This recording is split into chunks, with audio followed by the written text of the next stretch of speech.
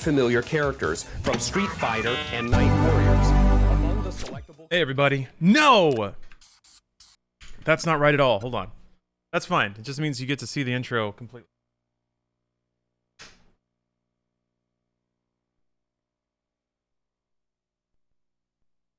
You know, it's about time. Maybe it's time for me to check.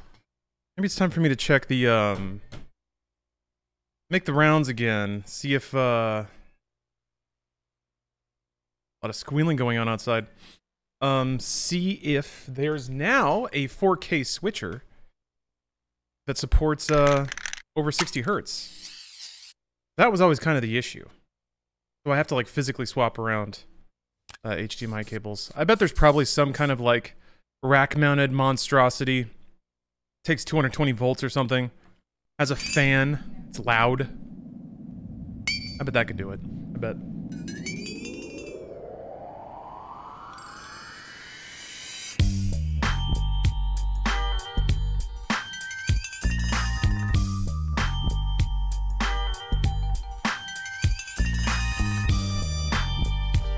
Sure glad you got all those mods when you could.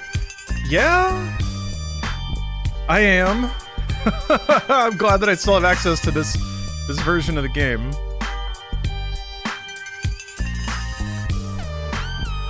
Did Vice City have a theme? Or any original music?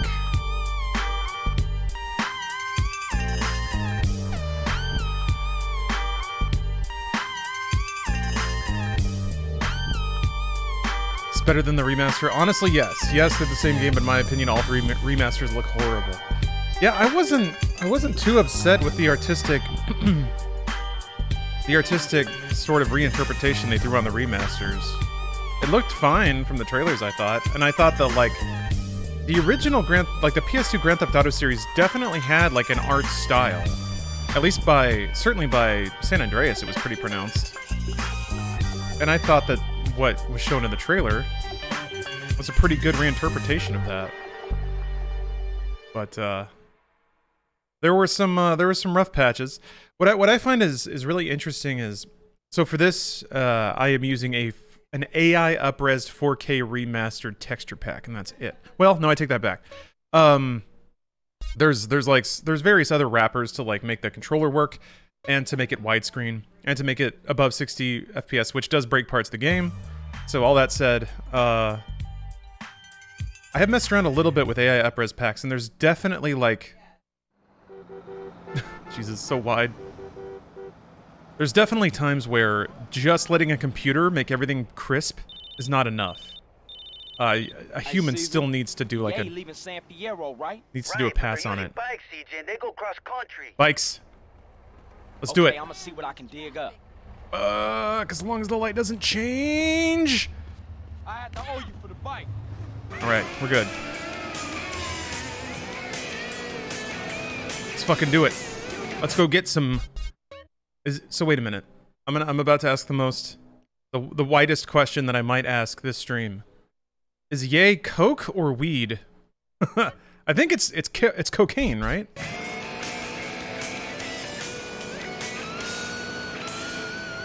Also, my CJ has gone full Grand Theft Auto. Cowboy boots and heart boxers. The sign of a total anarchist. I don't give a shit about anything, as you can tell by my outfit. I'm a real joker. Alright, so I want to get on this stupid highway going south. God, cutting through this, like, cutting through, I guess, Central California sucks. Aircad? Thank you very much for the resub. Need to ask my money back from Rockstar.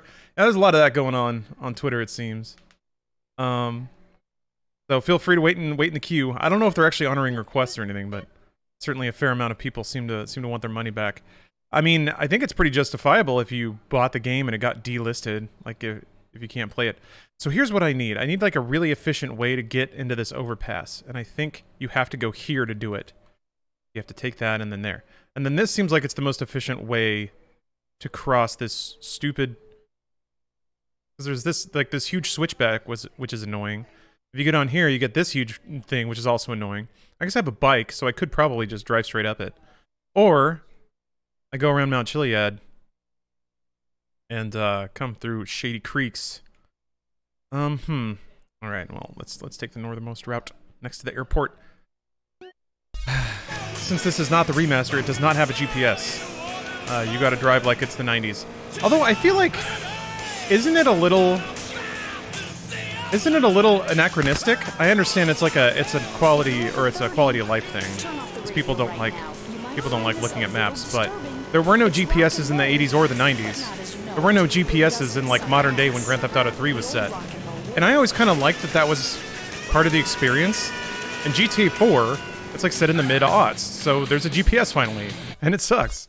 And like all the phones in game are really shitty too, and they have that crappy ringtones and stuff. So I don't know if that, out of everything, that feels the most like that actually does change the game a bit, and in a way that does seem to deviate away from what may have been incidental game design. Yeah. Borg. GTA phones are great, or 4 phones, GTA 4, because they're pre-iPhone. That's such a magical phase of culture. Like post-cell phone, but pre-iPhone. So like PDAs and flip phones, shitty ringtones. Like monochrome displays, playing Snake. I fucking love L7. I finally listened to that full album. It's pretty hot back to front. Oh, they're cutting up. Okay. Need to turn around. Damn it! What? Oh! Forgot what handbrake was. Okay, it's right bumper. That's the other thing, is classic GTAs do not have GTA 5 controls or 4 controls. The addition of analog triggers sure did help the Grand Theft Auto experience. Alright, hold on. I gotta check and see what stupid road I'm supposed to take. They're going all the way north. Interesting. Okay. Are they going up here? I don't know where they're headed, so I'm gonna figure this out. I might take a shortcut. That's why we have a bike. Ooh.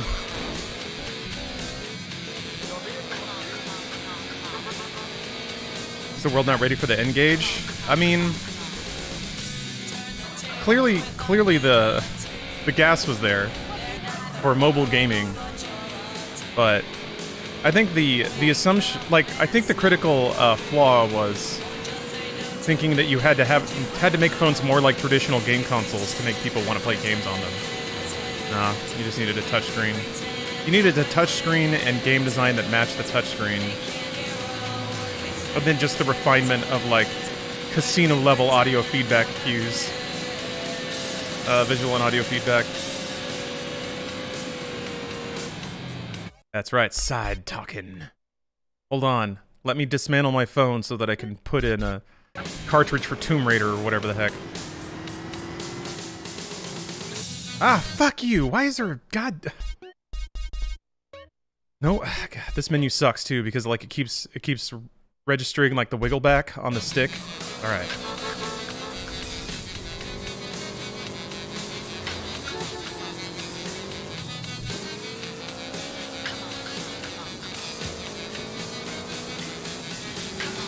Like I should probably be on the other side of the river.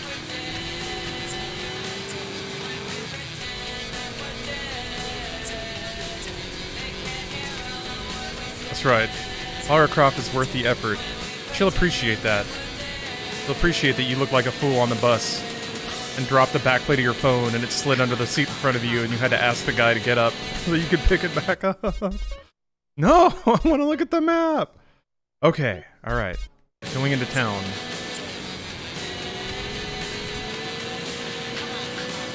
Watch me get there, like, right as it says mission failed.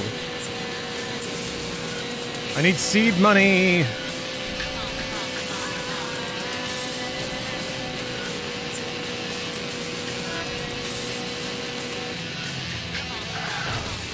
Not an alleyway.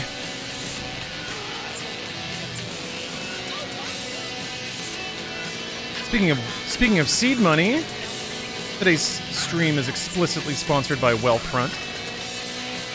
So if you're old enough to remember when this game came out, maybe you should think about investing. But I'll talk more about that later. Someone should have a radio station Here we go. exclusively dedicated to commercial commercials. I mean, Just one guy? I'm sorry, bro. On crack would love it.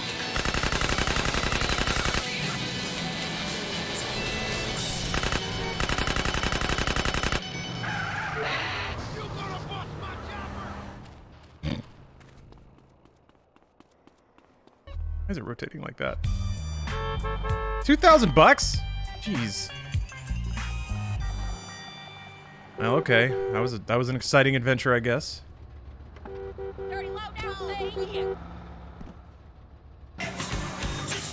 Old enough to get targeted for investment ads. It happens to all of us eventually. You don't want to.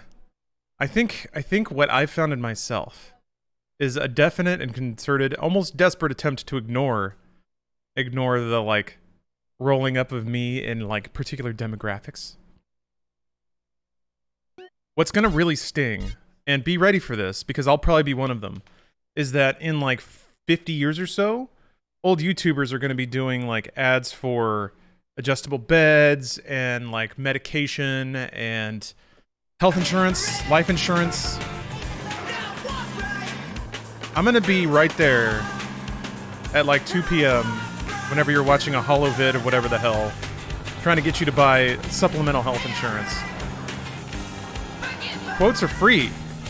Doesn't cost you a penny. Get your 272-L hover chair direct from, I don't know, Cyber Medical or something. Whatever the fuck. Okay, I gotta drive all the way back because that's where all the missions are. That's driver's school, I believe. And then I gotta keep working on my chop shop. Need to buy some more. Okay, so the red ones are businesses and the green ones are. Oh wait, there's a legend. Oh, property not for sale. School. I don't remember what you get, if anything, for finishing the driving school. But maybe I'm fashionable enough now to flirt with a girl in the DMV. Hi, I'm Ninja. I'm here today to tell you about Colonial Penn. You get to race? Oh, I like racing. I'm a... It's one of those times where I could choose to not say it, but I'm gonna say it anyway. Something of a racist. Don't clip that. Joke about racing, right? Racing.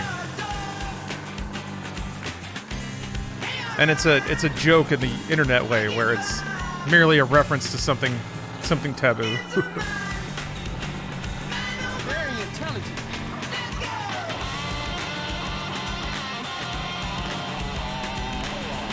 You can't cancel me, actually. So you can't do it. I've got the most powerful defense against getting canceled, but I can't bust it out because it sounds really bad. I have to save it for the right moment. Shriek it. What streamer or YouTuber will be the next Wilford Brimley in 30 years? That's kind of tough. Because Wilford has such a affable old man demeanor, and I feel like it's hard to identify that in somebody before they get there. Pinnacle of a man. Hello.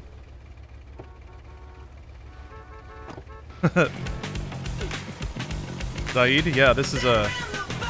You gotta seize on the gaming trends when they're hot. So yeah, people are all mad about the remasters, so... No, I don't... Fuck! This car's on fire now. Shit! I didn't know that would happen. Oh dear. Yeah, just shove it out of the way. Into the police car! Oh wait, no, it was only a little bit on fire. It wasn't on fire. Man. PCs in San Andreas or something else. Alright, you did it! Ooh! Uh-oh, you nicked the cop, though. It's fine as long as another car does it. I think I might get a free car here in a second. Oh, okay, he's just really pissed at that van. Thought he was trying to get around, but no, he's just ramming it. Well, this has become an interesting problem. This is what revenge does to you.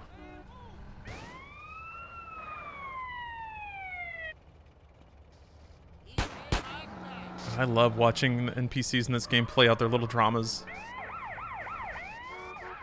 He's still gunning for it, too. He wants that van to be dead. Yeah. This is Last of Us 2. This must be where Neil Druckmann got the inspiration for it. I didn't know he was directing the Last of Us series as well. You know what's weird? People tell David Cage and like, Hideo Kojima to just go make a show. But that's what Last of Us 2 was, right? It was a preachy TV show with a half fun, half frustrating game stuck in it for some reason. Taxi drivers are the best for those kinds of road rages in this game. Ooh!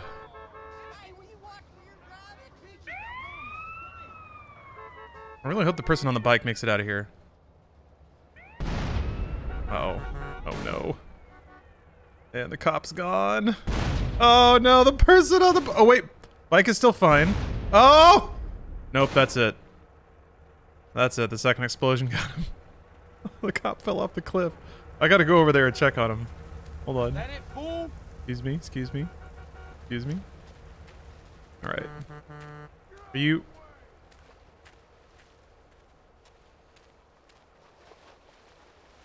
You okay? Where'd he go? He's been claimed by Poseidon. Yeah. Chill out. They both have fucking blades of grass in their mouth. I don't want this stupid radio station. Although it might... The DJ of the country station is actually pretty freaking great. Can't argue with that.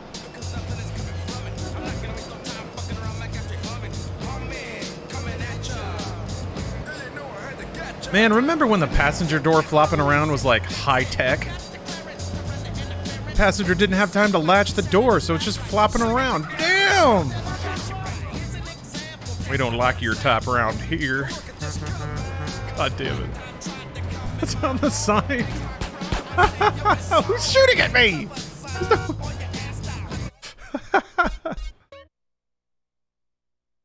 Oh, man. Okay, alright. Some good old boys never meaning no harm. I like how that's the lyric as they're like tearing ass across the countryside, busting through fences and running from cops. Never meaning no harm. Splattering a giant cow, running through somebody's front lawn. They're just some good old boys. Boys will be boys now.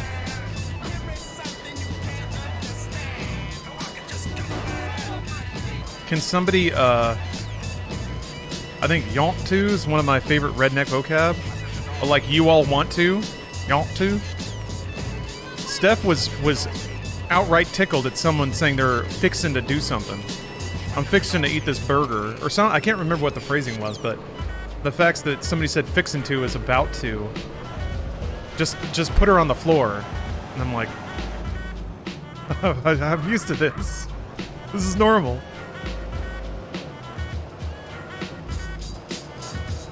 Jury has found them not guilty of murder on account of not meaning no harm. They never meant no harm, Judge! And then again, in their jurisdiction, the judge is probably related to both of them, so...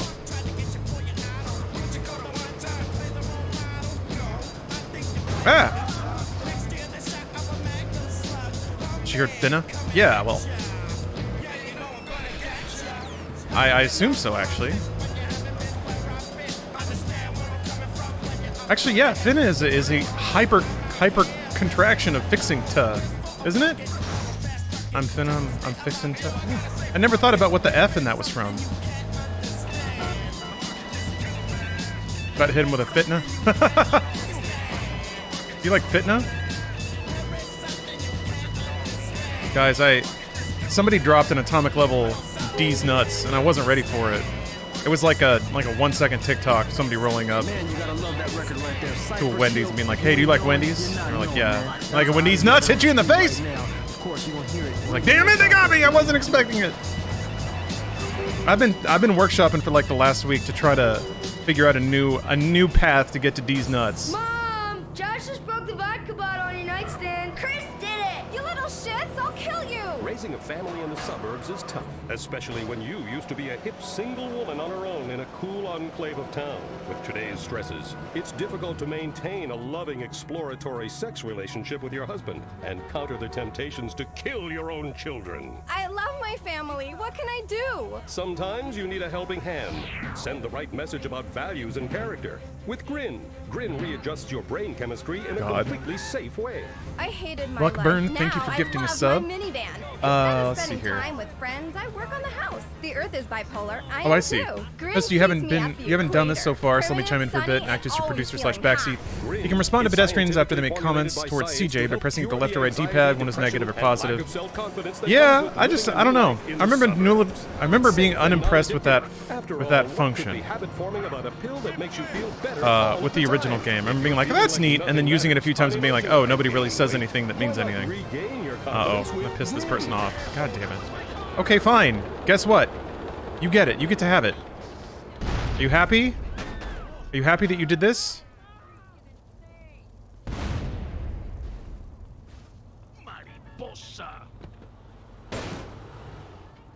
Do you have to target them? Aren't there better graphics mods for this game? There are, Reno. I am using what I consider a pretty baseline upgrade. It's because I think it's fun looking and weird looking when you like hyper HD only the textures in a game. I think that's and also run it in a higher resolution, but keep the like low poly models and stuff like that. You don't have to target them. Okay.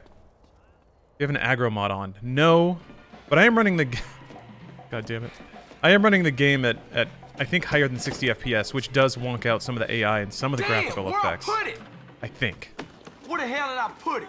Shit. Hey, Holmes, you okay? Yeah, Woozy left a message say I gotta go get Jizzy's phone after he made the call. Then I can ambush the meet and take down those baller pushers from Los Santos. Hey, homie, you want me to roll with you? Nah, this a one-man job. I gotta stay real low-key. I was thinking about welding some shit together and making me a silencer. You're fucking crazy, Holmes. You gotta get out of this ghetto mentality. So what you thinking? Let me show you. Check this out, Holmes. Here, take mine. Where'd you get that? Same place I bought my pants, Holmes. This is America. You only just now saw the lower half? Come on. I was riding a bike with these gams out in the open air. What am I even doing here? Why am I even putting this much effort into my fashion? Cop just cut him off. Well, you gotta drive faster than the big guy. Got him!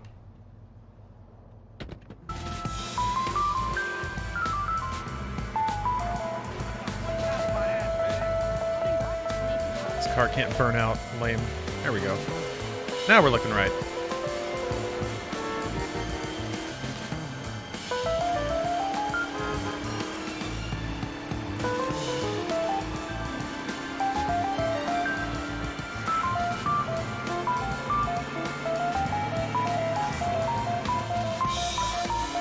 Ugh.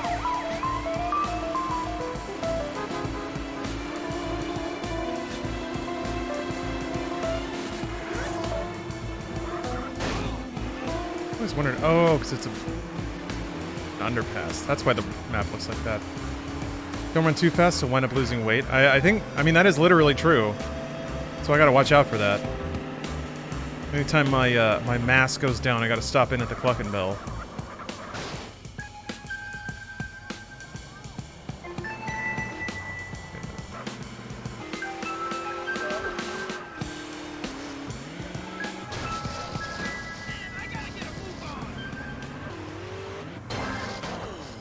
Music from the days when the rhythm method was king on the home of Red Grooves and the Love Giant. Johnny Love got Parkinson's. Get it on, baby. Master Sounds.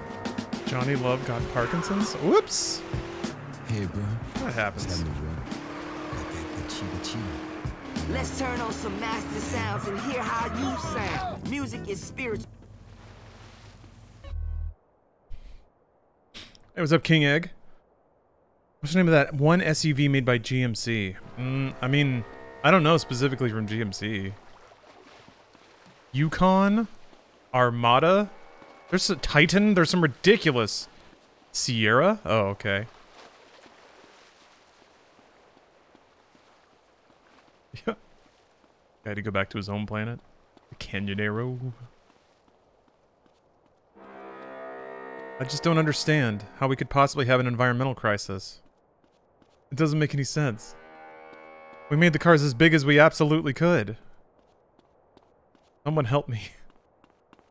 You can't suck on these nuts? Nice! There it is. There it is. Very good. Very good. That's a good one. That's a classic one. I'll have to file that one away. It was pretty well timed, too. You waited long enough until I forgot about it. So, well played. Wait a minute. This is not how to get to the skyline. I'm running away from my objective.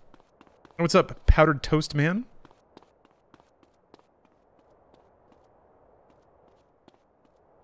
People asked for mobile living rooms. We gave them mobile living rooms. Yeah, that's the free market. Free market solves every problem. If people don't want to live in an uninhabitable wasteland, they'll just buy it on the free market. Are you really just supposed to drop off this thing? That doesn't feel right. Nor does it seem possible. Perhaps I've misjudged in thinking that... Oh! Okay, we're good. Have body armor. Nah.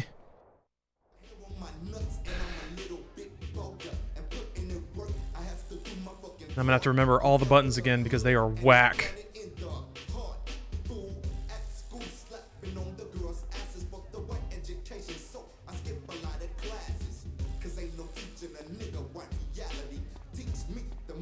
Thoughts on the McRib?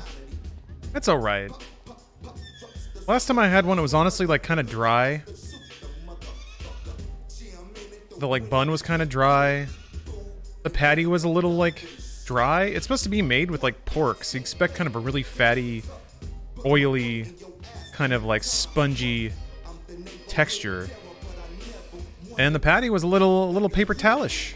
It really did fully taste like a microwave barbecue sandwich from like a gas station, which I still like. Don't get me wrong. I'm still a fan. But I don't know. It just the magic's gone. You can get McRibs anytime you want. Just go to a shitty gas station and throw one of the like barbecue rib sandwiches in the ultra microwave for 30 seconds. Yeah, of course that's why they slather it in sauce.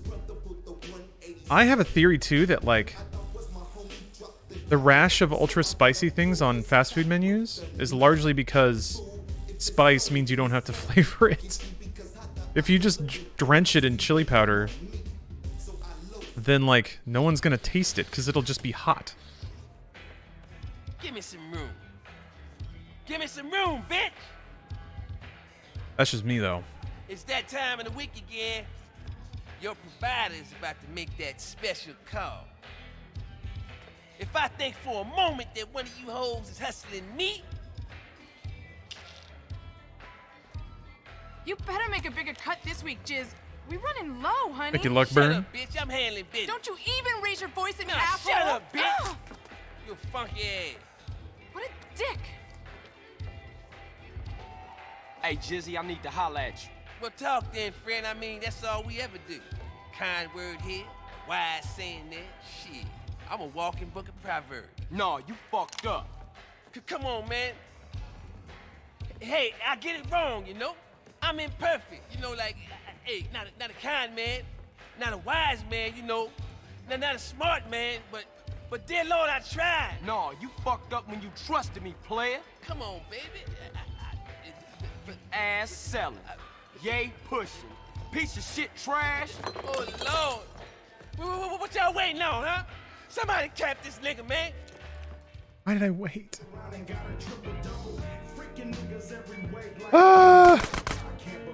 Why did I bring a silenced pistol? Oh yeah, good. You can't take CJ out.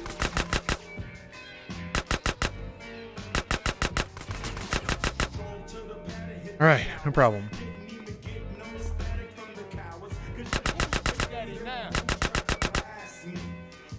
What?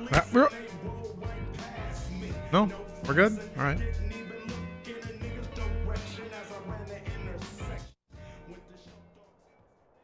Where was he hiding that gun? He's got a generous waistline on his boxers. They've been stretched out. All right. Limo's not the best assassination vehicle, but you do what you gotta do.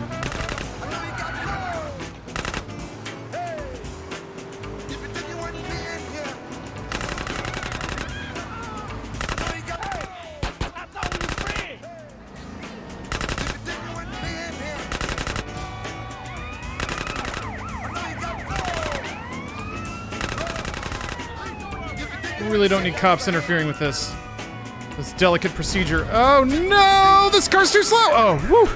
Okay. It's just firing in the air. Ah, shit. I have 2 stars and I have to get something on foot. Alright. Fuck. No!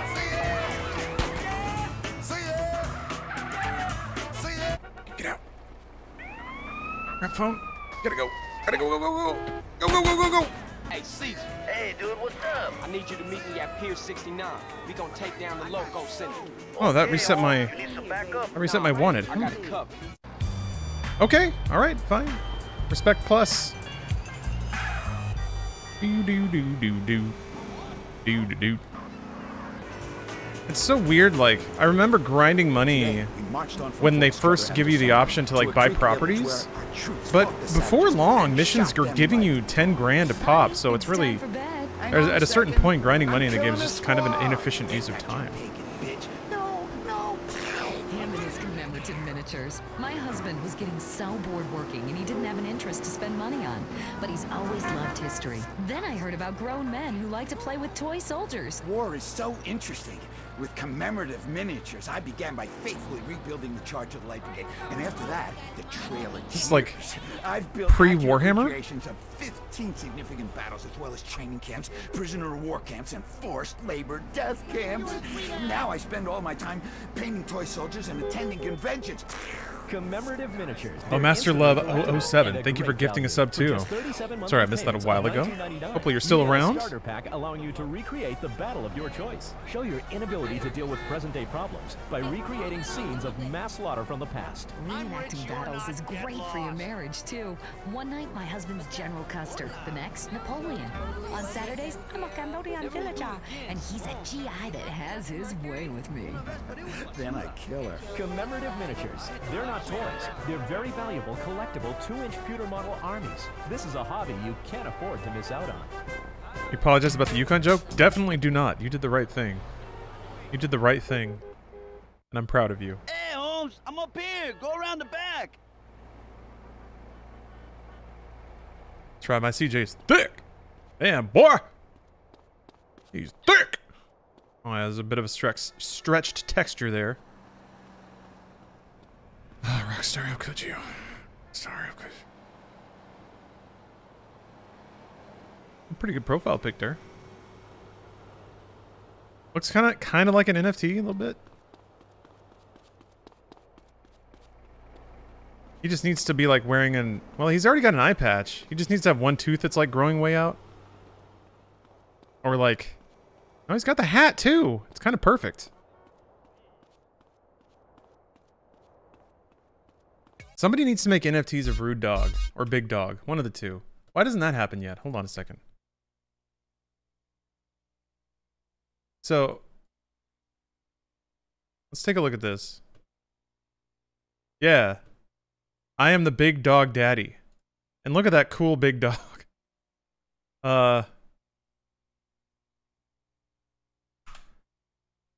Meanwhile, you got this.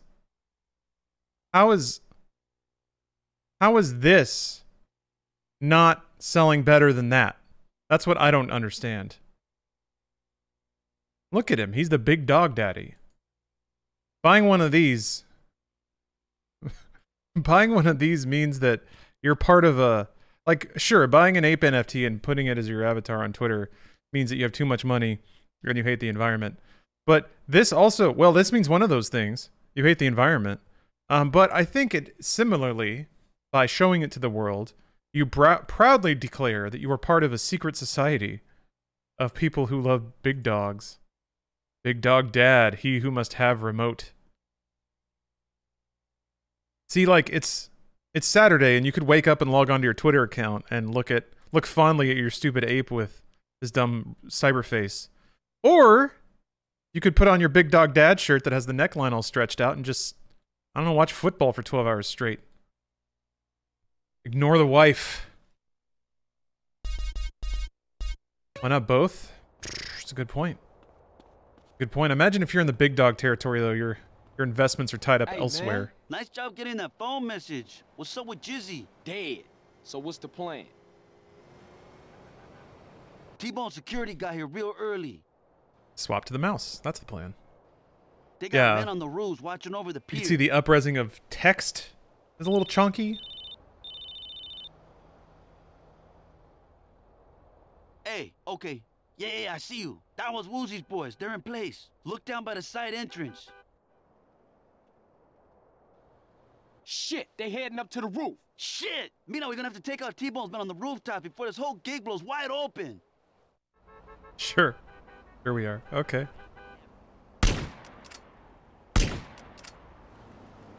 Shit, they walked right into it. One of those triad boys is down. Hey, there's still some on the left, CJ. Man, my bussin' was tight. You said it, Carl. Here comes T-Bone. And here's that snake rider. Look at that fool, hanging out with the ballers like they was lifelong pals. Something ain't right. Where's Torino? Chopper inbound. That's gotta be Torino.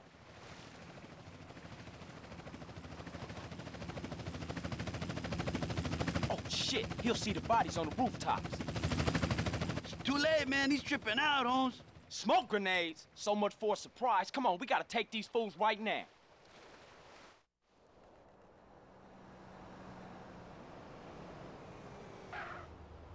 Who's T-Bone?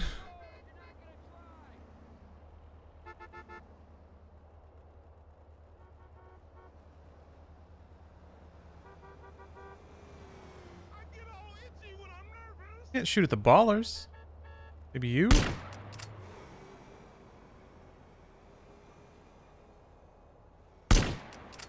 Alright, fine, I'll do it. I guess the triads are my only friend now. Also my life, thank you for the prime.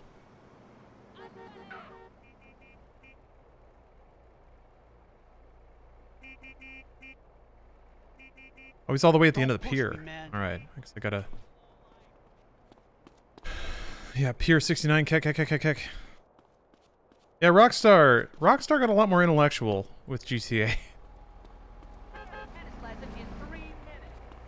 I think, like, I guess there's still, like, penis imagery in GTA games, but I don't remember 5 having just a whole lot of the, like, 69 shit going on in it.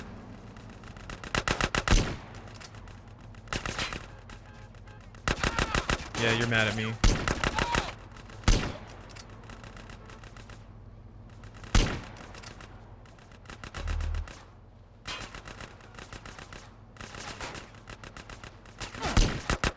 The fuck?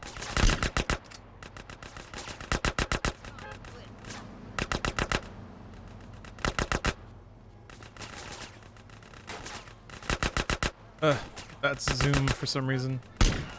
Okay. A little harder without the mouse. T-Bone? I think I see him. Is that T-Bone? Are you T-Bone? You are not T-Bone. You are not Satoshi. Ow, what the f—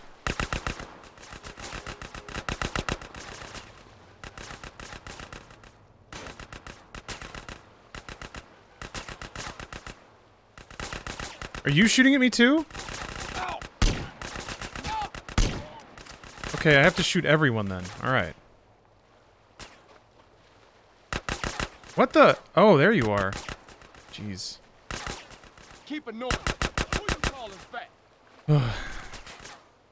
I am disappointed with how defensive CJ gets when he's a portly fellow. What? Okay. Alright, okay. Alright. Okay. That was the one I shouldn't have shot. Got it. Understood. Like, this mission has multiple factions in them, and I honestly can't remember which ones I'm friendly with and which ones I'm not at the moment. Also, I have no health. Shit! Wait, there's pizza right here. Am I allowed to go in there? Caesar tells me to meet him on the roof. He sees me run across the road to a pizza company. Alright. I have a crush on my lady urologist. Also, I love that the 4K upres has made all of the like dirt and smoke textures outrageously huge. So it just looks like this place is on fire. Which again, kind of fits. It doesn't not fit. Cheesy day. Watch it, it's hot. Also, CJ doesn't need that much bullying. Well, yeah, because he's bullying himself. CJ had the opportunity to be a body positivity icon and chose not to be. Oh.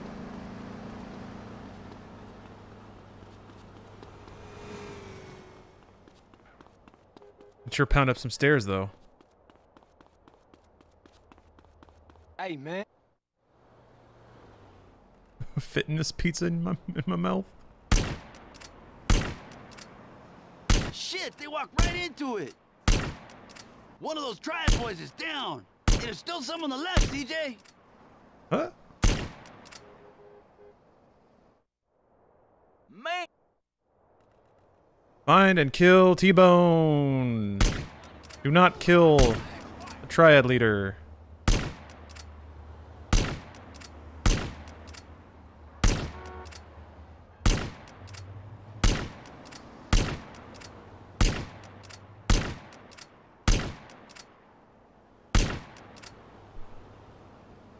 Gonna go back to work. Alright, Mushmouth. Thanks for watching so far. Hope you have a good shift. Yeah. Exactly, Chalks. GG's got a low center of gravity, which makes him an unparalleled warrior. Fat man got a gun, bitch. Come on in, shoot back. You can't miss. Going to Wendy's. Want anything? Now. God, that camera.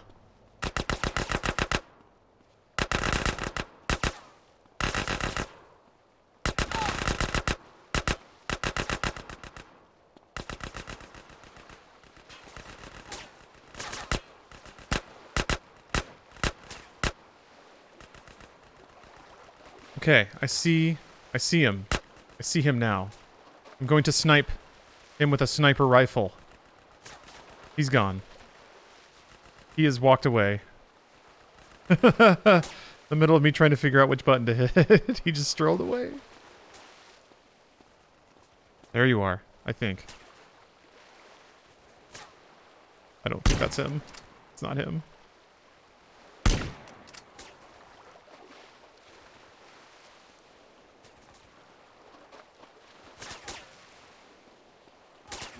Alright, here we go. Zoom in. Dick shot. He's down. Mendez, I see you, Rifa motherfucker. Too many Vatos Locos. Too many Doritos Locos Tacos. Oh, Mushmouth. Thanks for gifting 5 subs, too. Where you think you going? Can't stop me. He's headed for those boats. Don't worry about it. I got this. Bless you. Balls eradicated. I will annihilate your testicles.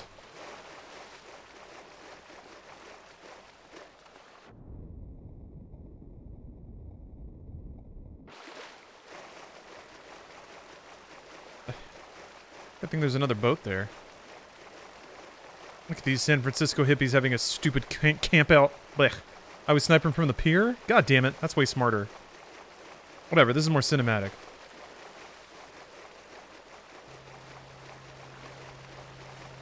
This is what Twitch needs to see. It's what they demand to see. What they deserve to see. All right, get in the boat. Here we go. Dios mío, my boat. Love isn't always on time. You can do a drive-by on his boat. This might be the only game that's ever had that in like on-screen instructional text. You can do a drive-by on his boat. You sold us out, Ryder. You fucked us off. I'm a motherfucking G.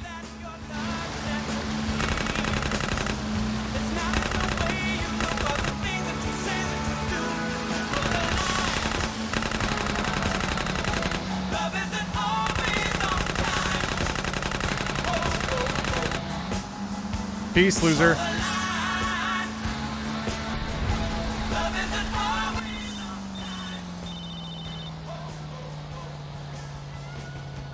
What's up, Caesar? Hey, you okay, Holmes? You can watch from the pier with binoculars. Yeah, I'm good, I think. Listen, you guys better clear out. The cops gonna be all over the spot in a minute. Sure thing. See you back at the garage. So if you snipe him from the pier, do you still get that phone call? This mission was oddly anticlimactic. I find a lot of GTA missions typically are. That's like it's the cost of having an open world game sometimes. It gets, tool sets don't let you like rigidly script things to create hyper cinematic moments. I mean, chasing your like old homie down in a boat and gunning him down is pretty intense, right? But the fact that you can do it in the open world means that any circumstance could happen, including just, you know, driving up to him and shooting him.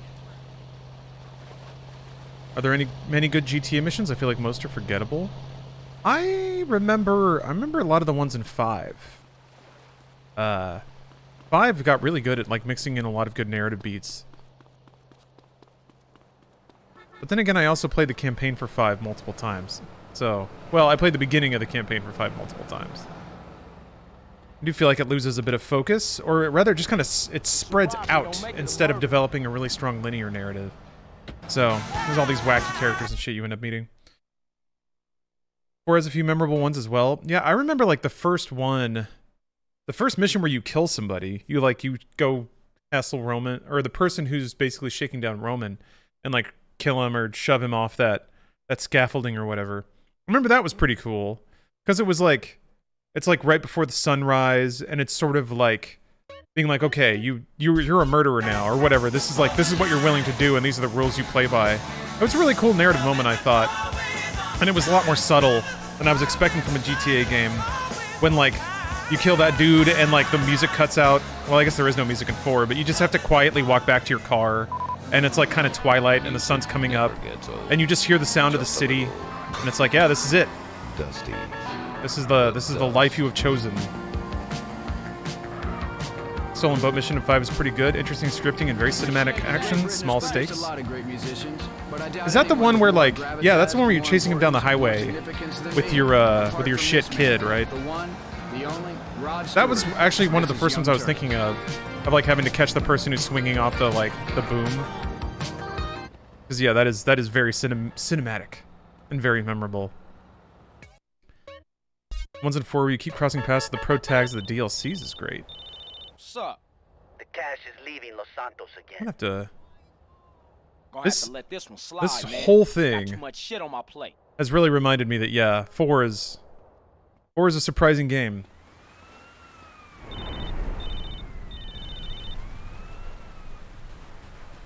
Carl, it's Woozy. I've got some information for you. Hey, Woozy, what's the business? My man found that van you were looking for by the helipad downtown. And Torino? Yep, he's there. Apparently he's about to take some merchandise and cut up a helicopter. They've already started loading boxes. Something about Torino don't add up. Holler back if you hear something. Yeah, this is not the remastered version. It is the original with some mods thrown on. Pretty light touch with the mods though. 4K texture mod, widescreen, high frame rate mod, and then something to get the controller working. It's not GTA 5 controls, because that mod exists too. There are character model mods to make them all look better. There's reworks for the whole game, really. I'm slanging, popping buns for fun, y'all. Fatback band. Yum, yum. GTA 4 had the best narrative. I think it had the most like formed narrative. That's kind of how I would think about it. Wait, I thought it was at the airport. Yeah. Oh, no, never mind. Because it had like something resembling a beginning, middle, and end, and it was more about the arc of Nico becoming not really a crime kingpin. He was just kind of a gopher for a bunch of other crime kingpins. I guess somewhere in there might be a little commentary about the American dream, but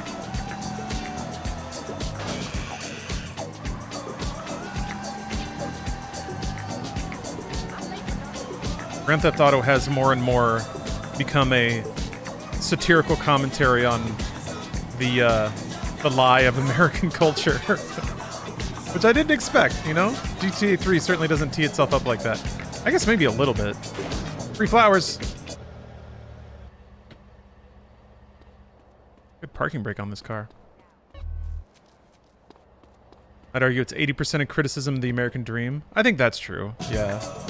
The thing is, like, it can only ever be, like, 80% because it's also itself a visitation of like, a dumb American fantasy. Of basically, like, you get to go and do whatever you want. It's like that bootstrap shit. But, like, if you just have a car, and you don't even need that, you can go steal one. Go take a car, take a gun, and do whatever you want. Do whatever you want. That's what freedom is. Is that a rocket?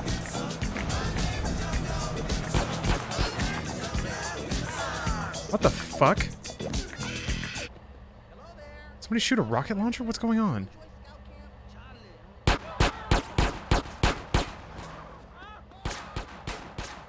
Are they just hostile towards me? Yeah, I guess I'm here to kill somebody, I guess. Oh, yeah, good. I think I'm just a fat boy.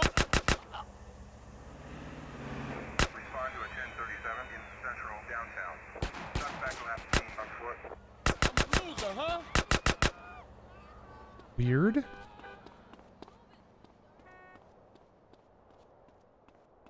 Yeah, GTA 4 cars definitely had a lot of weight. I mean, I feel like that was almost stylistic. To me, 4 is... It is sort of aiming for that grimy New York City feel, which to me is very 70s, so...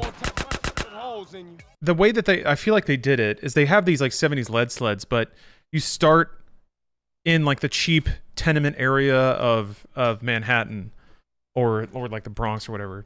It's the cheap immigrant area of New York. So everyone's driving busted out, rusted out old cars. So you get this like cool merging of styles where they want it to look like this just shithole 70s New York. So you're driving in these just like ridiculously heavy, long, inefficient shit cars. And the excuse is because you're in a shitty part of town, but I think it is also just hearkening to the 70s vision of LA. Or sorry, of New York. The whole taxi driver, like, just this place is just an utter shithole filled with trash. So I think that's also part of the like moral posturing of the game is like, you might be a criminal, but so is everyone else, and there's nothing redeeming about this city. It's just a playpen that has abandoned morality. Kind of like you, the player, when you play a Grand Theft Auto game. Now I'm going to the damn airport with 2 stars. This is a great idea. Wait, what's going on? So it's flying. You just have to shoot it? It said to go to the airport, but it's above. It's like right to the left of me right now. So hard. I have to press this button for the next song to play. Oh yeah, there it is. Let's see if I can nail it. Fortunately, I have to not listen to Midlife Crisis.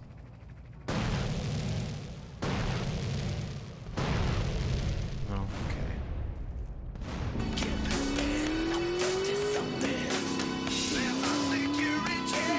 Yeah, Johnny, Remaster is 100 times better than this. That may be. I haven't played it. Oh, game said get on the freeway. Crap, that would have made way more sense for where I am right now. I can still get on the freeway from here, kind of. All right, let's see if I can figure this out. Not what I meant to do. Move.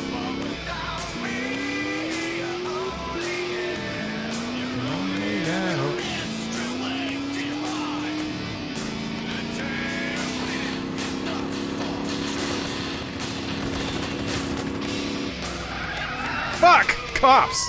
God, shit ass! I can't run when I have the rocket out! Fuck! Why were you right there? I need that shit you drive. Wait, Remaster has 3 characters you can switch between? What are you talking about? You talking about GTA 5? Yeah, of course it's better.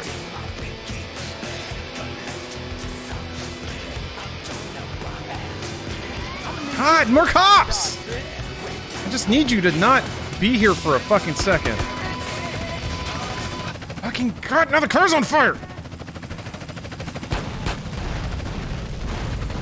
Cops are gonna bust me. Shit! I think the car blew me up. Fuck! That's annoying. Candid, thank you. Why am I here?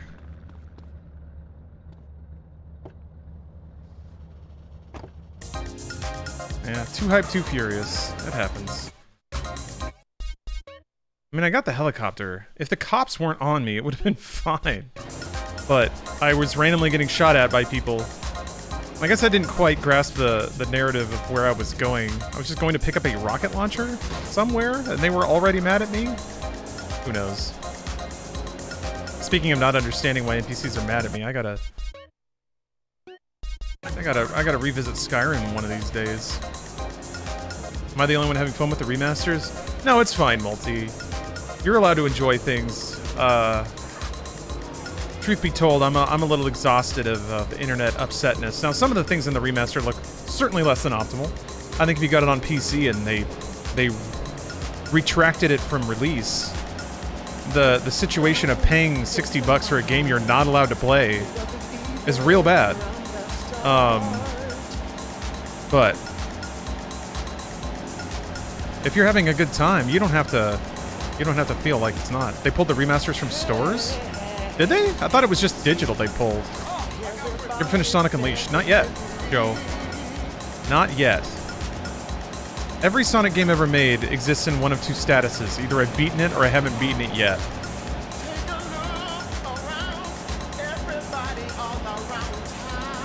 Oh, game isn't physically out yet. Oh, okay. Alright, alright. So they haven't launched it physically. Why was the remaster pulled? The statement I saw said that there was, and this is rich, given the game's history, there was unintended content released in the game. Which, yeah, probably, RetroShot, I agree. This probably has to do with licensing. 1 or 2 bits of music or audio, or who knows, may have been included when the rights weren't actually cleared. But certainly one must find that ironic, given that they did the same thing with San Andreas the first time it came out, but over the hot coffee incident. All songs in Hot Coffee were in game code? Was it really? Hot Coffee again? They fucking accidentally released Hot Coffee again? Is that really it? I figured data miners probably poked through it and... Are you fucking kidding me? It actually seriously literally was that again? How did they do? There's no way! Man. Often in my, like... Hey, Caesar, the Yay leaving San Fierro, right? Right, but they're using bikes, CJ, and they go cross-country. Not right now. Can anyone give me context for Hot Coffee? Papa Baloo, I'd love to. So, in the original retail release of Grand Theft Auto San Andreas, there was an unplayable bit of content on the disc. There was no way to access it normally in the game. However, when they released it on PC, I think it was on PC is when data miners found it. They found that there actually was a sex minigame. Like, you could just mash a button and 2 player models on screen would kind of pantomime sex. But both models were clothed because it wasn't a finished mode. So there was just a shitty little meter on screen that said, like, excitement or arousal, and you just mashed a button, and then there was some, like, very rudimentary fucking animation that would happen. But it wasn't sensual, it wasn't interesting. Anyway, this was discovered in the PC version of the game. They put out mods to access it in the PC version of the game, and then they, modders on the console side of things figured out how to use Action Replay, which was it's just basically like a RAM editor to unlock cheat codes and stuff, give yourself extra health. They figured out how to get to the content with that. And then, it wasn't called the ESRB at the time. ESA got a hold of it, I guess. And, or they became aware of it. And then they re-rated the game as adults only because it had explicit content in it that was reachable by consumers in some way. And once it was re-rated as adult only, then suddenly it was not allowed to be carried by, like at the time and even now, Walmart would not carry it because it had an adult only rating on it. And this was kind of in the middle of some lingering moral panic about video games from the 90s. It comes and goes still. So the issue was that even though it was totally unplayable and unreachable normally, there was explicit content on the disc that shipped to stores, meaning that kids or you know, adults over 18 could buy a disc that had content that wasn't seen or rated by the ESRB on it, even if it was unreachable. So then the precedent became, doesn't matter if it's reachable or not, if the content's on the disc, that's how the game has to be rated. So Rockstar had to pull all of the games from stores, repress the game without the offending content on it, and then reissue it, and then it got re-rated as mature again. But the moral panic at the time was, see how these games have like hidden shit and that will corrupt your children. There was a lawyer at the time who was trying to make his case on being a crusader for moral rights against video games called Jack Thompson, and he was a very loudmouthed advocate for how evil games are. And, you know, it was the same circuit of like going on talk shows and stuff. It's interesting to think back on it because I think it really does illustrate how a certain monoculture used to control a lot of the discourse around media. And that's not necessarily the case anymore, which is, you know, not necessarily a good or a bad thing, but it's certainly different. I think it is probably way more good than bad. But yeah, Jack Thompson has not had a good time since.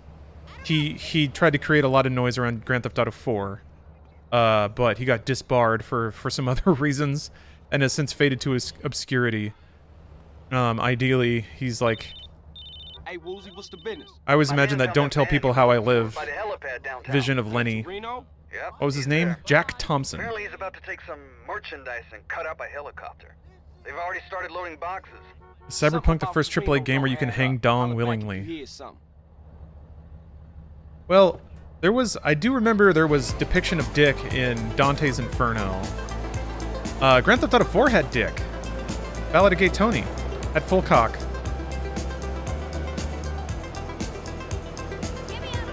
So, I think Cyberpunk gets a lot of kind of narrative firsts. That maybe someday it will get credit for, but unfortunately, dick is not among them. Now, dick customization, maybe, because you can pick multiple genitals. What the fuck is this?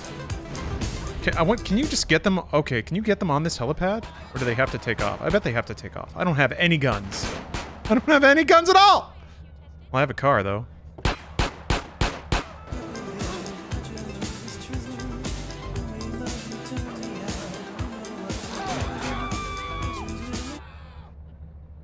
Really would like for... I'm hoping that, like, the next-gen update adds more genitalia. I want Penis 2 and Penis 3. Is there a window there or something?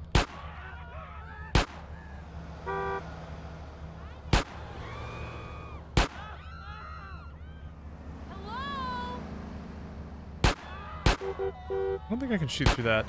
I can't shoot the... I have 3 bullets. I have 2 bullets. God, and a cop got me. Motherfucker. Because I just accidentally beat up somebody that wasn't who I was supposed to beat up.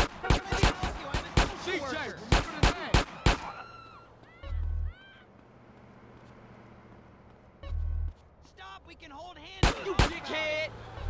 We got a Are you supposed to get 2 stars? Maybe I can just run up here, grab the rocket launcher without killing anyone. If I have armor, I can probably get away with it. CJ just standing there. God damn it.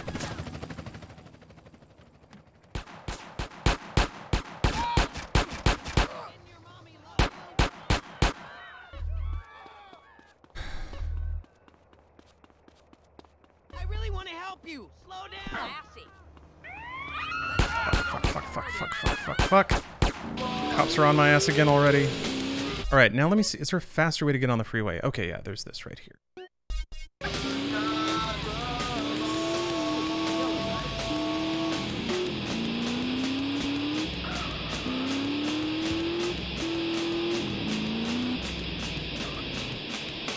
For some reason I assumed I would be able to just do it. Just played through Vice City Stories. I like how all the games are connected in the 3D universe and the PS2 universe.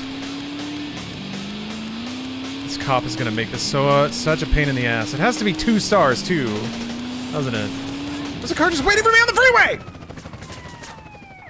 And the other car just like pulled. Damn it! Just fucking cut me off so hard! Damn it! You getting carjacked, fool. Hey, I've been running all day. Time to close the net. Fuck.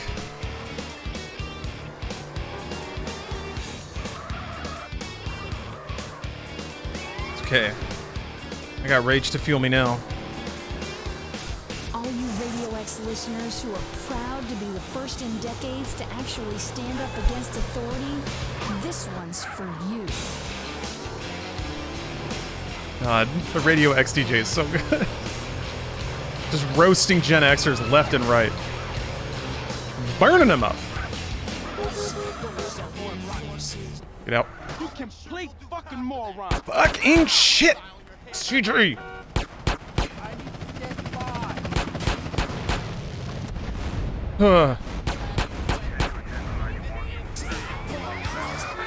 Yeah! That was a little tense. CJ's earned some pizza. Or a Borg. Something. Get my man some fast food. Okay. I mean, just the idea that, like, you recover health by eating fast food. That's the mechanic. Oh no, who are you going after? Oh! Brown man spotted. DEFCON 12. Retro Shout, thanks for the prime. Isn't that the cornerstone of the Yakuza games? Yeah, but you can, like, you can eat some vegetables sometimes. You get a nice rice bowl. Are you aware of the Hezbollah? I think I've heard that before, but no, I'm not aware of it. What's fun about being American is you can make fun of being self-centered and idiotic, and then also be those things, so. I'm ignorant of world culture. It's funny you bring that up, Michael. Because I just had a big-ass bowl of veggies for lunch. Had some roast squash, some roast potatoes, and some, like, pan-fried, pan-seared Brussels sprouts. And that's it. That's it. That's what I ate. It was 400 calories of raw nutrition. And olive oil. And garlic. Some garlic. Mmm. Alex's dogs. 1 foot of pure meat. Don't mind if I do. Oh, you just walk up and get a free hot dog. Okay. Dialogue? Listen to the new Silk Sonic album. I'm not familiar with Silk Sonic. I haven't even listened to the new Limp Bizkit album. I found this Future Funk playlist that I've been ticking through. Oh, wait, Anderson .Paak and Bruno Mars? Now that I'm very much into. Wait, is that what Silk Sonic is? I love both those artists. I've been discovering that I actually really love Bruno Mars. I think that might be also the verification that I am a 30-year-old white person. What does Sir desire? Yeah, 24K Magic's so solid. You catch a grenade for me? Ah. I have enjoyed Wait, hold serving on. you, sir. I hope you enjoy your meal. Have a wonderful day. What was the line before that? Fuck. As long as you don't start wearing hats. Leather berets. I do have a tracksuit. But no, that's not my fashion. My black tee and baggy pant fashion. I've said this before, but I mean, on the subject of eating an entire bowl of vegetables. One of the reasons I am looking most forward to getting in better shape is just so I can wear cooler looking clothes. I have a lot of, like, great looking but pretty fitted, like, graphic tees and stuff that I want to buy. How many snapbacks do you have? A couple. I've been sent a couple by fans, which is wonderful. I have my #1 E-boy hat. That's not really a snapback. It's kind of a snapback. No, it's absolutely a snapback. Never mind. Is snapback a style or a brand? Merely asking, and that probably disqualifies me from being Bruno Mars, but... When clothes shopping when slim is easy mode? It's like, it's slim, but also... Oh, it is a... Okay. It's a style. Then yeah, I do have some snapbacks. A few. But yeah, it's a bummer sometimes to, like...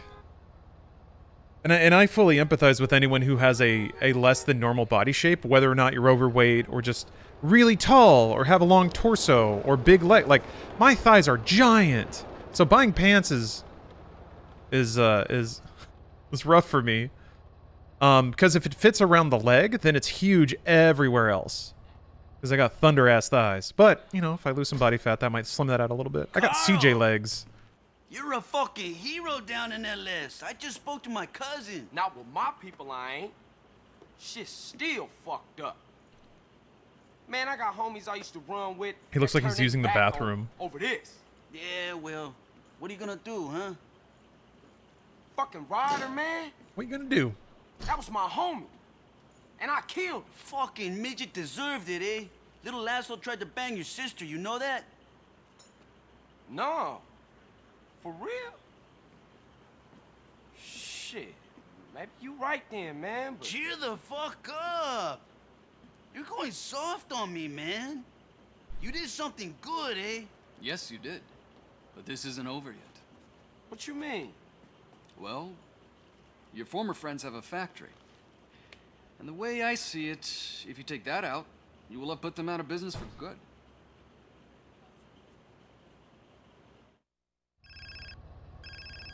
Yeah. CJ. Who is this? It's I work Animorphs, for but Woozie. He told me to call you. with a car. Alright, what's up? I'm rigging a car with explosives so you can take out the crack factory. Drop around the garage downtown. Cool. I'll be at you in a minute. I'm rigging a car with explosives so you can take out the crack factory. Just wear Jinkos? So it's funny you bring that up, King Egg. Alright, so... If I've noticed my pop culture properly, then usually it's like a... Well, it used to be a 30-year wraparound for old things to be cool again. Now it's like 20. It's getting faster. But we are definitely due for a Y2K wraparound. Which means... Hold on a second. Which means, like baggy everything. I guess, like, this look has definitely come back a little bit. Not necessarily high-waisted jeans were in for a long time. I think low-waist are starting to come back, and the halter tops, like baby doll tees. Hold on a second. I was looking more for men's fashion. Because it's just, like, baggy shit everywhere. That's actually not that bad, but that's modern. Well, that's just confusing.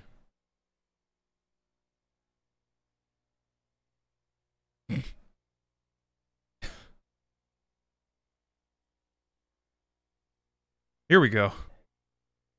That's kind of more what I was thinking of. But why is it so small? I remember seeing some like NBA players in the early aughts showing up with just ludicrously oversized suits. Like I tripped into my dad's closet looking kind of suits.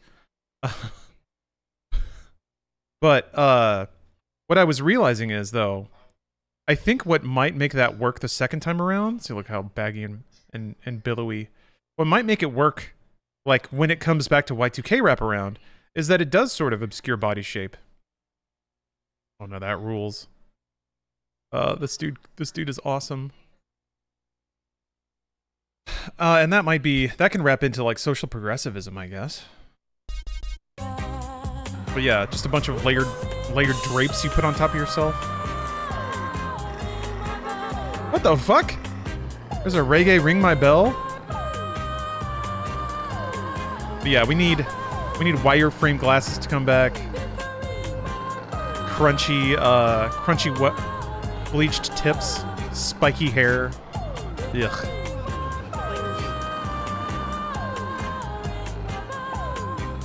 High-waisted pants and leggings are still big? Okay. I really don't have a finger on that particular pulse, to be honest. It's just whatever I see in pop media. It was kind of nice, though, I'll admit. When we worked in West Hollywood at Machinima, it was actually pretty cool just seeing what people wore on the street. Because it was a bit more fashion avant-garde in that neighborhood. Uh-oh. Oh, thought it froze for a second. I was there, Gandalf, 3,000 years ago with frosted tips. Hey, man, is it ready? She's all set. We Get could have in. destroyed it. Cast it into the enough to fire, take out holding the a pair of crap jinkos. Destroy it! No. I've wired in a delay timer to give you time to get out. I never had big old baggy jeans. I wasn't cool enough. Which is weird, because I was even fatter. I would say, like, Y2K era was peak Lawrence fat. Why does the license plate say Time Bomb?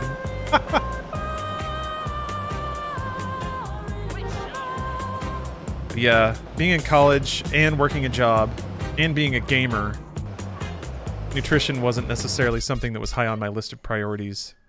So I was a roly-poly boy. I straight up lived through that harrowing moment of truth that many gamers experience, where you're playing the like most sparkly, like squealingest JRPG ever, where somebody has just cried about how their reincarnated, like, otherkin gay lover has been turned into a crystal, and then it has to go load, and the screen dips to black, and then a little sparkly now loading appears, and in the reflection of the TV lies a sweaty egg of a human sitting in his underwear, instantly snapped back from the magical realm of Utheria or whatever. No crystal girlfriend for me. Open the gates and wait. Just a sky-high BMI and fields of untanned skin. Being poor in Texas means you get hot a lot because you don't want to run the air conditioner. Oh.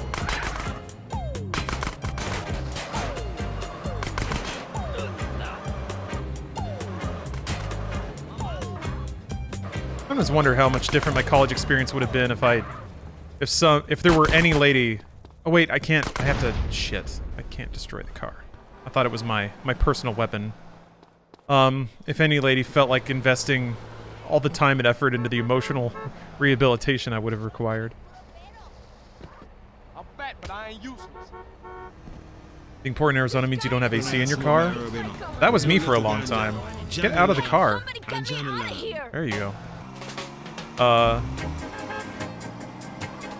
Yeah, all throughout high school and into the first part of college, my car did not have air conditioning.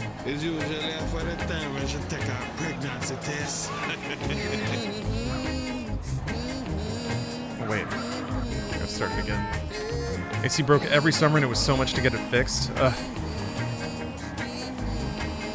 Now I'm just hot because I live in Southern California and this place doesn't have air conditioning. It's too old and the weather's perfect like 80% of the time. Oh, it's been a... I can't tell if it's just me being hyper-fixated on the end of the world, or if it's just been unseasonably warm this year. But boy, has it been unseasonably warm this year. It's like in the high 80s, and we're halfway through November. Usually by now it's like just 60 degrees all the time. Driving with busted AC in a car is like a rite of passage, yeah. Busted AC, and then like buttons and cup holders and just everything in the interior cabin that falls apart the second you touch it. Your first car should be the kind of thing where you know what you're not allowed to touch, or you know exactly the way you have to press it to make it not destroy itself. It was 60 a few days ago, and now there's snow on the ground. Jeez. I'm wondering about that, among other things. Stephanie's been really getting into fail videos lately, so I've seen a lot of, like, videos of floods. Just general flood footage. I'm guessing that won't be quite so uncommon in the future. Never use AC in the car, more of a windows down, arm hanging out kind of guy. Yeah. Hey man, is it ready? If you're going fast enough, that's usually okay. I remember in my non-AC car, if I was at highway speed, to take out that crack lab. then usually it was okay. But like when it's over 100 degrees and the air is also just really hot, it's like it's the best it gets, but it's still far from ideal. And if the air is really humid too, then merely having wind blow over you doesn't actually evaporate any sweat. Steph sounds like she's craving destruction. Steph finds calm in seeing the worst thing happen. Steph is anxiety-filled and frequently catastrophizes everything in her mind. So I theorize that by recurringly see the absolute worst thing happen, may have a bit of, what's it, like an exposure therapy aspect? Get you more familiar with something? Don't we all crave destruction? Of course, yeah, no. There's a reason fail videos are awesome. And, America's Funniest Home Videos was like a whole thing before that. People love seeing people fall down and run into stuff. Yeah, a little doomerism is a treat. That's all. Oh, Steph's wearing a plaid shirt today. It's a hit. Looking very 90s. Open the gates and waste the dumb fuck, Holmes. Similar to why people crave horror movies? Yeah, always an interesting topic.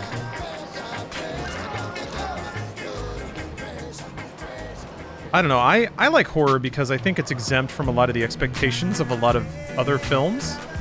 So it's sort of, what happened to my #1 star? They can try headier concepts or maybe leave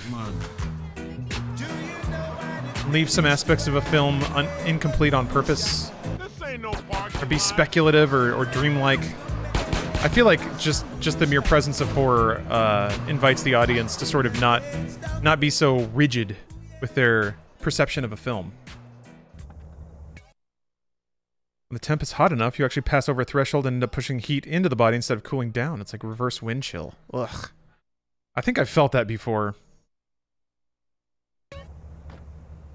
Yeah, Namai, this is not the remake. Keep it north. Remember that.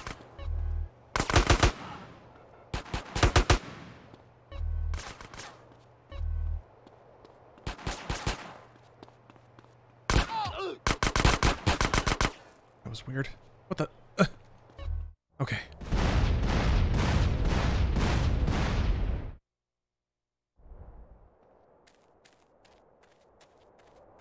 What you gonna do now? I'm a loser, huh? I guess also the older I get / the more movies I watch, the more I have grown to appreciate movies that give me something to think about versus movies that are just like well-formed and pleasing. I guess I've had enough content. I've watched enough media that only seeks to like entertain as many people as possible, that I'm familiar with all of the techniques used to do that. And those techniques don't really have that spark of discovery or of like artistic thrill. I'm very much to the point where I'd rather see somebody try something interesting and wild and I think specifically through that attempt gain some appreciation for what they were trying to do, than see something that's wholly well formed and intended to please. Why not both? Yeah, in very rare circumstances, something can do both. The best artists in the world can do both, but I don't have those expectations for every little thing I see. Yeah, the joy of newness. And I understand that it's more and more difficult to experience that the older you get. It's just kind of like a mathematic thing. So I certainly don't like demand that all of my experiences have that experience. On some level, I just appreciate the attempt to chase it. That's kind of it, I guess. You got gaffle, not cap. Keep it like that. That was almost one of the things that kind of... That was one of the things I was honestly most disappointed with Inside. And I feel like everyone kind of forgot about it already. Because I feel like it had moments where it almost said something, but I could almost feel the, like, intentional scrubbing of personality and statement from it to not make anyone mad. Like, don't say anything somebody could disagree with. Just keep it generic and loose and just kind of, like, vocalize the sort of existentialism that everyone butts up against. And if they don't, then this is the newness for them, right? It's just that acknowledgement of, that was weird. What did it ask me to save right at the end? Oh, because it was on top of the save. That was interesting. So, yeah. That... I hate singling anything out, because I don't want to make it sound like I'm just talking shit. I don't want anyone, if they enjoyed it, to feel like I'm judging them or anything like that, but... Speak on it. This is a friend of yours. Yeah, Marvel. So yeah, that bites off the whole thing. I think Oliver Stone was... He wasn't wrong. Who the fuck is this? Marvel movies rarely challenge you, or try anything uniquely new. It's mostly just in the scale of the execution that's really interesting. That said, I haven't watched Shang-Chi. But it is on, it's on streaming now, so I can. But again, it's not a bad thing. Oh, thanks. That's what mass market entertainment is. Hey, what's up, RC30?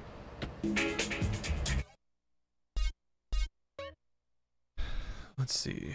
I have zero interest in anything post-Endgame. I mean, I will usually never have a bad time if like the largest companies in the world sink all of their money into 90 minutes of entertainment, you know?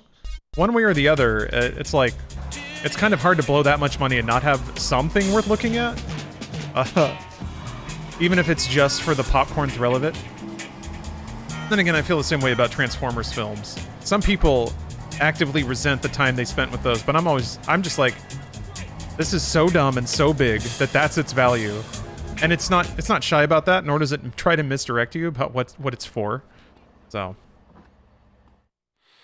Dunk can be a bit much. I watched his movie Salvador recently, and that one's pretty great. Yeah, he can be a bit much for sure. I mean, that's kind of his style. He's much. Let's see if I meet this beautiful. Look at that smile. Can I get your number? Yes, Here you go. Yes, you can, girl.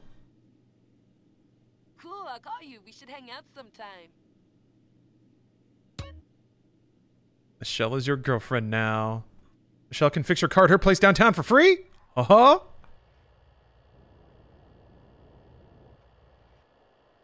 Whip and terminate. All right. Just like Moses struck the rock and bring forth water, this was a musical.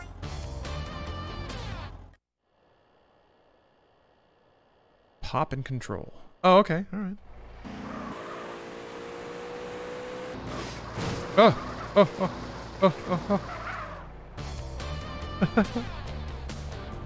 I got to do this, like, Porsche driving experience thing where at a Porsche dealership, they, like, have you take a Porsche out on a course. And, there was this one, like, it's basically like this theme park for cars. And in one spot of it, there was, like, a skid plate.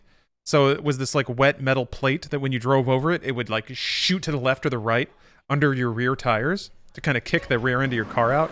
And the direction it went was randomized, so you just had to, like, go over it, let your car slide, and then try and correct. Good God.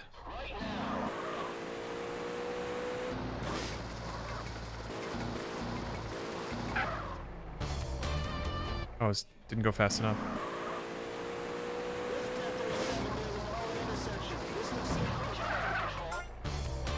There we go. Skid pan? Yeah, I guess that's what it was. Oh. Was that scary? A little bit. But it was fun. Like, there was nothing around to run into.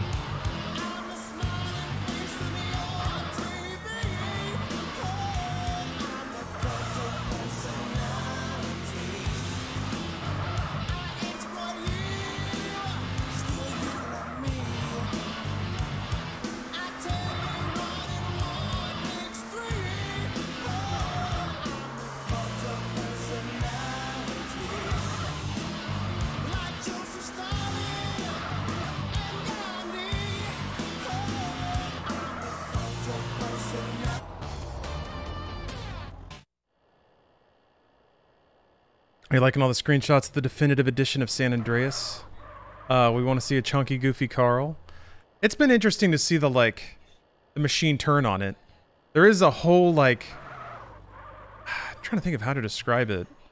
There's definitely, like, a content-producing flow set up around everyone pointing and laughing at a gonky video game. Oops. Wait, which... I guess we're supposed to go left? Oh. Or is it like this? Oh god, that's a really tight U-turn. Are you for real? Now don't forget, each weekend we meet in the park and watch German expressionist silent films projected on a tree. Things that are foreign are so moving. Oop! Oh no!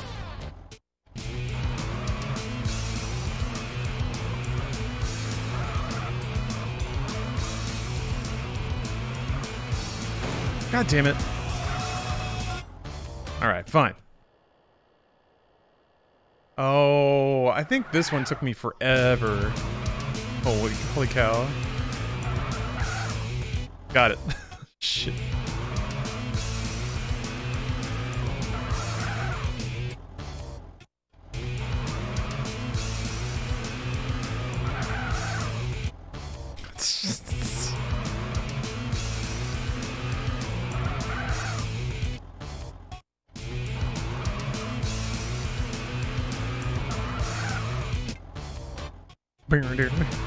It's just restarting the song every time. So, yeah, there it is. I wish I was so good at parking I could Tokyo drift into a tight spot easily. LA sucks, man. Yeah, Stephanie grew up here, and she is so good at parallel parking, it's intimidating. She's so fucking good at it. I'm so grateful. Because I am super scared by it. I grew up in Texas where, like, parking lots are everywhere, so...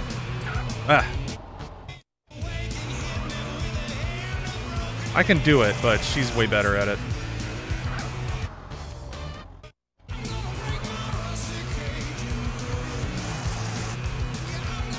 How do you stay on the two wheels without turning into it?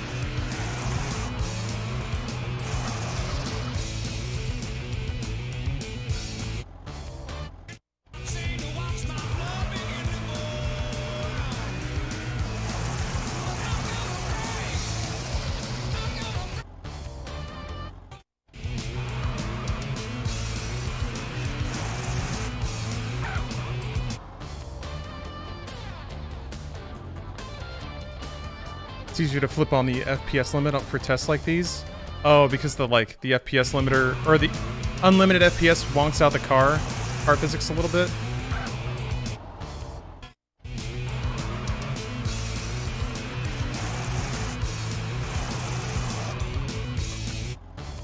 Okay, getting there. My position. Okay, I guess you gotta land on the red thing, huh? Thank you for the cheer, Green Gobshite. Really feel the need to share this with you. I recently finished the Mass Effect LE, which was unreal. I really like the idea of the trilogy being considered an epic. Yeah? I don't know that time's gonna be that kind to it, to be honest. I think it's an epic in the way that, like, The Hunger Games is an epic. It was like, it was there. It created something that nothing else was quite doing, so... It was a version of other things that were popular. You know, but it's fun. It's fun. It just didn't have it, like, kind of along the lines of some of the other shit I was talking about. Yes, got it. Definitely didn't have anything to say by the end of it. I think there was some fun commentary in Mass 1, mostly in the lore. But I guess how many epics? Well, there's stuff like Lord of the Rings, you know, ones that maybe don't have... Oops, the wrong way.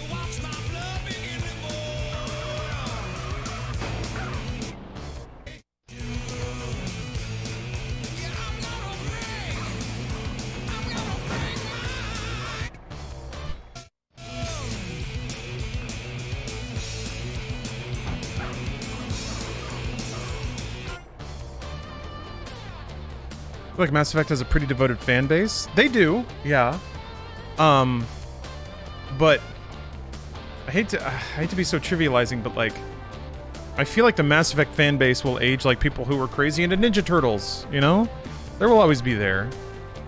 They'll always be there, but I don't think in the long run it's going to be like, it's not going to be Lord of the Rings. I don't think. I don't think its individual stories are told well enough or have that much texture.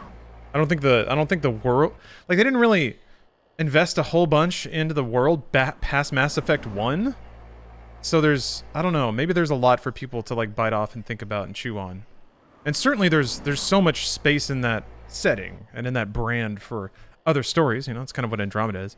And certainly BioWare loves teasing out the fact that they're still working on it, but we'll see. You know, it's not done yet. And it's earned enough money that people will keep making it.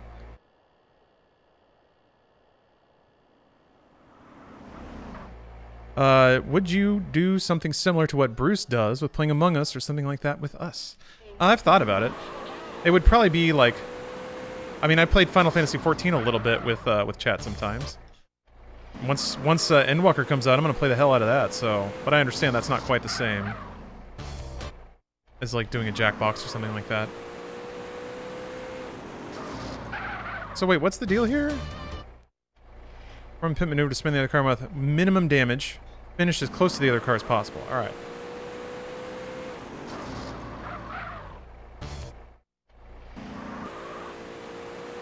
We've arrived at the traditional slam on Mass Effect hour. Not slamming. Not slamming. I don't think. Try not to slam.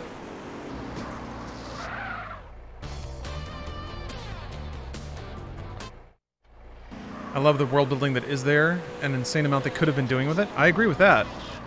No, I spent most of my time in the Codex in Mass 1, and I really, really liked all the effort put into the setting for the first game. God damn it. Expanse is basically Mass Effect. That's true. Or rather, Mass Effect is basically Expanse. Was Expanse out when Mass Effect started getting made?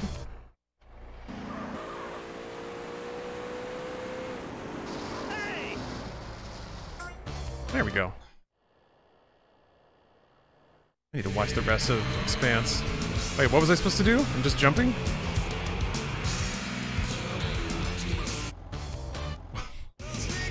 Oh, do a barrel roll.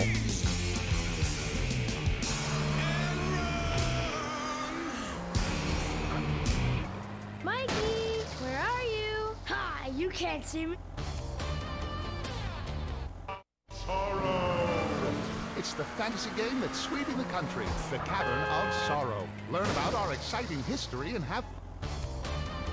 Is this one of the ones you can't do with the FPS limiter off? Gather ye friends and embark on historical You want 2 wheels on the ramp. Oh, go off the ramp on the side. Okay, that makes way more sense. Oh, no, you won't. I haven't... Got it. 47 kids and other concerns. It's not just a game. It's a secret society of...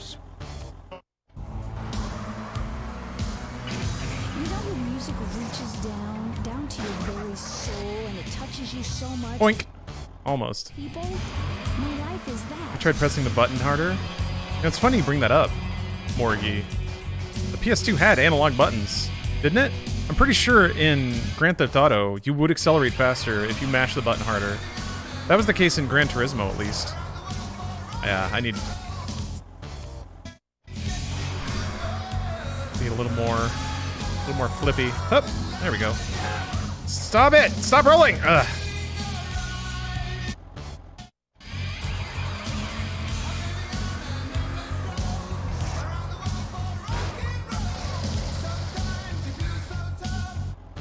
We'll just...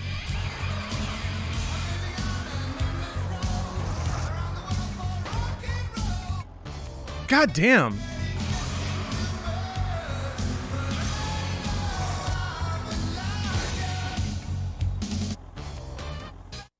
I guess you're really, really, really not supposed to... You're supposed to land on all your wheels. Fuck.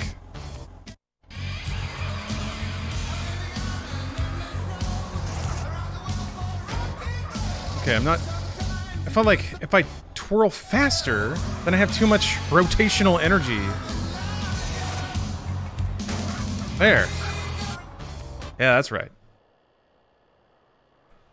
Seen the Hellraiser 30th anniversary animated video? No. I haven't even seen Hellraiser. Oh, that's neat. Okay. Without damaging the car. You got it. Whoops!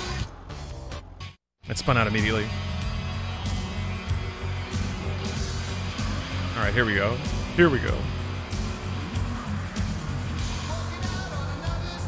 Oh. Wait, Hellraiser animated music video? Is Hellraiser a band?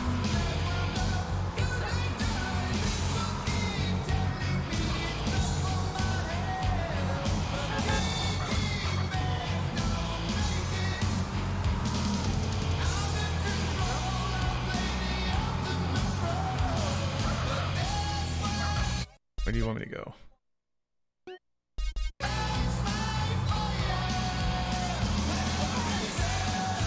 Oh, this song. Got it. Damn it!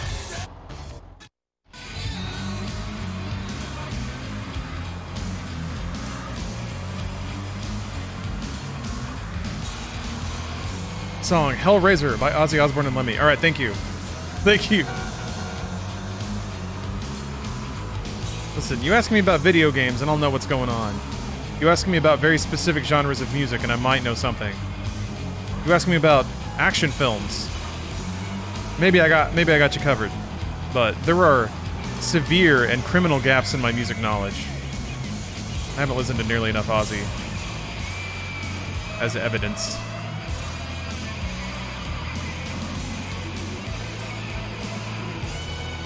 A small local band called Led Zeppelin.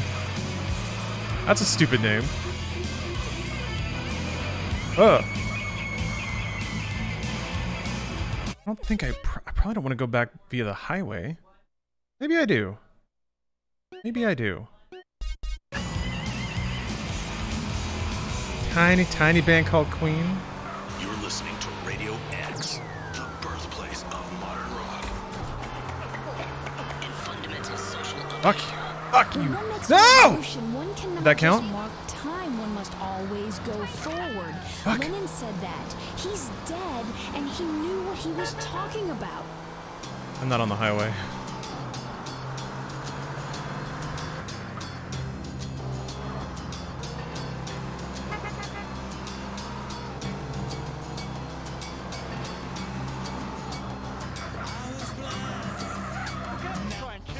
Fuck! Wait, oh, okay. Maybe it only counts damage when you stop the car, or let go of the gas. I played Driver on PS1. They predate GTA. Missions are reminding me of them.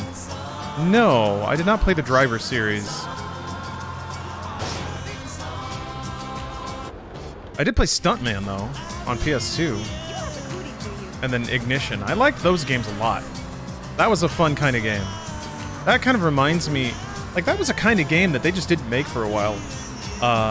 Namely the, like, very high difficulty, high precision kind of game with a, you know, quote-unquote fast game loop. The sort of Binding of Isaac... Or, sorry, not Binding of Isaac, but, like, Super Meat Boy was kind of the big game that seemed to bring some of that energy back. Yeah, it was fucking hard. But I liked it. I thought it, I mean, as I've always... I hit Y. I've always been a dork for stunt work, so a game that is about the repetition and precision required to, like, get a good camera shot was pretty cool.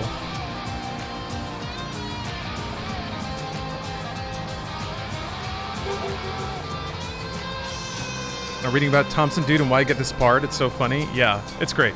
I mean, he made himself, like, enemy number one of all the gamers for a long time, so there was a lot of just, like, people sitting back and watching with bemusement as his life fell apart. It was great.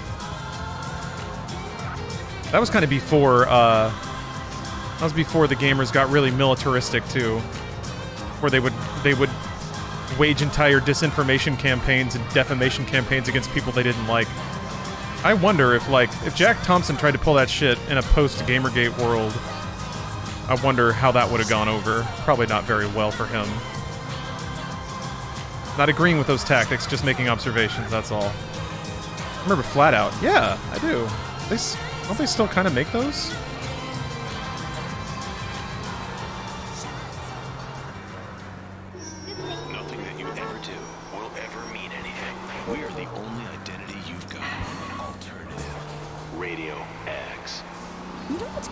this station, it's like a big mixtape. Someday, bleak souls will be able to make mixed CDs and not have to actually sit through the drudgery of their own creation.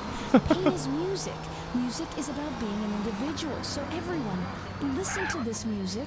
It's Radio X. Fuck! Dude! What? Why did it... The Mode are up next. Personal Why did it Jesus, stop? incredible. Are you just not allowed to stop? You're not allowed to stop. Fuck. Okay. You can't reverse and come to a full stop at all in this. That's why you're failing. You are correct. That is why I'm failing. I didn't know you couldn't stop, because it didn't tell you couldn't stop.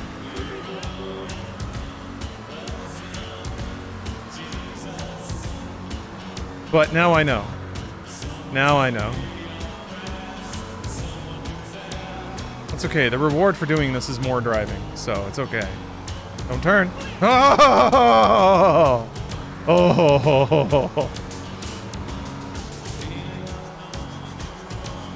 Love Depeche Mode? Me too. Pioneers. I think accordingly they don't, you know. It's not... Depeche Mode's discography doesn't all sound like this, but it's usually pretty good. It's good for when you want to be dark and moody. Shit! Stop spinning out, car! Okay.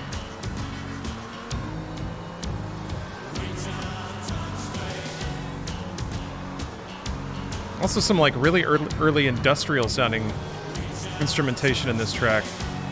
You know another band that is kind of largely discounted as being like an 80s synth pop group, but is actually really fucking good?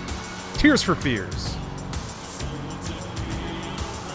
Some of their poppier shit caught on the radio, but their album work is so good.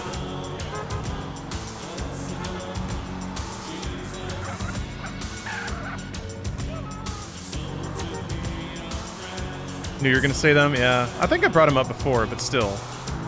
I only bring that up because I kind of discounted them. I had a friend who was like, I'm gonna go to a Tears for Fears concert, and I was like, ha ha ha, idiot. But then I actually listened to a full album, and I was like, holy shit! God, this is so good. Depeche Mode have always been a blind spot. I love the early new wave stuff, but like Echo and the Bunnymen and New Order, but just miss them. Oh yeah. Well, I wouldn't call them new. So in the day, I confused sort of new wave and synth pop pretty hard. Because like there were groups like Duran Duran that were kind of in the middle. It's Jethro, man. Listen, me and Caesar have used our contacts to like get a wish list of cars. But we'll need to turn them around real quick, dude. Now there's a showroom around the block that's come up for sale, and I thought it would be a good idea to make things look as legitimate. Have you listened to Billy Idol's Cyberpunk album, Shock to the System? I'm aware of it because I can only assume that that's why System Shock was named what it was. So as usual, I know the world through the lens of video games. But I have seen a couple of, like, I think there's the Shock to the System music video I have seen, because I was just like a while ago looking up a bunch of just like silly dated 90s cyberpunk things. Good old Billy Idol. That man's got energy, or at least had. Does I guess the icon never goes away. I guess you have to get like solid gold on everything.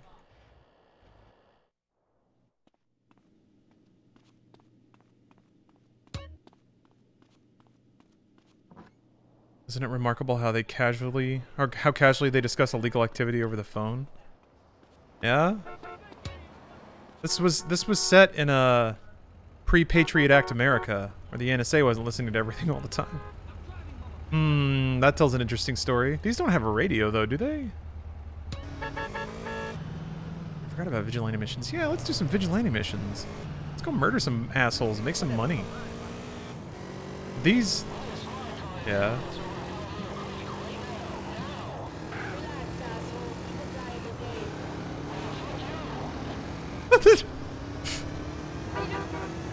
Wait. What is that from? Relax, asshole. People die every day? It's from a movie. Die Hard 3?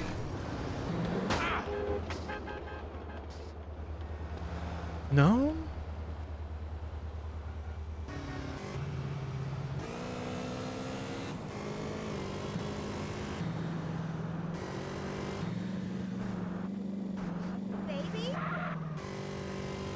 does sound like a Die Hard line. Yeah, I'm reminded of, like, in 3, when they're going down to the vault, and there's that one guard who calls up, but they've already, like, taken everyone out.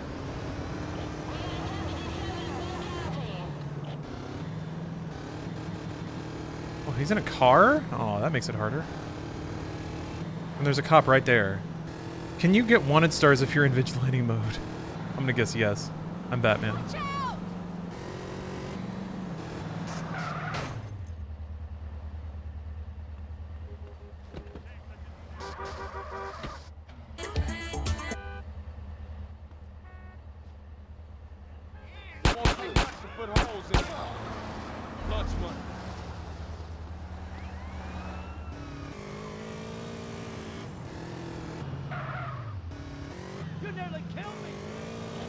Kill somebody so hard they go horizontal. Wait, where's Eastern Basin? Need to check this dot before I start driving. Oh, okay, easy. We're doing about Dog the Bounty Hunter recently. The whole arrested in Mexico thing, kind of wild. That sounds crazy.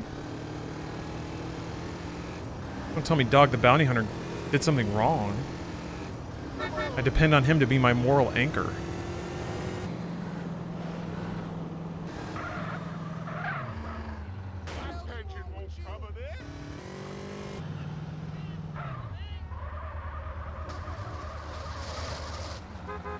This is going bad places.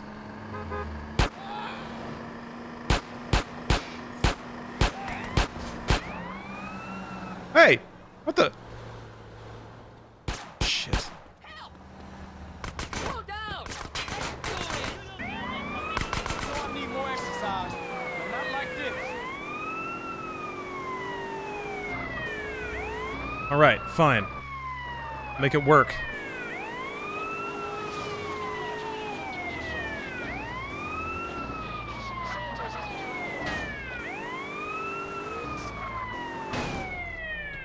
Get out! I don't know why I keep using this technique.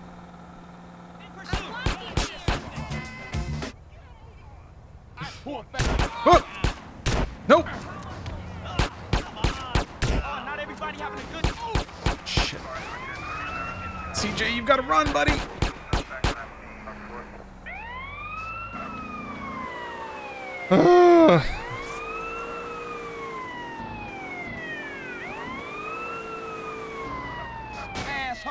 Wait, the Patriot Act is expired?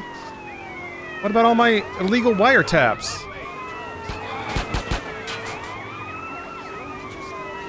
You telling me those are illegal now? You wanna fight, asshole? Shit. Oh, it almost worked!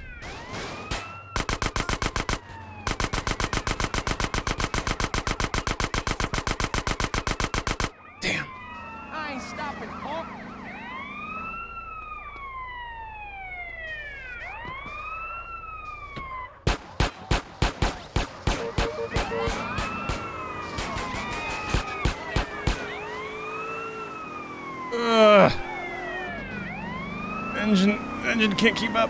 There we go.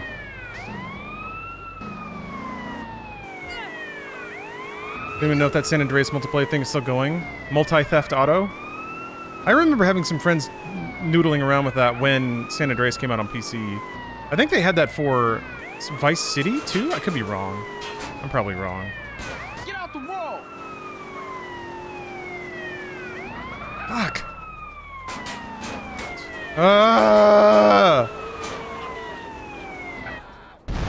Fuck. Yeah, that caught me. I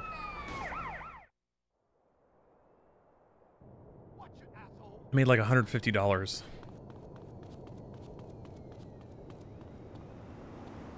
Side missions are always like wildly inefficient when it comes to earning money.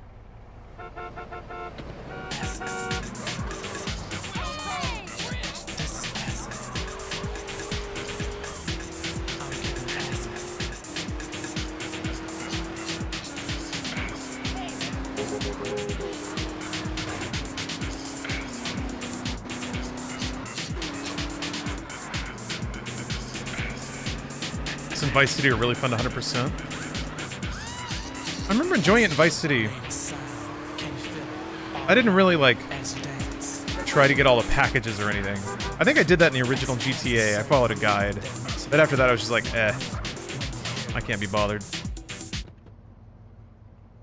I got 129 bones. I can buy this.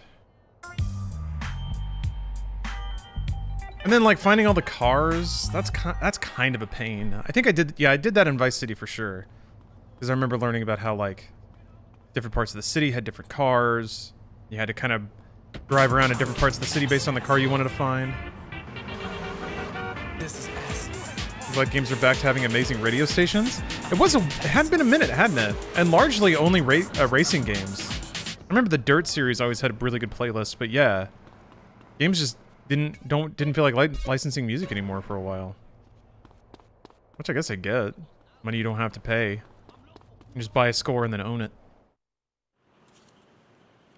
Read 'em and weep, cabron. Oh, Are you much of a shmup or twin stick shooter enjoyer? So this is it, huh? I enjoyed them. Business venture that's supposed to save all But I wouldn't say that I'm like an lives? enthusiast or know tons about I them. thought this was supposed to be our foot on the ladder. I thought we were gonna Play the make shit this out of place Geometry Wars. Hey, Love Nex it might Machina. look like we playing cards, but we actually planning. Don't worry, sweet baby. We're about to go get our first project. At last, it works. What works? Oh, just a simple bit of electronic wizardry and intellectual bombast that hacks into the state-of-the-art satellite immobilization technology on board our target vehicle. Oh, me. I don't know what he just said, but it's on. Yes, it's on. Wait, what's on? Yeah, that is definitely David Cross. Cell phone signals. Each time she makes a call, it will give you the new location. You have to stay close if you're going to get an updated position. Got a monitor arm so I can turn my monitor 90 degrees for shmups. I do have a vertical monitor, but I use it for Twitch chat. So I can see all the way back. Back 1,000,000 years. Oh, Morgie, thank you for the prime. Hold on a minute. You ever played the Simpsons Hit and Run game? Most violent GTA game. Everyone really remembers that super fondly. And no, I never played it when it came out, but people seem to use the pit technique. All right. Yeah, everyone throws that one out as like, no, that game was the titty bitties.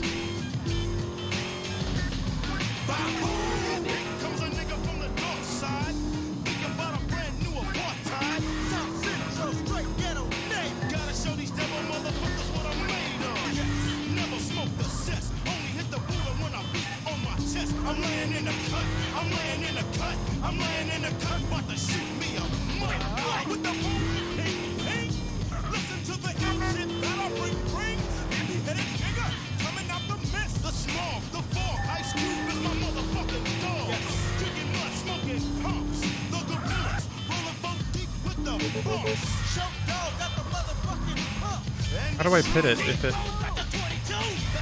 How do... Big Shonos, thank you for the prime.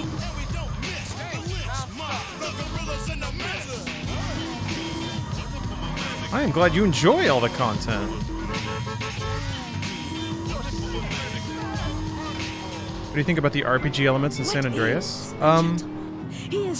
I like them. I think it was a good evolution of the game to like add meters based on people's activity that kind of change your character model and change your behavior.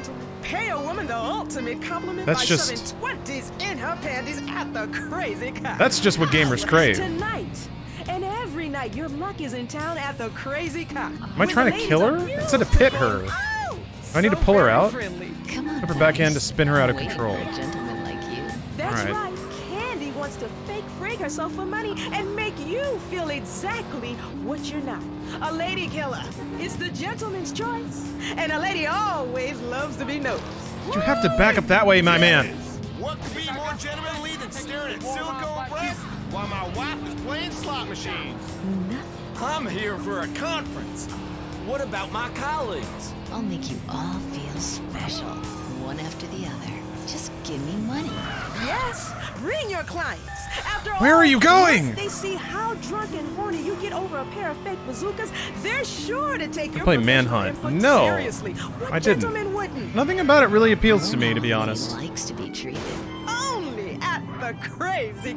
I kind of came out in a window where stealth games were really hot because of Metal Gear. And it was like it was like stealth.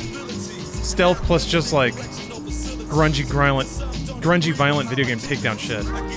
I understand the like 70s snuff aspect of it, but I don't like snuff films, so I don't know. If it has some value beyond just watching people get murdered, then maybe, but it doesn't sound like it does. There, jeez. Was banned in the UK? Yeah, I don't know. I didn't, and in some of the reviews I read, it just seemed like it was sort of content made to be notorious in a notorious media climate, and that's kind of it. He tried to start practicing login after being disbarred, saying that it didn't count. Yes, he did. That was great. I remember seeing his name pop up in headlines again a little bit. I was like, oh, good.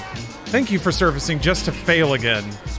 And then go back below the waves. God! There's fucking cars everywhere. I'm so terrified this car's gonna catch on fire and blow up. Fuck you! Don't get out of the car! Start shooting at me?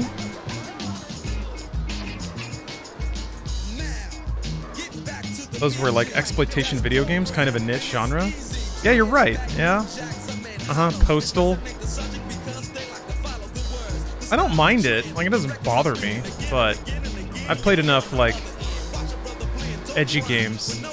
That said, I'm still real interested to try Succubus. Because it's not banned on Twitch. And it's probably gonna have some demon booba. It's gotta, right? Sued Facebook because they wouldn't stop people from posting mean things about him. Fucking lawyers, man. Sorry, Loof, if you're still in chat. But it's just like, if anything about this world is not entirely to my liking, I will sue the people responsible. Jeez.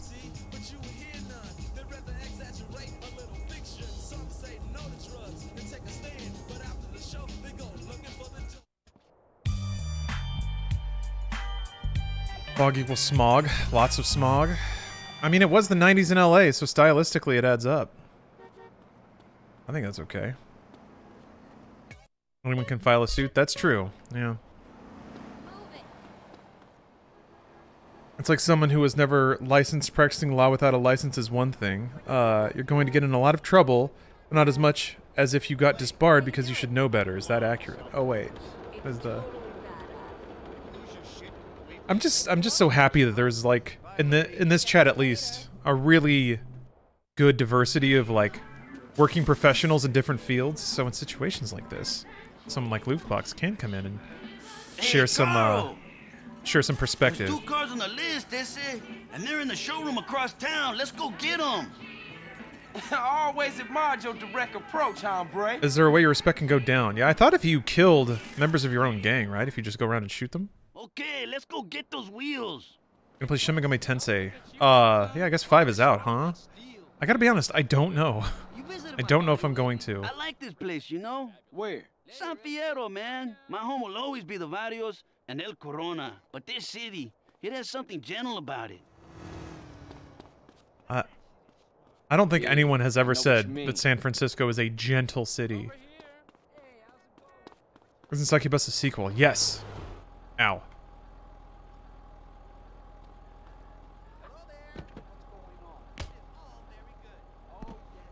There was a game before it, so it's set in the demon universe, I guess. I think it was Incubus, right? But of course, who cares about demon boys? We need the demon ladies with them floppy titties. I think she's aiming to make something out of all of it. Let's see here. Oh, I love the quote from IGN's Shin Megami Tensei review. Shin Megami Tensei 5 feels like the edgier, less sociable younger brother of Persona 5. As he craps on it for not being like Persona. Incredible review. Yeah, Zoloff. I mean,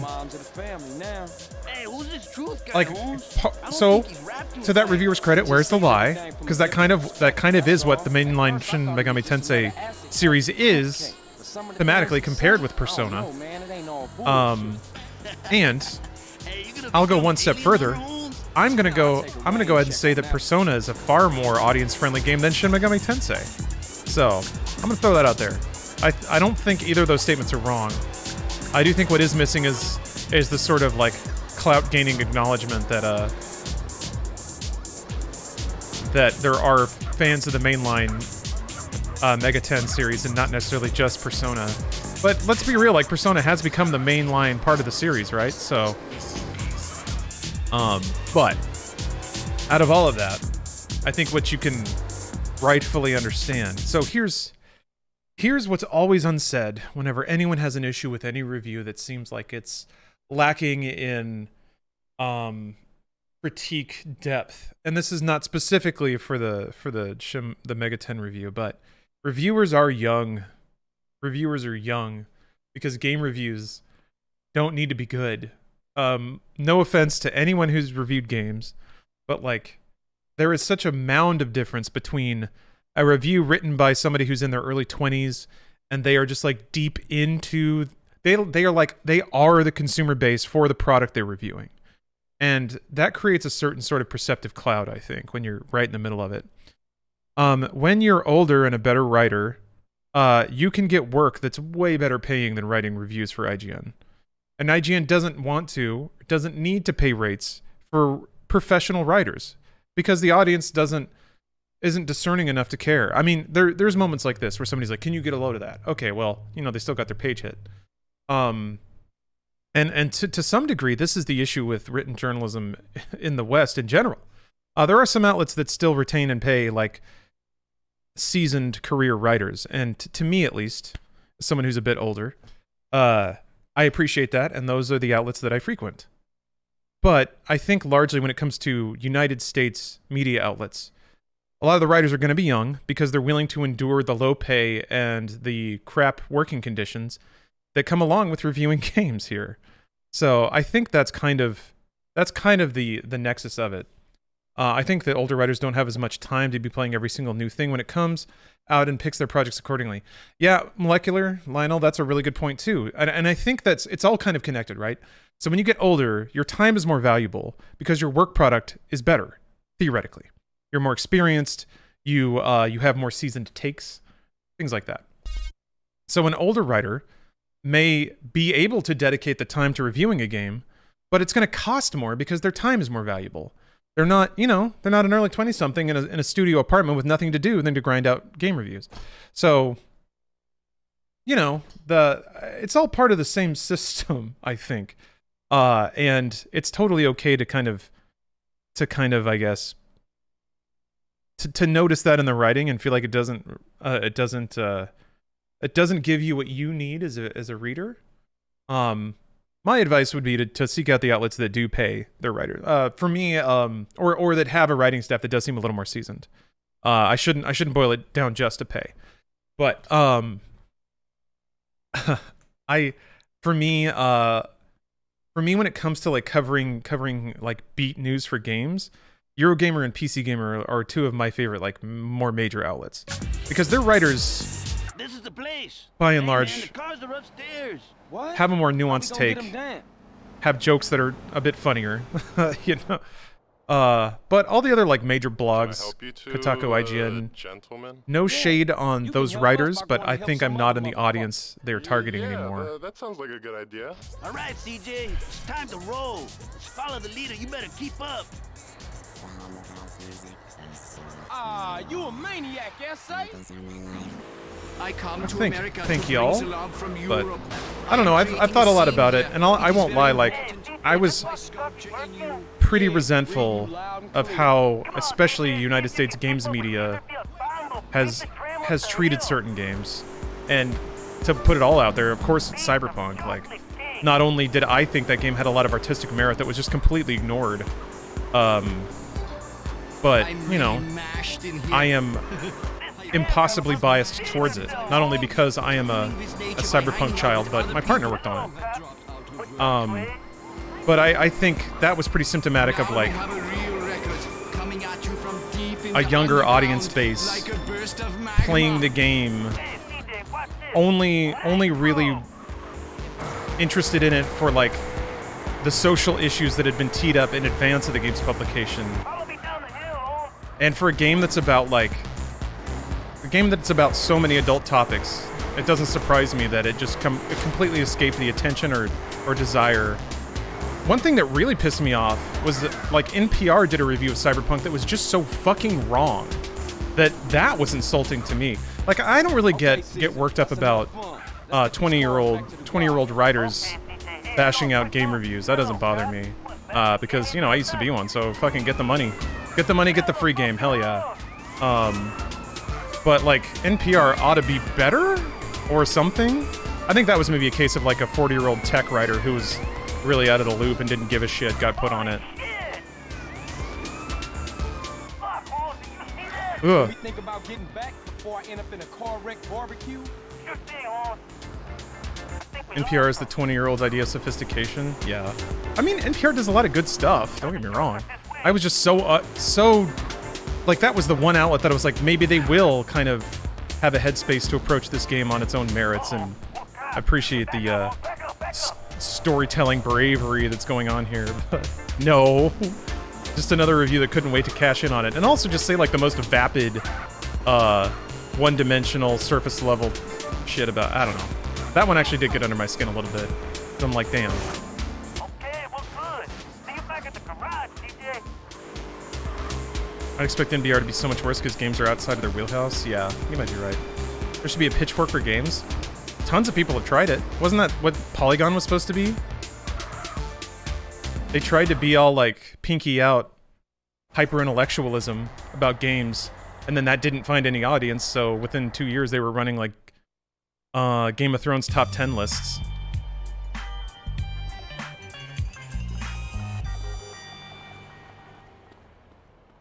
Yeah, Pilgrim. I agree, and I get it. I mean, it's kind of similar to what's happening with Grand Theft Auto Reloaded. The knee-jerk, the social media aspect of leaning into and creating the perception that problems are bigger than they are. Now, I haven't played the remaster, so I don't know how big the problems are, but there's certainly an incentive, especially if you're trying to grow your brand and make money, to just lean into the popular thing. Say what people want to hear. Spread the good memes. And those are good memes. Yeah, I got it. It's in the manifold. Shit, I just changed that seal. Must have got a crimp in it. Damn. Hey, C's, your boy is here. He ain't my boy. One of my professors when I was in college taught people at NPR how to speak well. Ooh. To have that hyper-educated radio voice. Living a normal life, huh? This is far from Grove Street, right? Yeah, I know, but I just can't get it out the back of my mind. Moms, sweet. I've wondered about that. Smoke? How many people take elocution lessons to stream? I took a couple of vocal coaching lessons. So what we gonna do about Sweet? See, it's a shitty situation, but I gotta let it play out. I was reading about the files found that include the cut music. Does this mean they broke copyright law? We ain't trying to lose you again. Probably not copyright law. That's right, sis. It may have violated a contract. Hey, Carl! I got a rap to you, Holmes. Which I guess, yeah, would be contract law. I know a guy who knows a guy who handles freight containers down These the are all docks. reasons why I left games media, because it was such shit, frankly. It makes me how sad bad games media is. It makes me sad too. So he marked the container with a spray can. But it might be I think what really blew my mind is that I thought, okay, let's go peep it out. Since roles had such competition, like to be a paid writer, there's so many people who want that job. I presumed that everyone went through the same process I did, which is like working for free for years, and that, you know, that has a gatekeepy effect. It basically means that people who don't want to work for free for years, or don't work well on teams, or need like more immediate success, kind of flare out. They quit. And I stuck with it because I just really liked writing about games and stuff, and producing games media. So I assumed that when I got to like paid positions, that would be where everyone is. But no, that's not the case. Turns out the same thing that happened there is what happens everywhere, which is that people hire their friends, or there's someone that is like good for the role for any reason other than being a good writer. So, like I kind of I worked my way into games media, and then found that like the caliber of people I was working around wasn't any higher than when I was working for volunteer websites. I was still surrounded by like the same weird ego-driven stuff. I guess this is just me complaining about the human condition now. Because this is what it is everywhere. But yeah, I guess I had some vision that I would be surrounded by like big brain games respecters, and that ended up not being the case. I remember the moment that my heart broke in half is when somebody on I won't say like who or where, but it was on like a professional thing, and it was paid work, and somebody was like, it's okay/expected to write reviews for other reviewers instead of the audience. Like, it's totally okay to write reviews specifically for the small crowd of people that read each other's reviews. And I was like, how did you get to this job and think that that's what you should be doing? Like, he basically just straight up said, like, it's more important to be thought up, be more highly regarded in this bubble than to actually write reviews that anyone wants to read. He like was willing to say it out loud, which is one of the bigger problems I find with games media, is that people write for the click. People write for the writers club and not for the audience, and not for the love of games or whatever. So I was like, shit, man, this is just it everywhere, huh? So whatever. Bit of a philosophical bummer for me. But yeah, I was like, okay, so let me adjust my expectations here. When I realized it was a job like any other, and bizarrely, the people who worked the job didn't value it. That's what kills me too, is like, I get that like crunch time is bad, meeting deadlines is rough, that's what being a writer is, but to see games writers try and like harvest a little pity because they had to play a game for 12 hours straight to hit a review embargo, I'm like, That's the jam, man. We don't need no peanut are you complaining about your job being to play video games all day? That's right. Playback FM, y'all. I think it is sort of, I think that stuff comes from wanting to like identify with labor. And like, I work hard too. I don't know. I don't know that I've, well, maybe a couple, maybe like at E3 I worked, but in games media I don't know that I've ever like worked as hard as I did when I was in food or retail. Okay, I'll go sort out the crane. Give me a sec. Well, be quick. I don't want to be caught slipping out here. Want to be a gentleman. Out here? How were egos and gossip during your review jobs? Well, somewhat. So when I was a contract writer, it depended on the crew I was with, but largely non-existent, because when I was a contractor, I would just pitch an editor. They would say yes or no, and then I'd work on it. I'd send it to the editor. I'd get notes back, and then I'd change the copy for the notes, and then I would invoice for the writing. So that was pretty one-directional, and my editors were pretty good. I mean, I got kicked off of one volunteer website because the managing editor I had just didn't like me. I don't know. That was a whole weird situation. I was told I had 3 strikes when they surprise message that I was being released from staff, and I was like, I didn't know I had 1 strike. What's going on? So I tried to talk to the managing editor, and he didn't tell me. He was just like super cagey and weird. I don't know. I must have offended him at some point. So yeah, confusing. None of these is marked with spray paint. Well, we'll just have to try one at a time, eh? Hold on a second. There's 2 types of people: people that work for money and people that own things for money. The first is labor, no matter what the job is. Okay. Oh, I see what you mean. Sure. No, I'm not implying that. I'm not implying that like working on a written piece for 12 hours is not labor. But I do think that writers are part of a. Wait, hold on. I do think that writers try to identify with, you know, labor-friendly causes, and I think part of that is trying to be like, I'm out here digging ditches too, and I'm like, well, you're not. It's okay. Like, you can.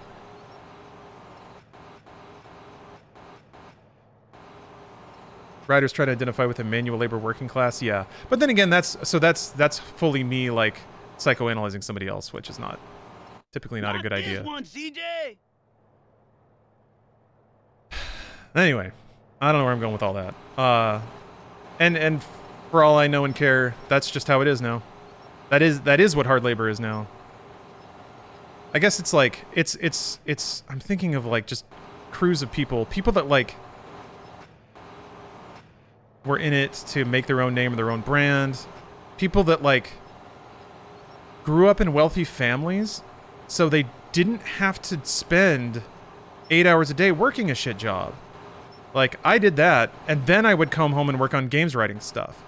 But then I'd be working next to people who, like, that has been their only job. So there wasn't really, like... No luck, CJ, try another! ...an appreciation of it, because they didn't know that there were shit jobs beyond that. So, maybe it's just culture mismatch, too. Mismatch. Blech. Is giving strike notices a part of other jobs? No. I mean, they're... Having a 3-strike system isn't even a thing. Being a writer sounds depressing. It is. You work a lot, you don't get paid.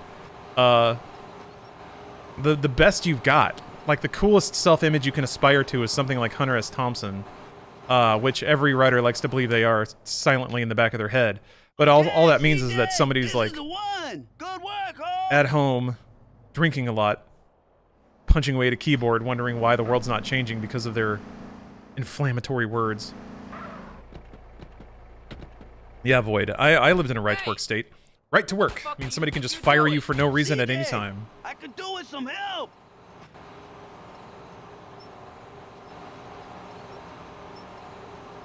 Wait, do I have to just, like, drop the car on them? I think I do. Yep, Faye. I sure do frickin'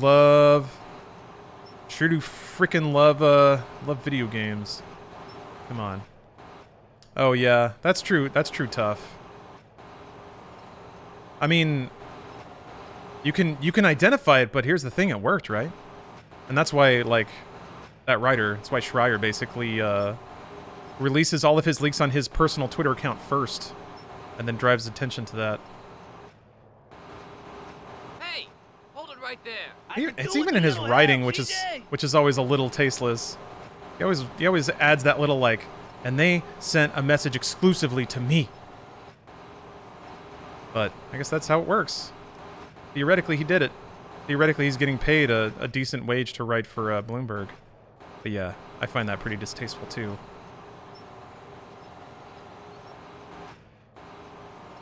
But whatever, who cares about what I find distasteful or not? Thing is, like, I'm not immune from it either. We gotta clickbait the fuck out of Inside Games to get anyone to click on it. The quality of the content doesn't matter if you're not saying something really, really mean.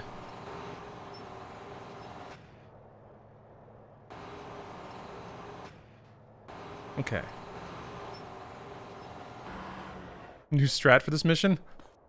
Was I supposed to get out and, like, help him shoot people?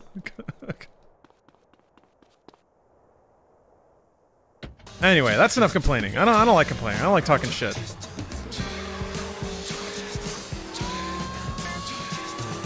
I guess my ultimate point is that if you read a review and there's an opinion in there that makes you roll your eyes, try and have, well, empathy may not be the right word, but there's a whole conglomeration of factors that cause that to happen. And it's not necessarily the writer's fault for being younger, and it's, well, I guess depending on how many page hits reviews get, maybe also may not even be the fault of the outlet for making zero money off of written reviews and only having so much budget to put towards writing. Now that said, I never trust for a second that any corporation in America doesn't have the money to pay like a little bit more. I read a review from EGM that shit on Silent Hill 2 and I rolled my eyes real hard. Yeah. I mean, I remember one of the first, like, I will never forgive you reviews I read was when, I think it was Game Informer gave Paper Mario Thousand Year Door like a 6 out of 10. Because the reviewer just, like, I guess wasn't into the story at all. It didn't care about that. Like, complained that you had to, I remember specifically complained that you had to buy items one at a time. And like, that this was just not okay in a modern game. And I'm like, kind of like raise the glasses a little bit. How did you miss every piece of soul in that game and you just rolled your eyes at the fact you had to buy items? But that was also like, it was also when I was like way more into the headspace of games, and probably would have, well, I did read a lot less. I wrote reviews that were way worse because I was too into the headspace of that stuff. List. But the crazy bitch, she drives like the devil. I've been following her for hours, but she stops for nothing. You'd have to ram her off the road in order to get a chance to get her car, and you know a wrecked car is no good to us. I swear she's playing with me. Dude, calm down. If she playing with you, then she probably won't get one time involved until it turns up. Omega Nebula Polar Ram. Slow her down. Too bad we can't involve the police. Thank you for the Pop sub. her crazy bitch tires and bang her crazy bitch ass in jail for being a danger to my Can you all sanity. imagine that I suddenly appear behind you and whisper, "Unionize" in your ear, please? Everyone, thanks. You know what? I think I got an idea. So here's the problem. Imagine for 1 second, the games writers try to unionize. Then no outlet in the world would hire them. Why would you? Because there's another non-union writer sitting right behind them, being like, "Yeah, I'll do that. You want to pay me $50 to write a review? Yeah, I'll do that." And yeah, you're gonna get bad writing, but like until that materially affects an outlet, which it doesn't seem to, ever, then it doesn't matter. So, there can't be scabs basically, and so then what it turns into, and I diagrammed this in my head because a lot of games media writers like to say this a lot, but none of them ever do it. Because like, so let's say that then there becomes this big cultural push inside of games media for everyone to unionize. And if anyone scabs and posts a review, then everyone fucking shits on that person real hard and blacklists them, because that's what it would require. No one, I think, in games media is willing to be that hard-nosed about it, to like basically tell a bunch of 19 to 20-year-old hungry writers that, hey, if you accept this writing gig from IGN, we will never ever work with you ever again. Because that's what it would take, but then they look like the bad guy, but they got to stick to those guns. You have to create some kind of pressure for scabs. Otherwise, they're just going to scab over you. And it's not like, it's not like the 20s where you can just sit there with a bat and crack some legs. Maybe it is. I don't know. So I don't know. People say that, but like, I don't know that games media needs protecting. I don't know that games media needs union protections. If you don't want to play a video game for 12 hours and then write a review, just don't do it. Go get a job anywhere else. Now, granted, that's fallacious reasoning. I don't know why I said that. That's false reasoning. Spurious reasoning applied to any other industry. It's not like you can tell somebody in a sausage factory, just go work somewhere else, because all the jobs are crap. But man, I don't know. That's one place where it feels like IT union could really work if there were like 20% buy-in for senior people. But they hire underqualified scabs, yes, which should get fucked up immediately because they also didn't know what they're doing. Also, yes. Would there probably be some people at that, that target scab companies, would there be people that target scab using companies with ransomware? No comment. Man, imagine a strike happening and then you get hired as a scab to go into a company and install a bunch of backdoors. Shit, that would be crazy. Get the scab check and then also get the ransomware check. Burst the tire using stingers. All right. You're crushing my writing dreams? Well, better you know it now than later. Sometimes I wonder too if that's a lot of resident unrest and like the calls to unionize and all this stuff. I feel like I get that too. I get that frustration because I feel like it is a whole generation of games writers who thought that there was going to be like a pot of gold over the rainbow, kind of like I did, really. Like once you're in, you'll be writing on a staff full of intellectuals who all value sweet video games. And then they work for years and years to find out that no, it's just a bunch of like antagonistic corporations that don't value your work and an audience that is getting increasingly hostile towards you. That's a lot of like negative energy to absorb. Also to kind of come to the realization in your maybe early to mid 30s that your career has capped out. Like, what's to take it back? What heights are higher to soar than what Mr. Schreier has done? And even that is like, okay, you're writing for a slightly more respected blog with a heavy god complex. And is this your life? Having a child was the most miraculous thing I've ever experienced. Was what it's going to be? I mean, I'm not pointing fingers and I'm not trying to throw punches because I'm just sitting here playing a video game, you know, just rambling endlessly. That's me. I've come to terms with that. I have bigger projects that I'm working on and stuff, but I think it is a sobering thought to think like I'm gonna write all these wonderful articles and I'm gonna be best friends with all these devs and I'm gonna get all these trophies and everyone's gonna clap. With that crazy bitch, eh? Popped her, just about to fix the tire. Yeah, you get that blue check. Okay, careful with that puncture repair shit. It's nasty stuff. Will do. Later, man.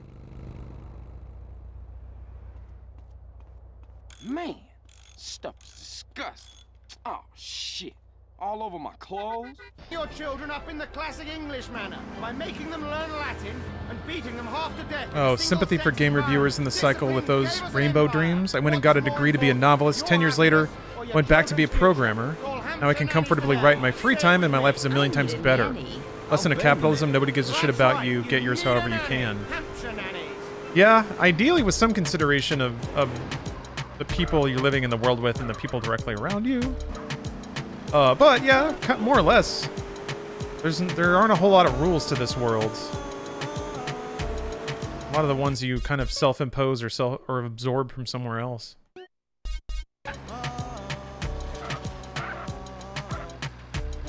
First time I saw a video of the tire repair nasty thing you shove in the hole, I thought it was a joke. What, is there like a tire patch kit that you can just squirt into a hole? There is no ethical existence under capitalism, so don't feel bad. I guess there's that, yeah. What if my power grid is 0 carbon, and all my food is vegan? Isn't that ethical? I don't know where I'm going. I gotta check the map again. Okay, so we take this road to the left, and then I'm good.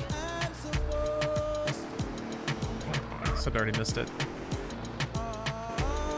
Was it a joke, eh? I really don't understand the point of getting hung up on specific game reviews for how they reviewed a particular game, e.g. that aforementioned person who shat on Silent Hill, or the one who gave 1,000 Year Door a 6 out of 10, or a more general point that Too Much Water review of Pokemon X and Y. For me personally, even it's something that I really love, I just wouldn't care and move on. Sorry if this is super shitty. No, it's not. No, that's ideal. That's the opposite of super shitty. No. Well, then you're dealing with the emotional and ego of the emotional needs and the ego of the audience. And what I find most people are super resentful of is that people that seem to have underbaked opinions or seem less educated about just the art and craft of video games are the ones that have the positions of telling people what they should and shouldn't look at. It defies the natural order of things, which is that the most intelligent and the most tastemaker of gamers should be the ones writing reviews. I think on another more basic level, it's galling to some people that someone is paid to do that for a living when they seem so bad at it. And to put it one step further, why do they get to do it and I don't? I think is what it really comes down to. But you're right. Most people, when around an opinion they don't like, suddenly find the ability to just be like, okay, and move on with their life.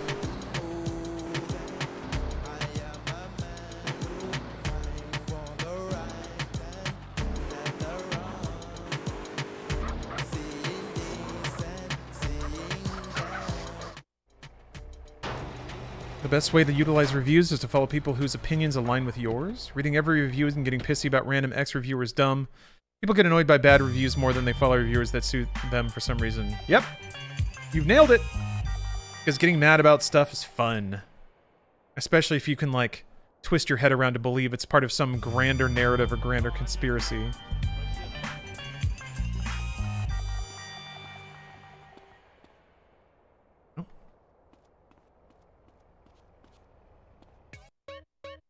Oops. Now that said, I think there is an elevated, enlightened, and there is a way to produce reviews that are useful to everyone, regardless of the reviewer's opinion. But I think that requires an elevated understanding of games, and it requires an elevated understanding of the gaming audience and what people like about games to be able to speak to that. And that is definitely a quality I feel like most in the games media do not have. At least those that are, you know, a little more junior. People that bulk produce reviews for IGN. No, I'm not. I'm speaking in such broad stereotypes, and I'm making a lot of unfair generalizations about people I don't know and have never met. So, perfect. So I got to cut that out. That's not cool. That said, yes, most reviews are written from the perspective of like, here is my opinion about game, and the assumption there is that, okay, well, you have to agree with their opinion about game or their general tastes. Yeah, I guess that's really what it is. Is like a proper big-brained game reviewer can write a review that's useful for everyone, whether or not they agree with my given tastes or not. I do wanna figure out how to produce more reviews. I'm gonna squeeze that into the Inside Games Patreon goals, and hopefully that's enough of a carrot for somebody, because I really do like producing them, and I like to think I'm pretty good at them.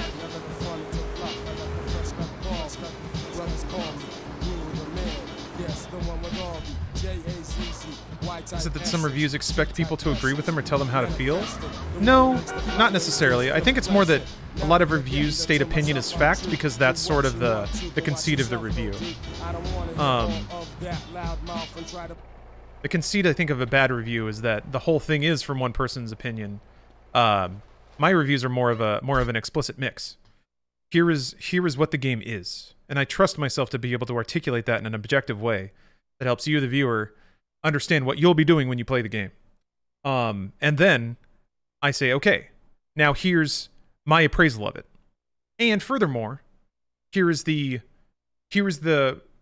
beats that got me to my appraisal. So if at any of these beats you disagree substantially with my reasoning, great. You still have the information you need to decide if it's yours or not. If you agree with all of my reasoning, great as well. You still know if this is for you or not. It's honestly kind of similar to the way that I write Inside Games episodes, which is, here's the news, okay, now we're switching to what we think about it. It's usually like news first, because that's the thing people click on the episode for. Supporting information and context. So history, context, side information. That's when it starts to get a little more opinionated, because what you choose to include and not include can also be a matter of opinion. And then finally at the end, analysis and like freeform opinion, because that's kind of the order of. I figure that's the order of importance for the audience. Similar with a review too. If the majority of people agree with your review, does that make it an objectively good review? No, I don't think so. I don't think agreement matters, because people can agree with something that's wrong. I think if the majority of people understand whether or not they will enjoy the game, and that understanding is accurate. So somebody who would like the game comes away from the review being like, I think I'll like that, and then they buy it and like it. Somebody who wouldn't like the game reads the review and they're like, I don't think that game is for me, and then they don't buy it, and that was the right call. Like, that's success to me. If it delivers the right game to the right people, I think another like bonus level, another extra credit, is if because of reading the review, somebody who would like a game likes it even more because of some factors or some appraisal or some like connecting of ideas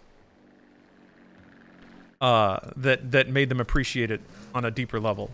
That's the super ideal, I think. To be both review and companion piece. So fucking welcome, man. What you know about my family? Now first we need to see what you're made of. Those are my like I'm made tenets, though. Pudding? No, anger and hate, and that's what I like about you. Hey, there's a truck in the garage. I say we take it for a spin. Here's the deal. This is all about speed and commitment. You got GPS in the cab. Get to each set of the map coordinates as quick as you can. Make it to all the coordinates, then get the truck back here, lose the truck, and you fail. First, what's the GPS? Second, fail what? And third, who the fuck are you? Sorry. Need to know basis only. Oh, one more thing. This baby's got 4-wheel steering instead of a handbrake. Good luck. Okay. What's up, Pixel? CJ does look like he's made of pudding. He kind of does, yeah. Pudding in a little cupcake wrapper.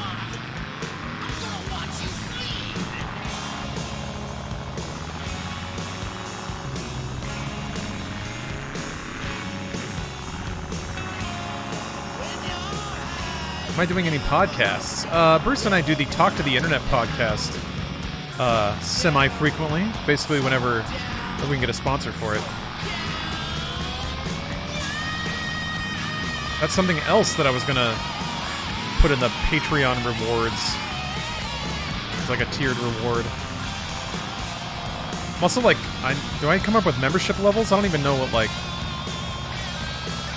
I don't even know what to offer. Need to have various tiers of bravery.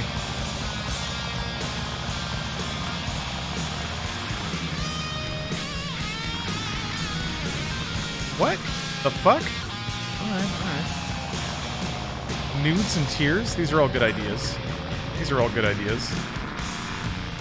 One NFT.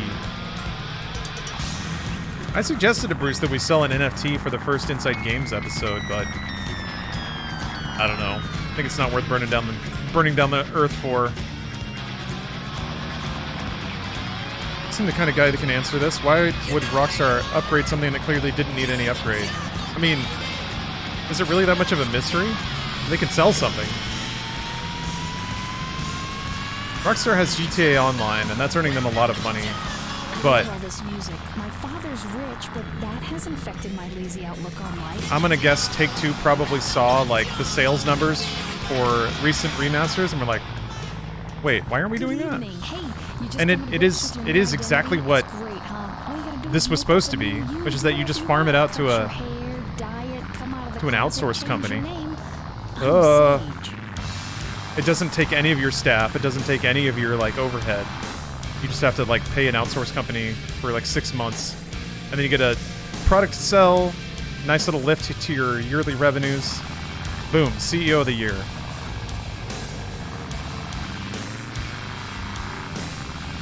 Would it take the episode offline if you made it into an NFT? No, because I'm not making anything into anything. All you do is create a string of shitty characters and numbers. You say that represents ownership, and then you're done. That's it. Nothing got turned into anything. Only the flimsy concept of ownership was created out of nothing and sold for real money. Well, crypto. Can you buy an NFT with US dollar? Or are they trying to avoid that because that would make it a taxable sale? You know how good the remaster sold? Oh no. Nobody usually ever knows that within the first month. Unless the company themselves brags about it. And I doubt that Rockstar is going to be putting out any press releases bragging about how well it sold for a while. You don't scam us nearly enough, I say do it. You know, Bill, it's funny you bring that up. I was just thinking about that. I am very lucky, and I'm going to take this moment to thank everyone in chat right now for putting me in a position where I don't have to like scream about hype trains all the time. I mean, some people like that, so I don't want to make it sound like it's a negative thing, but it's just not super in my nature, I guess. I was never very good at self-promotion, so I appreciate that I can just dork out about games media, and people are willing to hang out and listen to that. Toss some subs my way every so often. You're welcome, I guess. I mean, if you want me to ask you for more money more often, then maybe this isn't good for you, but I do hope that creates maybe a bit more relaxed and easy listening stream experience. If I don't have to bellow about sub-hypes all the time. I still thank people, though, because anyone giving me money for doing this deserves to be thanked. It's about time you thanked us. I agree. I'm genuinely very appreciative of it. Oh, Rain Dog, thanks for the prime. Polly, thank you for gifting a sub. Pretty good for a ghetto boy. Boss will be in touch. All I gotta do is say that I don't want money, and then people give it to me. Speaking of, I do have an ad read in a minute. That's the other thing. Sponsors make it so, I don't have to. Well, actually, screw it. Now's a good time. Faye, thank you for gifting 3 subs. Hold on, I'm gonna wait for these sub hypes to roll out. Oh, you got a Series X on offer up. Nice. For $600. Get back to the ranch, and I'll explain everything. That's not bad. Black Mage. Everything. Thanks for gifting out 10 subs. Sad Pirate, thank you for the 5. Tyflo, thank you for the prime. You guys, I was just saying. Oh, Otter, you got a sub? Nice. Could it be a thunderous promo for G Fuel? I mean, sure, it can be. Why not? 30% off. Hey, gifting a sub. Thank you. You did do it. You supported the stream. Isaac gifting 10 subs. Jesus, guys. All right. Well, you have exploded a hype train. You guys. Turns out complaining, droning on about games media is really profitable. Turns out. Who needs to play a game for 12 hours? I like this song a lot.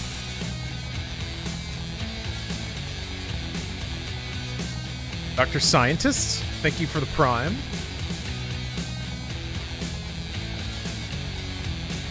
You guys. Poetica, gifting 5 subs. Jeez. Faye gifting another sub? Good lord. Compliments can generate revenue. What a novel concept. Yeah. You just have to make people feel good about themselves and then they'll pay you. Poetica, thank you for the gift. Onet, thank you for the 10 subs. Good lord. You guys are going nuts now. Well, I can't very well do an ad read after you guys give me all that money, right? Good lord, yeah. Percent's going blap. It's at 245? Jeez. Battleroid, thank you for gifting a sub. Hey, Carl. Hey, what the fuck, man? Hey, Torino, I told you my bad, man. What the hell can I say? I screwed you over. Calm down, kid. Just go ahead and kill me then. Calm down. Man, you ain't nothing but a fucking yayo dealer anyway, Torino. Shut up and sit down. Well, you think I'm a drug dealer? And you think you're a crusader for good? Do you have any idea what's going on? Yondo. Any idea whatsoever? Gifting Do you? 20 subs. Nah, I pay as little attention to things as possible. Do not be a fucking smartass with me. Come on. You guys are supposed to save this for when I stay up for 24 hours, right? Important which one. I will try not to confuse you. This is just a normal stream. When we last met, Thank you very much, Yondo. That's a shitload of money, dude.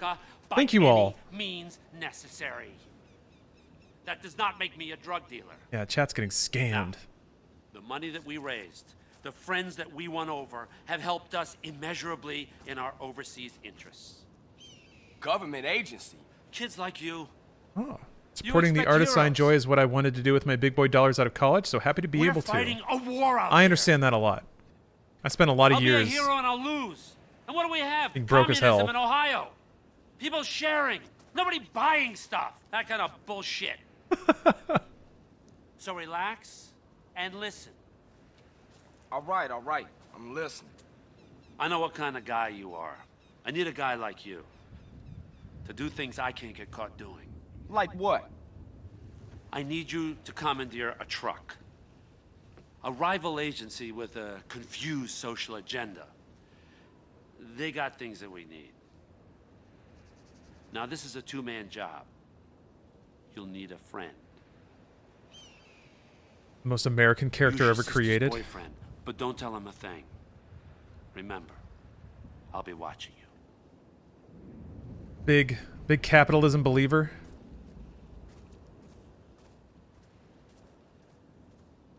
Think you're gonna have to get CJ skinny again from some upcoming missions. So you need sometimes there's like stamina requirements or stat requirements, but I don't know that any. You're losing it, Holmes. You phoned me a half hour ago. I did? I mean, oh yeah, I did. Sorry, man. I got a whole lot on my mind. I don't know that. No, whatever. We need to jack a truck on the freeway. It's the 20th anniversary of Metal Gear Solid 2. Like today? Man, I have very fond memories of playing Metal Gear Solid 2, especially like it was November. Like I guess it was November, but like that was like the first game really worth playing for PlayStation 2. It's like that and GTA 3. Kind of were like, oh, okay, that's why I bought this. Let's see here. When did GTA 3 come out? That was 2001. 2001. Good good fall for PlayStation 2. Yeah, it was like a whole year PS2 being out without that being there. Metal Gear Solid 2 must have come across as incredibly political coming out in November 2001. It didn't really have anything to... It wasn't really about American military imperialism, though. So, I think like post 9/11 games reacted pretty strongly to just... It felt like everything was just hyper military, like everything military all the time. Like Call of Duty was kind of the ultimate, the ultimate visitation of that. They had to change the ending because of the Twin Towers. Oh yeah, it was on the Federal Reserve, right? Man, crazy. 2 was a whole lot about identity and surveillance. Yeah, but at the end, and like that was deep Kojima territory. That was like heavy philosophy time when fucking Solidus or the Patriots or whatever lecturing you about the permanence of data. That is not so much. I didn't read that so much as a reaction to the Patriot Act. I don't think it was it wasn't necessarily specifically commenting on surveillance state, more analyzing the inevitability of what happens when there's no natural selection of thought anymore. If that makes any sense. Which is still a really big brain idea and way ahead of its time. But memes are the themes of Metal Gear Solid 2. Did y'all not play it or what? Yeah. Yeah, and to be, I mean, it's likely that Metal Gear Solid 2 was like in writing and production before 9/11 happened. Or the aftermath, so it was coincidental given the development cycle, but one heck of a coincidence. I think that's true. I also think people tend to find connections between things that may not explicitly be there. But that wallpaper, exactly, Marazard. Speaking of living into old age, I think it's time to hear from our hashtag sponsor. This stream is sponsored by Wealthfront. They're an investment service. Let me flip over here real quick, actually. Let me click it here. Guys, it's time to hear about Wealthfront. This is a paid testimonial because I am currently a customer of Wealthfront, which means I have to say it's a paid testimonial. But it's time to talk about it. Listen, everyone. Here we go. Listen, we've all been there when it comes to investing. Investing is a smart thing to do if you want to build long-term wealth. But when it comes to picking what to invest in, that's a whole other story. You end up manually picking a trending stock or into the ETFs you've heard of in the wild and hope that it grows over time. But how are you sure that your portfolio is geared towards long-term wealth and not just following a trend? There is an app that has cracked the code, and that's Wealthfront. That's right. Do the chair? Okay, you're right. I can't expect anyone to listen to this without me sitting backwards in a chair to be cool to kids. Yo, let me just... There you go. Problem is I'm wearing a headphone, so I'm a little tethered right now. I gotta slip the leg through. There we go. Hey y'all, it's time to talk about Wealthfront. Wealthfront is an automated investing platform that uses software to build and manage your portfolio for you. All you have to do is answer a few questions to determine your risk tolerance, and they'll build a portfolio tailored just for your needs. It only takes a few minutes to sign up, and they offer a number of accounts to meet your goals, the most popular being a taxable account and an IRA or retirement account. Make sure to sign up through the link in my chat so you don't miss out on any special sign-up bonuses. Hold on. Gotta disclose there, a little SEC disclosure in chat. Hold on a minute.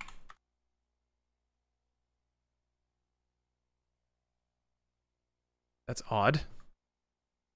Nightbot taking a nap.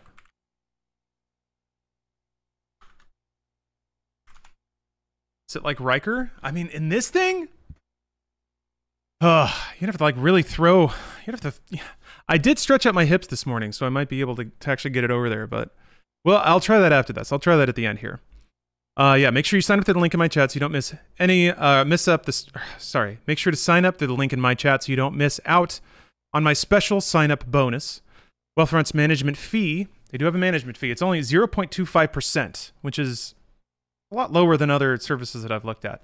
But with my special link in the chat, you'll get your first $5,000 managed for free. It is US only. Thank you, Captain Spherica. First $5,000 managed for free. That means if you deposit $10,000, your monthly management fee would be about $1 a month. And typically, well, I can't make any statements about forward-looking statements, but anyway, here's your offer. Go to invest.wealthfront.com/Sirlar to get the offer. Black Mage, you don't even have 5,000. That's the offer. You only need 500 to open the account. $500 minimum, 5,000 managed for free. So that's invest.wealthfront.com/Sirlar to get the offer.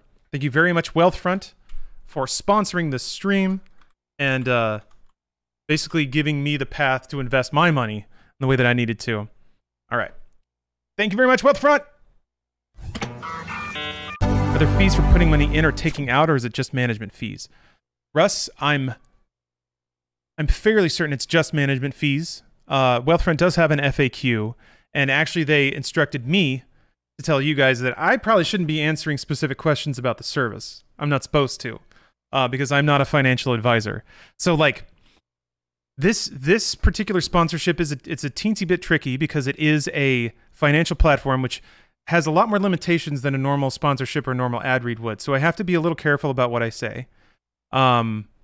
If you have questions on the service, I encourage you to either go to Wealthfront and read their FAQ there, or send them questions. They're super responsive, or at least they have been to me. So do check that out. Just trying to make sure I get all my T's and I's crossed. All right, let me see if I can Riker this chair. Oops, wrong button. Okay. Hashtag pay testimonial again. Okay, so here's the idea. I have to got to get my leg over the back and then sit in the chair. Okay, I think I can do that. Look at that! Oh, that was close. Hold on. I gotta let me loosen up these hips a little bit. All right.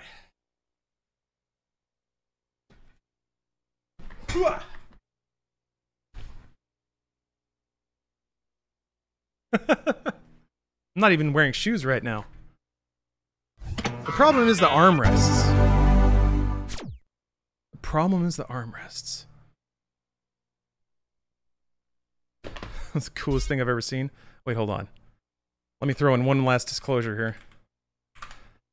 I have to hit that disclosure command a lot because the idea is that somebody might wander in the middle of an ad read and not see it. So, I guess that's a local drama crew. That could be me.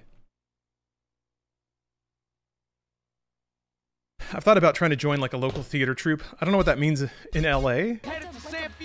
Probably a lot of people who are into theater here. Where am I going? Where are you sending me? Oh, back into San Fierro. Okay. Daddy, how do you like those feet? Apparently, some year when I voted, I posted like a full picture of my foot with the I voted sticker on it. And so I've already given away a full foot shot to the internet. We can get on the freeway here, home. But I don't think I'm on WikiFeet yet. The freeway's back there. Maybe I am. I think I actually might be. I'm pretty sure I looked, and that's how I know about the voted sticker. I think I have like a 3 or something, which is kind of unfair.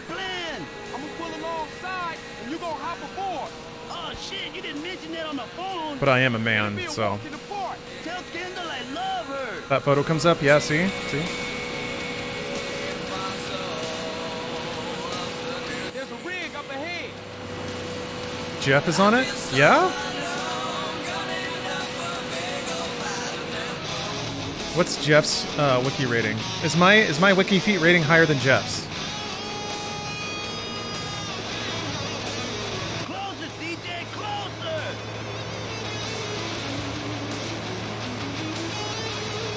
Closer, CJ, closer! What do you think? I'm a Mexican jumping bean? Closer!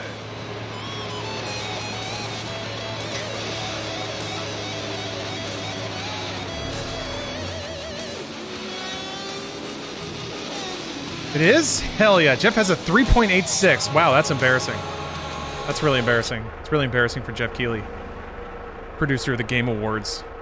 Most prestigious video game event. Really embarrassing. Really embarrassing for Jeff.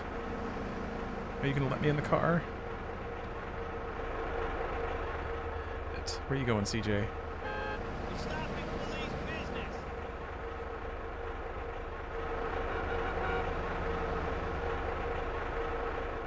Yeah, I knew Elise was on WikiFeet. She's got a really good rating.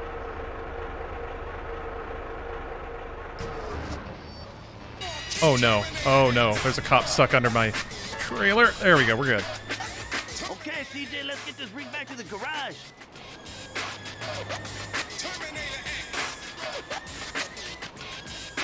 I can't believe you did that. Yo, Chuck, you're getting them nervous. They can't handle this. They're gonna break down. From a rebel, it's final. A black final soul. Rock and roll coming like a rhino.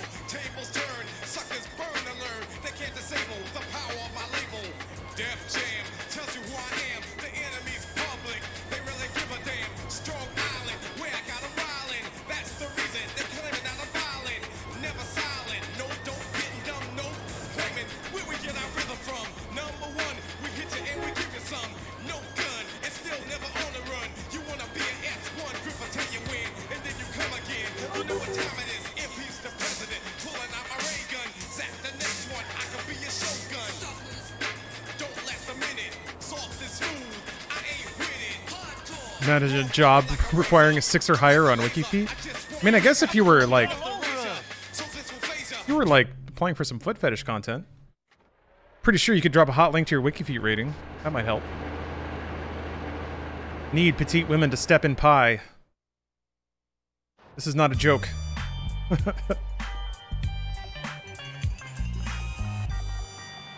Please reply with WikiFeet rating and day rate.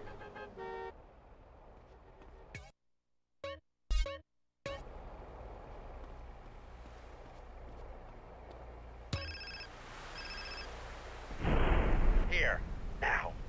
Don't screw around. What an asshole.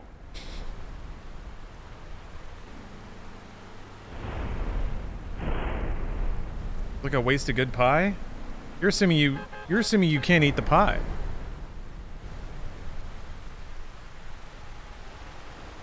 That's just more revenue. You do the shoot, you make the video, and then you sell the pie. Oh, there was a cop there. Or many cops there.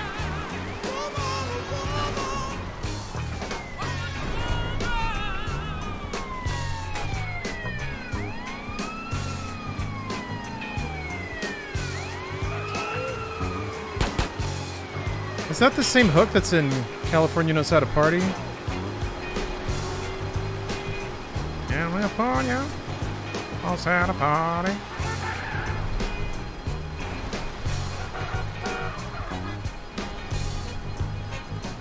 You can make fun of the way we dressed when we made this music, but the important part is that we don't remember, and that's what made us famous.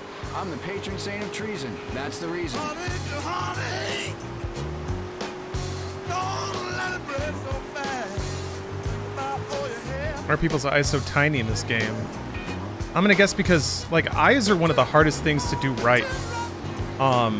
Especially when you're dealing with, like, limited resources. So I can see why PS2 models would probably de-emphasize the eyes and use a kind of other character design aspects to convey what a character is thinking or feeling. Also, yeah, it was the early 90s, and eyes were just smaller back then. Is all the hate justified? In vitro Peach, excellent question. I don't know that hate, like if I'm being very literal, I don't know that hate is ever justified when you're dealing with consumer entertainment. Like, if it's a product you pay money for to live in an electronic fantasy, hating about that is kind of like not cool in any circumstance. Disappointment, anger, being upset, being frustrated, like all of those things much more acceptable. I haven't seen a whole lot that's just like completely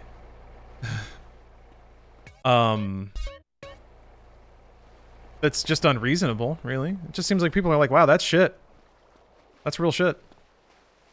Yeah. Kind of seems like it is. I haven't played it myself, though, so I don't know. Do you think games journalism is hard to break into, that it is impossible to be a Schreier or Keeley-level writer without a hyperinflated ego? Well, Keeley's not a writer. I guess he's written some stuff, but Keeley's a producer. I need you to do me a favor. Yeah, I'll do you a proper injury, man. What you knowing about my brother? Relax. It's not really ego. He's in prison upstate. D-Wing, cell 13. But you, to the left, I got a child killer who to wants hit to rip his throat a status like that, you do have to do more to than the right just of him, I got a the white job. supremacist who wants to eat his heart, to be precise. Now, don't worry. Tenpenny and Pulaski are really relatively benign, unless, of course, you're a family member. But yeah, I think you have to work your ass off, and then you have to, like, invest in yourself. You have to take a lot for yourself, I think. Hey, man, how you know all this stuff, man? You got to put yourself at the front of certain things. You just don't understand, do you, kid? And you'll be competing with other people who try to put themselves at the front. It's all white knights and heroes. We have to make decisions, kid. You know, I try to set bad people So, bad people. if your question is, sometimes I let good guys is it hard to be famous brother, doing games media? but The to answer me, is yes. He's just collateral.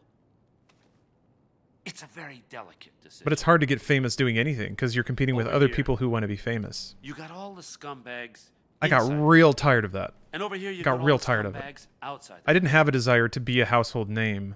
And me and my colleagues, And being around people who do, they like they absorb a lot of ground that you willingly give up because it's just not what you're in I it need you to for. head over here in the buggy outside. Okay?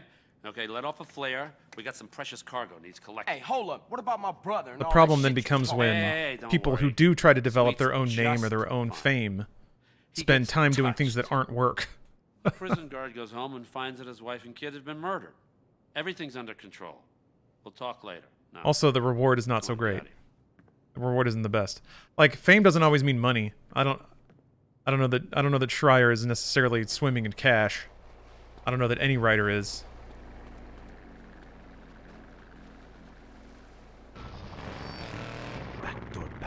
Keeley, on the other hand, works on like $1 million productions, so Others have already been and owns. I'm sure he owns his own production company that is probably responsible for producing the Game Awards.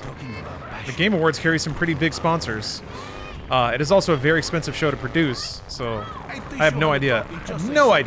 What any of those numbers might look like, but. It is so good to teach you about love. San Andreas, you and your car. Oh, what's up, Olakarn? Came in here to chill? Well, welcome. I will be out in 5. Welcome to the chill. Slinky but sophisticated and trashy. Your heart is no longer lonely. Oh yeah, God. Captain, the screenshots of Schreier getting into debates with people on NeoGAF are something else. Those are pretty next level. Yeah, I remember that. He, like, when he was tripping over himself to like, wring his hands at Dragon's Crown? Good lord. But that, again, that was kind of representative of writers sort of posturing morally versus just doing the work. But whatever, it worked. He kind of linking it back to what I was saying before about like the particular person I worked with who was working to be seen versus working to do the work. You know, was working for image and ego. That's the payoff, really. Is you say the things that the people who are going to decide your career care about, not the people that you're ostensibly doing your job for. I mean, have you actually ever seen a sperm? So, all you have to do is read and understand the Epsilon Tract and the I guess secrets of the universe. to kind of link it back to the original question. That's kind of the nature of it. Are you trying to get into games media to make games media, or are you trying to get into games media so that people know your name in video game circles? And those are two different goals that have two different kinds of work involved. This is the PC version with mods, yeah, Windows, with the upscaled texture pack installed, and some other things like the fact that it can run in widescreen. And it's running over 60 FPS. Is a or maybe at 60 FPS. All your mortal fears will be... You guys can't see that many anyway. Torino, where you at? Miles away. No time for niceties, kid. Choose a vehicle, grab the equipment I've provided, get to that drop zone, and wait for that package. Now I certainly worked with a lot of people on volunteer websites and stuff that very, very, very much wanted to be famous in games. They wanted to be games personalities, which is weird because that is a thing now. It wasn't really back then. But yeah, boy, when Giant Bomb got popular, good God, the infusion of people who just really, really, really wanted to be Jeff Gerstmann or Ryan, like, it led to this whole culture of just like every games media type imitating their personalities because that's just what they really, really wanted to be. So it was a bunch of this like kind of smirking, eye-rolling, get a load of these guys reviews that was just like, ugh, such a pain. Such a pain to read.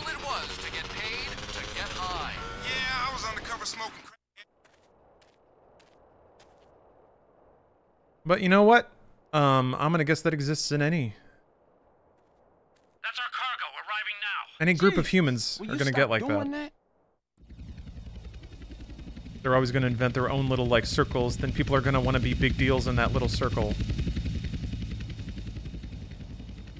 Seems like something you really had to get in on the ground floor to get anywhere big with. Well, sort of. Hold up. There's always a new ground floor. Said he's got trouble. 2 agency choppers coming in on an intercept. Can you see them? Yeah. Shoot them down. Like, Protect the cargo at all costs. I don't know that I was ground floor for games media. Written games media had been around for a long time. Before I had gotten any paid work doing it. But if you're current on one, or if you work your way up on one thing, then you can like transition over to the next thing a little more smoothly. I was able to sort of carry, well, I was able to carry my work relationships from being a writer into being a video editor. I was able to carry my video editing work and experience into being on camera, and then by the grace of God, was able to develop that into developing some kind of following where people cared about me personally, and then that migrated over to Twitch when I decided to go independent. So it seems linear in hindsight, but you know, hindsight is 20/20 and all that. So I wasn't ground floor on Twitch. I don't know that being ground floor on Twitch would even guarantee success. But it's like, you don't have to start over every time you try something new. I think that's kind of the idea. Good lord. There. Oh, I got two. I got both of them. Ah. What G Fuel flavors do you like or recommend? Well, Vic, you put a cap after that. And I understand the swerve on the question, but do you actually want recommendations?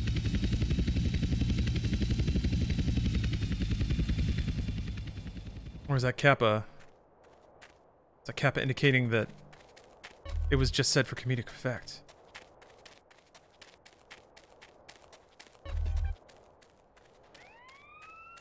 Wasn't there a bike up here?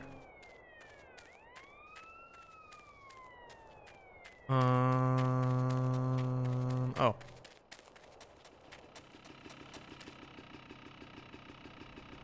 He can afford all the drugs and Yeah. hookers he wants, and he's only gone and started playing lacrosse. Ooh, look at me, I'm carrying my bag on a What's that big stick ramp? and wearing a skirt. Saw Might it. as well teach my boy to hunt butterflies.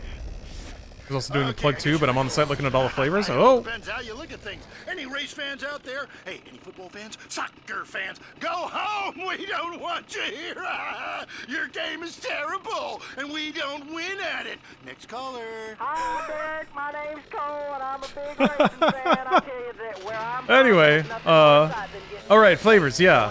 So, this is usually the... Oh, God, they just can't stay on here, alright. This is the same list I usually rattle through, but I'm gonna do it again. I like all the watermelon flavors I've had. Oh shit, that's water. I hope I don't need this bike! Okay, I think it's okay. Sonic's Peach Rings is fucking great.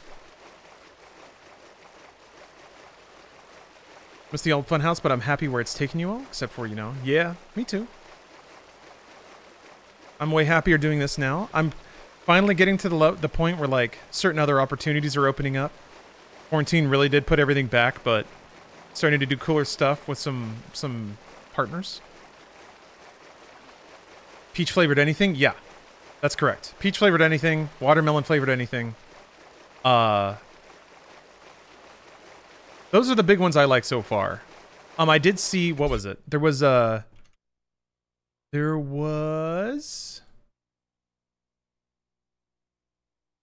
flavor that caught my eye when I was perusing the site the other day. Hashtag sponsored. Wait, hold on.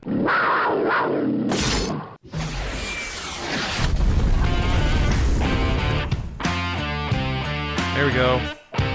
Wait, I don't see it anymore. What the heck? I mean, this looks good. Bahama Mama. I really do like tropical flavors. I haven't tried it yet, but there it is. Strawberry, pineapple, coconut. Tell me that's not the coolest combo of flavors ever.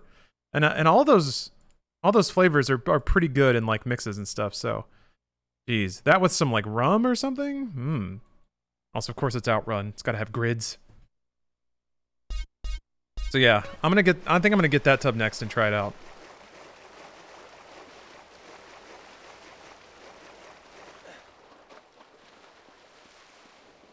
We have to actually equip the parachute? Oh no, I hope cops don't find me here.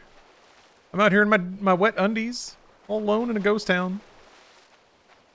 Do you feel in a buzz? Yeah, so there's vodka Red Bull, which is sort of the idea, or like an espresso martini, a party drink with a little lift.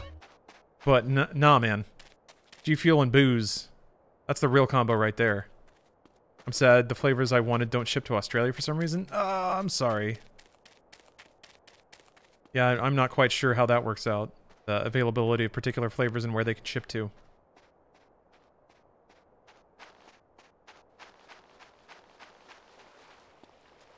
Yeah, you forgot your pants? They fell off in the accident.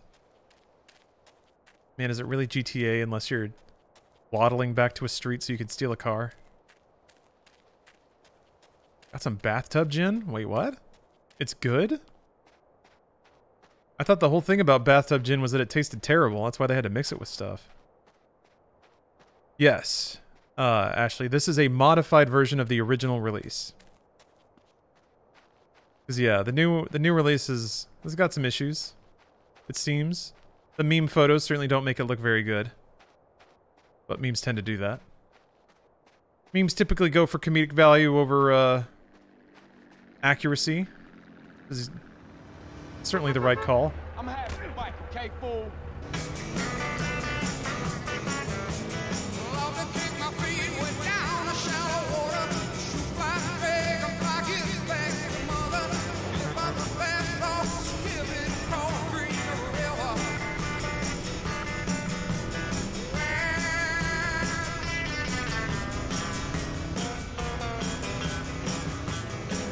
Come on, I gotta engage the four-wheel drive.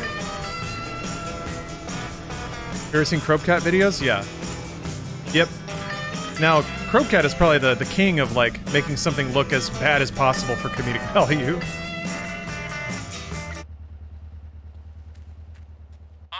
get the package back to Las Brujas. Where are you?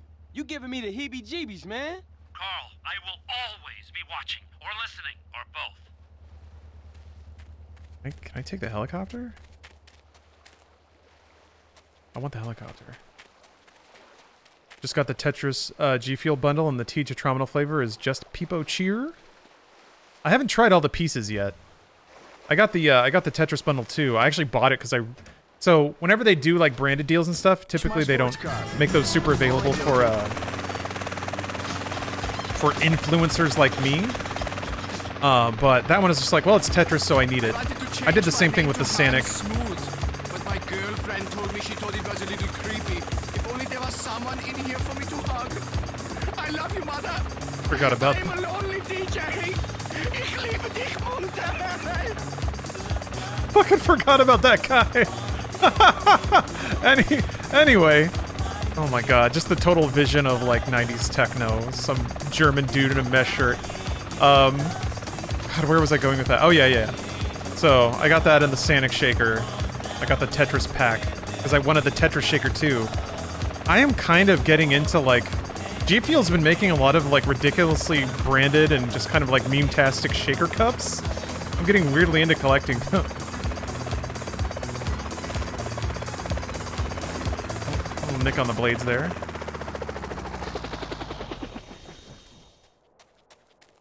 Oh yeah, the very vision of Europop. Eurodance. I only just recently became aware of Scooter, whom I love. I can't believe the Sonic Shaker is an official thing. I know, it's great, right? Oh my gosh, it can't actually start because the propeller is... Fuck! I didn't know that would actually happen. Game rules. Can I nudge it? Have you seen the waifu shake cups? No. I haven't. Yes, Chris, exactly. How much is the fish? What a legend. I was actually in Europe. I was in a bar in Warsaw.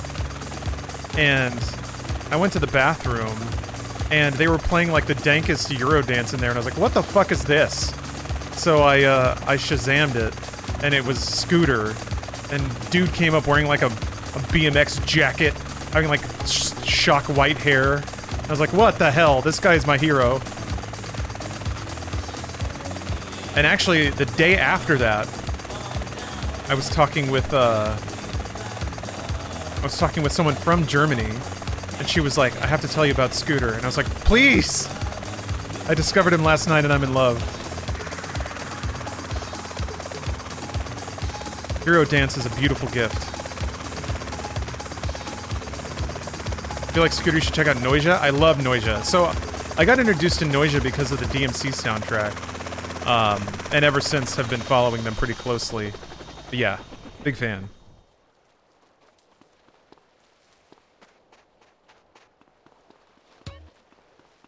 Oh, that's dropping a little bit. When I was 13, I torrented his album and his label sent me a letter threatening legal action if I didn't pay a huge fine. What? Holy shit. How big was the fine? Did they just let it go when you apologized or something? It's amazing. What's up now, Torino? This history, it's all lies.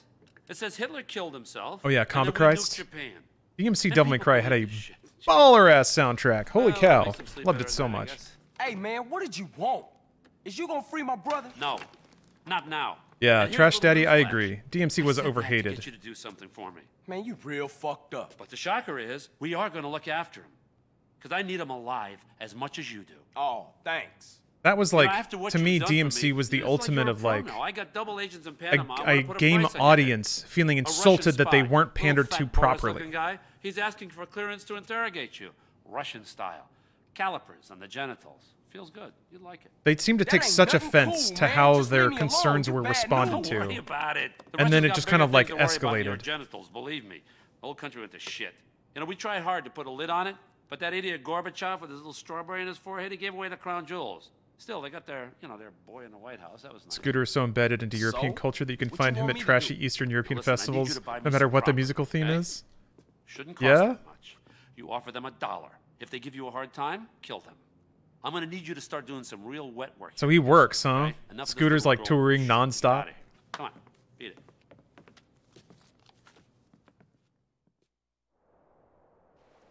That's fantastic. Also, Faye, thank you for the kind sentiments.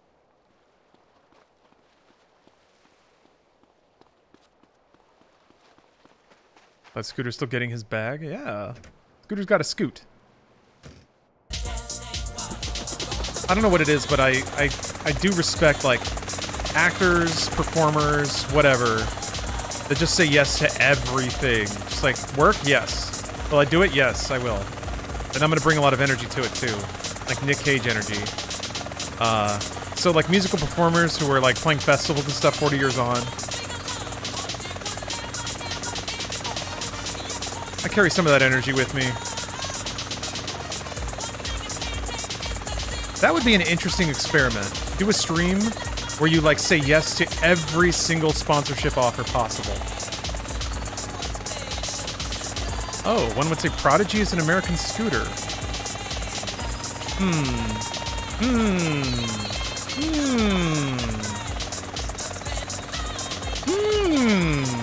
Interesting.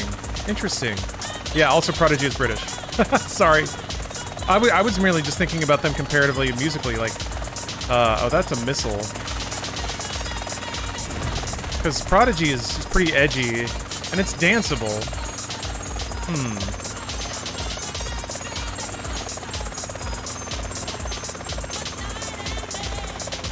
Never saw the film, by all rights is terrible, but I saw The House It Bought Me. Yeah.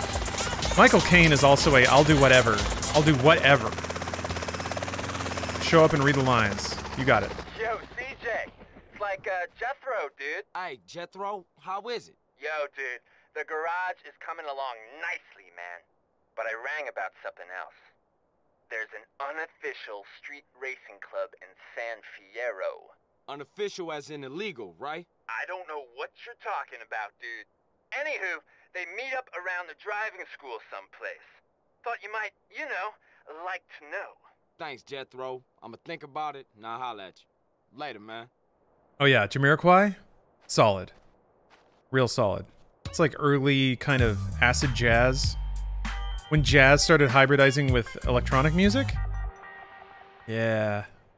Okay, that's how you unlock flight school. Alright. Wait, wasn't there a mission here?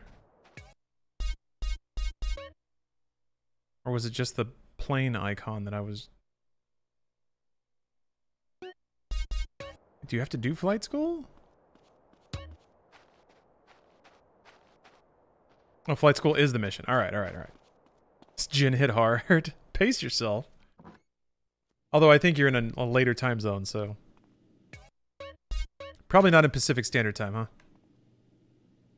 Oh, I got a sneeze coming. Nope, it's gone. That hurts. That hurts. That's an F. Fat F. Oh, you haven't eaten since yesterday. Yeah. Well, no wonder. No wonder it's kicking you in the teeth.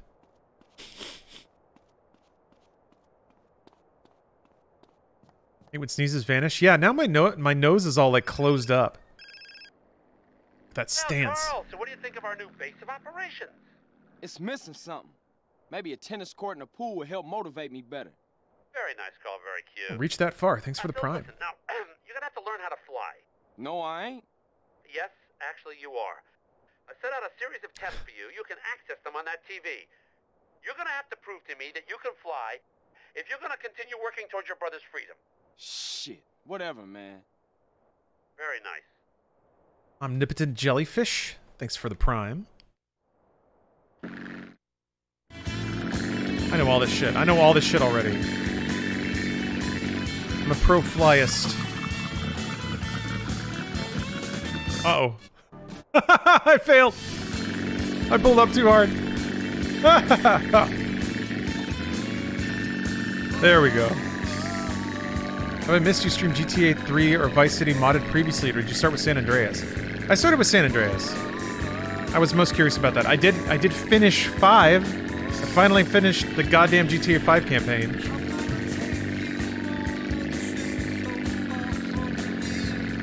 But those are the only Grand Theft Autos I've played on stream so far.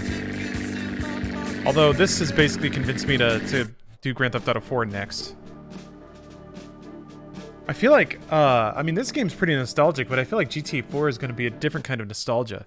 It's been long enough since GTA 4 that it's like, it's from a different time.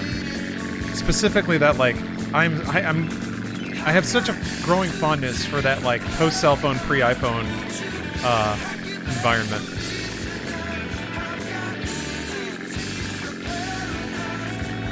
Which ending did you go with? I'm pretty sure I shot forever. I gotta be honest, I don't remember.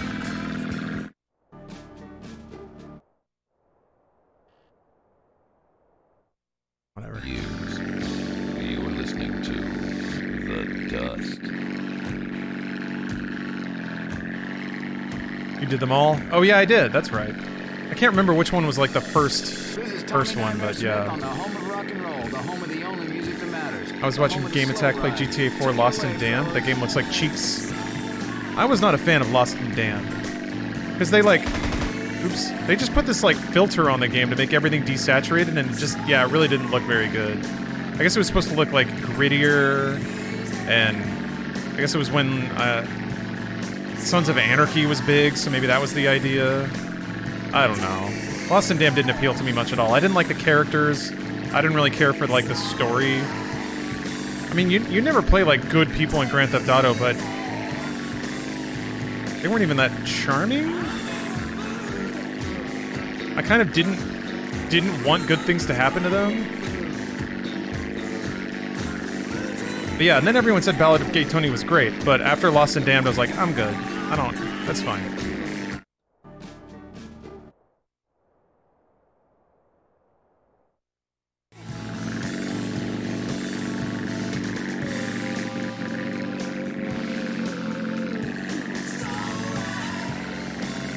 Yeah, and Johnny got absolutely fucked in 5. And like, kind of in a bad, like, really bad way too. He didn't even have like a glorious death.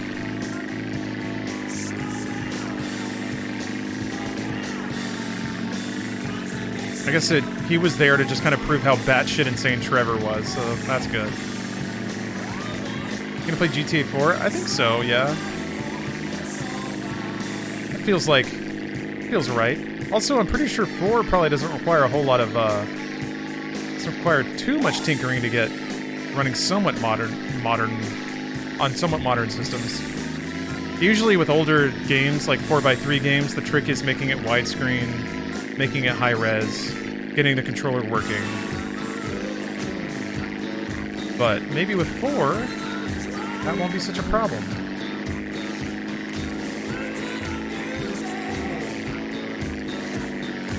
But I remember it being a little rough on PC right at the beginning, so who knows. God damn, this fucking thing.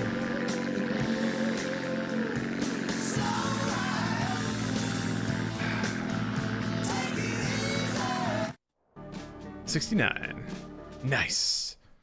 Okay, I thought I saw the landing strip on that side of the map, but it was just that extra little turn I did that really messed it up. Yeah, the PC port of GTA 4 was hot, steaming garbo. Yep, because I tried playing it on PC when it came out.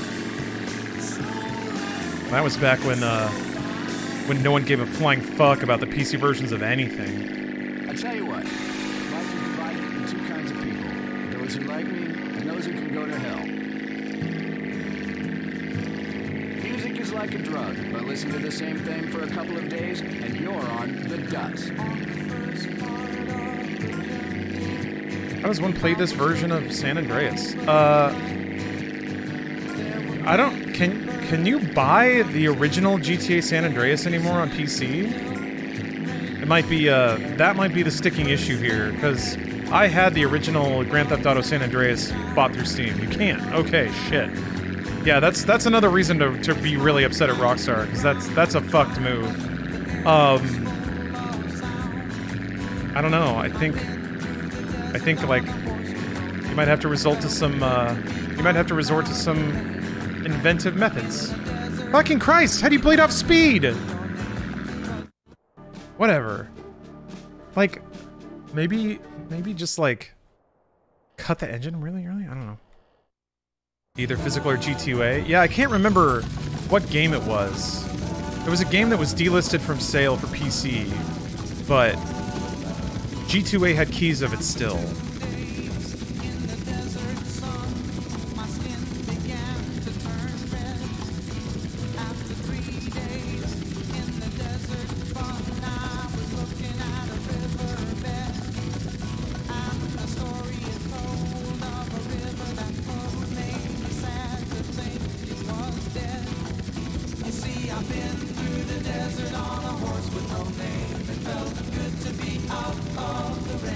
It wasn't Skyrim. I already owned Skyrim. There was some other game I was looking at that was out on PC.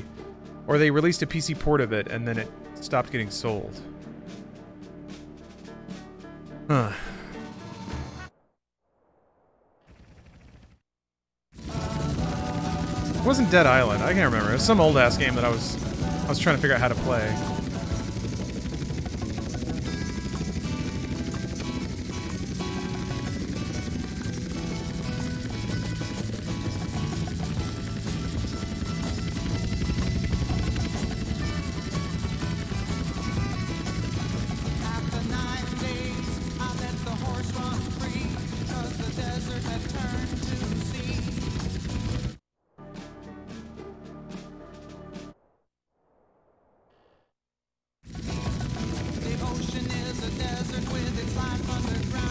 Driver San Francisco, yeah.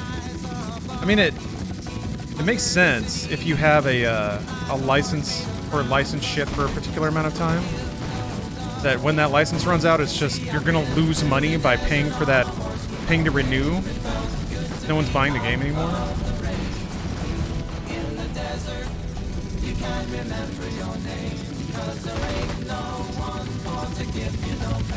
I always hate how this song says "for to give you no pain." Like they just needed another word in there, so they added a word that makes no sense. But whatever, it's a popular song, so no one cares. Love that. Fuck. Was Assault Horizon? Yes, it was Assault Horizon. Wait, oh, because you get wasted, right?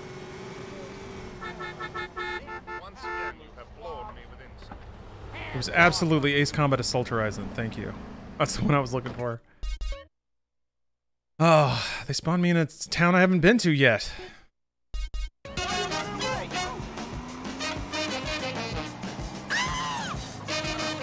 The 4K textures were part of a... So that was on Nexus mods. I saw an article like 6 months ago about a new release of a 4K up-resed texture pack for San Andreas. And unfortunately, like, so I went through the process of downloading San Andreas and reverting the version because that restores the soundtrack, and then installing a bunch of other stability mods and graphics mods and stuff. And then I tried to put in the 4K texture pack, but the person who made the 4K texture pack also, like, just basically, like, packed up their whole mods folder, which had a bunch of other mods in it too. So I couldn't really successfully merge that with the installation that I had, so I just ended up using their distro. So, long story short, really, if, God damn it. If you can get, the old PC version of San Andreas and find that, Ah, look, this isn't a cartoon. that one upload on, Child was the most miraculous. on Nexus mods, then you're set. Seep into the mind, the brain, and activate the pelvis. Keeping the blind, dumb, deaf, and blind is Elvis. Mean and old, so behold the black, the beautiful, the bold. Now this fool should have tried harder.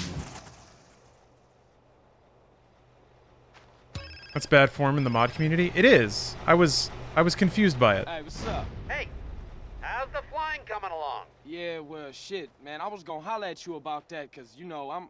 Will you listen to yourself? Admit it. You're scared.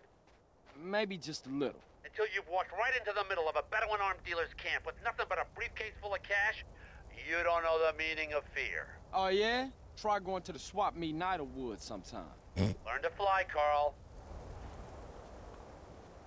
Oh, Faye, you've landed at the perfect state of drunkenness? Yeah.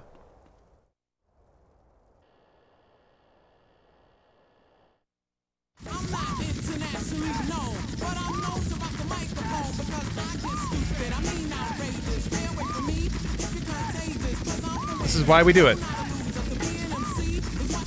I used to spit in my sister's shoes when I'd leave for school if she was a bitch to me.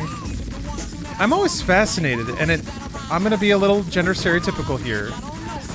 I'm fascinated at how, like, the spiteful women I've known are like, they love the like introducing friction and pain into somebody's life, but they don't need you to know it was them. Like, it's just the aspect of restoring order to the universe or something. I don't know. I'm always... Stephanie will talk about it sometimes, and I'm like, what? That doesn't do anything because they don't know it was you. They just think they got a flat tire. Like, how are the idiots going to realize that it was because they did something annoying? I don't think the point is to change behavior.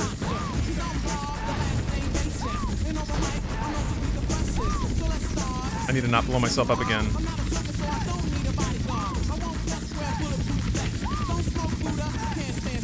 Oh, men will physically hurt you, but women will ruin your life? Yeah, what was that? I think that might have been Louis C.K., but I don't know. It's not quite the same. I do, like, it is sort of riffing on the same topic about how, like, men and women retaliate. Dudes are just so much more blunt about it, and dudes seem to, by and large, want you to know. Like, you were getting hurt now because of this thing you did. Damn it, I landed.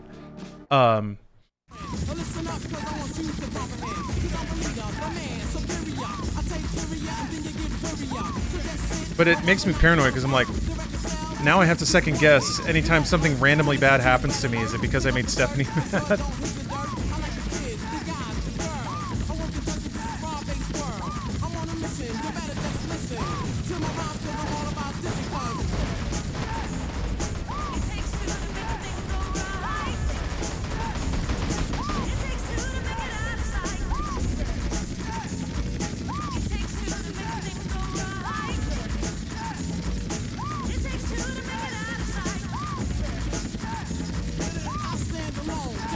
Women will do bad shit, then let nature take the blame, then claim to be in tune with nature or something. Well, when you twist nature to your dark and twisted ends, it only makes sense, right? The guns are way better than I thought. But the camera fucking... The problem is you turn that... The camera doesn't adjust until you start moving forward, and the helicopter doesn't always move straight forward. You gotta keep taking your... Did I really bleep the song? That was weird. Should stop talking over it. Takes two.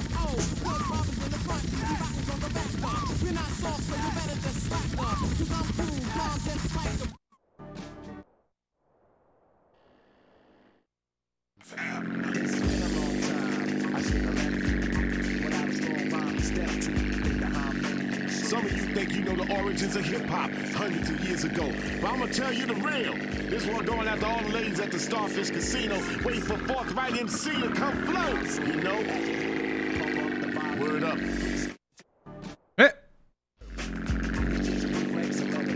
Did I not hit the second loop fast enough? Oh, Ansem, I don't think I'm gonna 100% this game, no. Like, get a gold on every driving test? Are you kidding me? Absolutely not.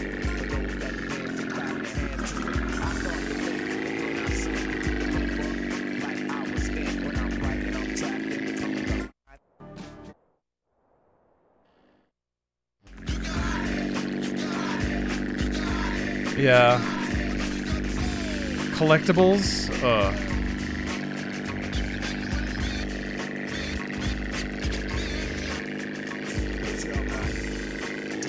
It's not a barrel roll, though. Well, maybe, whatever. Good enough. It counted. Ooh.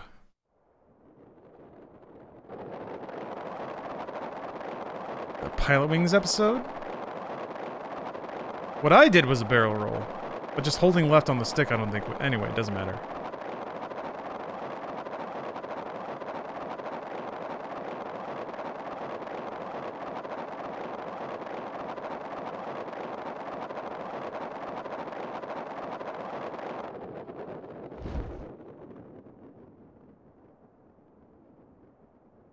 Okay, maybe they were right. Maybe they were right in telling me I should have opened my chute a little earlier. Maybe they were right. Don't tell me about the pigeons. I 100%ed that game, and it was just grueling torture. Wait, which game? The GTA 4 had the pigeons? Don't open the chute? Good idea.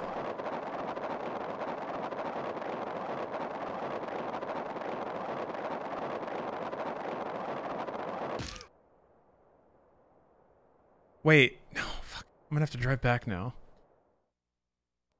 That was a great sound effect, though.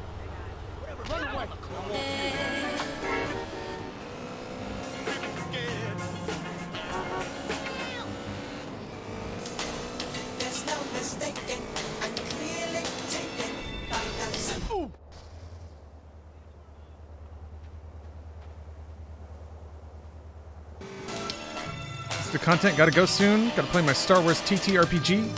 Get fun with the rest of your day/night. I will. I have a social engagement to go to, which always, like, I don't know, always makes me a little anxious. I'm gonna have to talk about stuff. I feel like it's a vicious cycle. I feel like every time I talk about stuff, people want me to stop talking. So then I don't talk, and then no one's talking. So I don't know. I have to keep reminding myself that no one's expecting me to be the life of any particular party. It's not my responsibility to make the environment fun.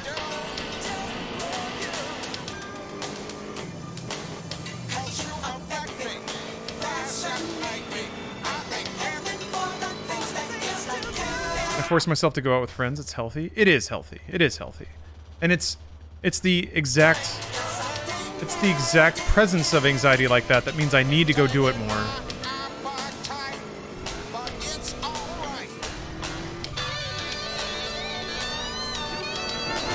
You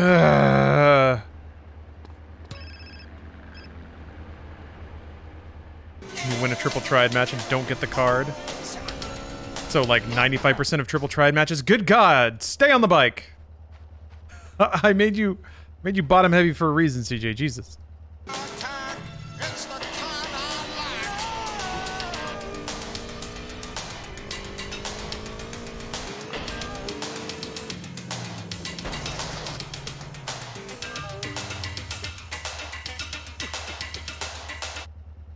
Listen to that track though. Like the same, was that Cameo? Alright. Got it this time. Are you fairly introverted or just don't like boring conversations? No, I'm pretty introverted.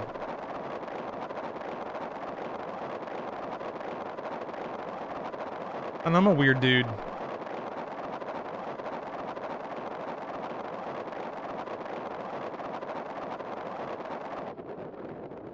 For a long time I had some trouble, some difficulty interpreting social cues. I don't think that's necessarily my issue now.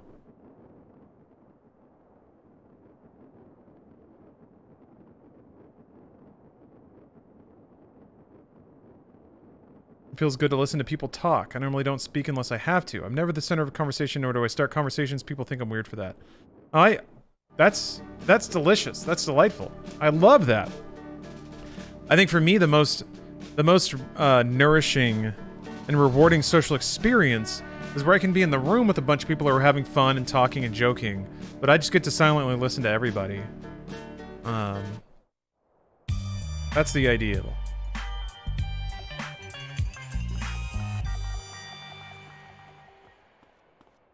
But I understand also that, like, sometimes conversation can be effort, and it's not necessarily fair to expect other people to invest all of that effort. Hello? Carl, it's Woozy. Hey, Woozy, man. What you been up to? Come along and see for yourself. I got a little business proposition for you. Come over and see the setup, my friend. Okay, for sure. I like that. Like it? You're gonna love it. It's the Four Dragons Casino in Las Venturas. I'll see you soon, yeah? Yeah, okay. Forgot about Las Venturas. Luckily, I have a plane right here. And no, I don't have a parachute anymore. Do you get a parachute automatically in planes? Oh no, wait, this is delivery. Yeah, these are plane deliveries. I can't just... Can I just take this? Did they let me just get in this? Hey, they do. Great. Yeah, that's right. There is one way to find out. I don't think that happens. I think that started happening in GTA 5.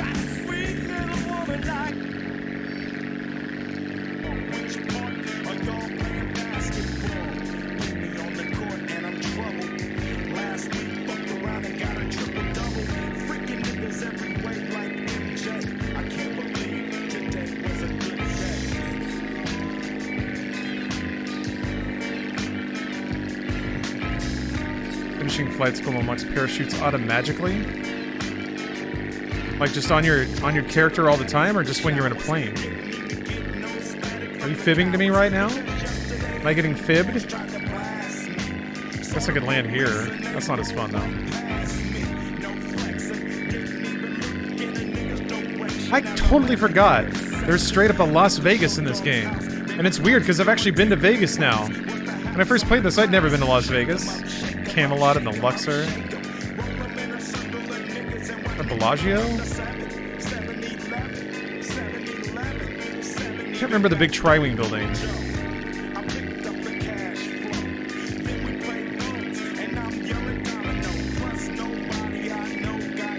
Oh, that's great. Not that anyone Not that this is going to be interesting information for anyone, but I want y'all to know that Stephanie is a cosmopolitan lady. That's her favorite strip hotel / casino.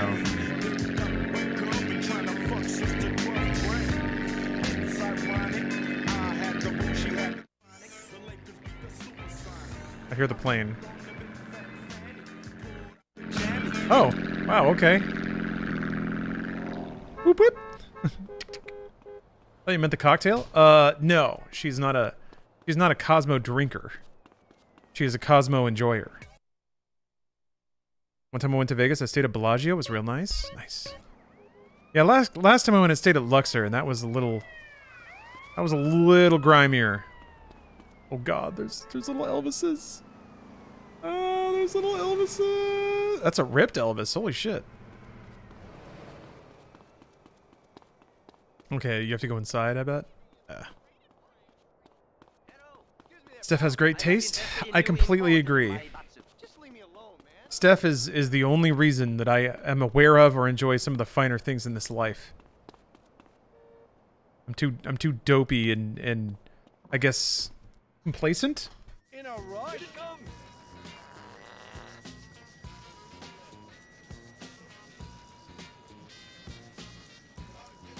Yeah, this is fully getting into parts of the game now that I don't remember. It's been, gosh, 20 years? No, less than that. 15, maybe.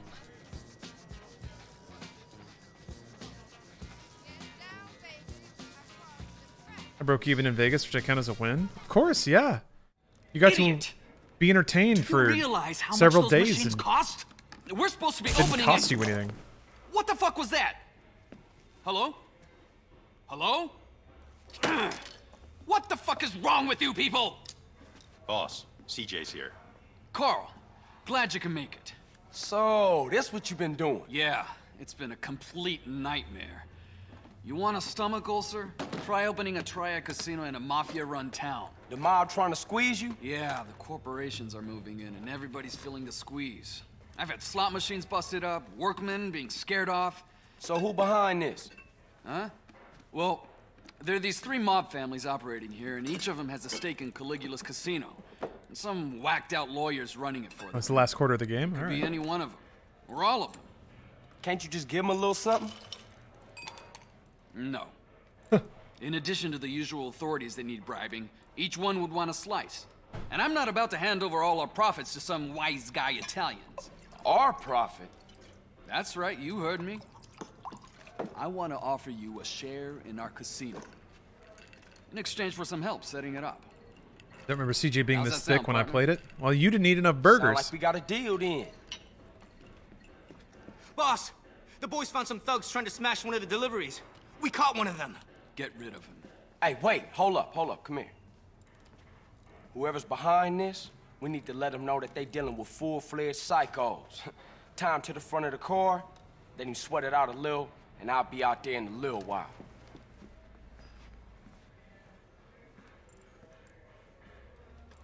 Did you make CJ this plump if you picked out on fast See if food we can make this salads? guy squeal. I don't know. That's my call. Poopy Smiggles. That's a good question.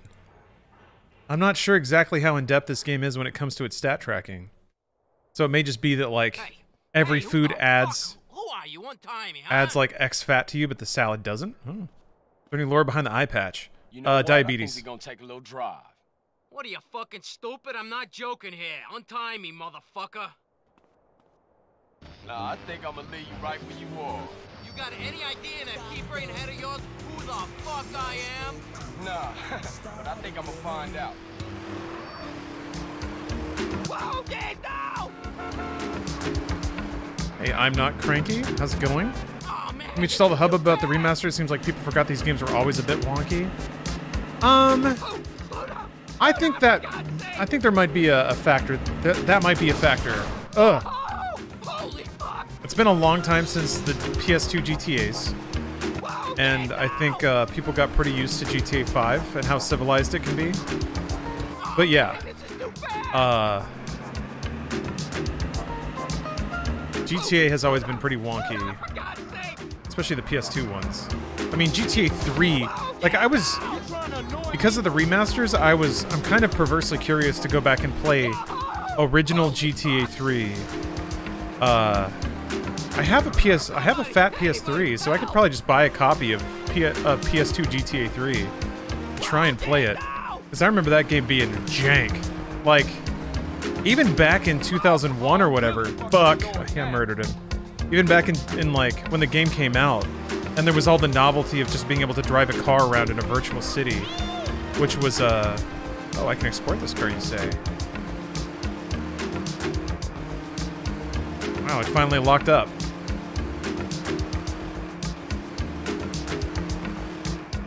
At least I saved pretty recently. Wow, it won't let me. There it goes. Let's see if I just hit this guy. No? Okay. Yeah, I remember even like when GTA 3 came out, before anyone even knew that it was going to be a seminal work. Even then, it was hard to play. I don't know that well, no, I think I did finish the story of GTA 3, like, once. And I never wanted to play it again. I have, even now with the remasters, I have zero desire to go back and play OG GTA 3. I don't even really have that much of a desire to play Vice City, to be honest. Even though I finished Vice City and had a lot more fun with it. Shit, did I not? Does it saves the last mission you did, right? That's the name of the... Yeah, okay, good. Those textures to flop on in. And now we're playing PS2 style.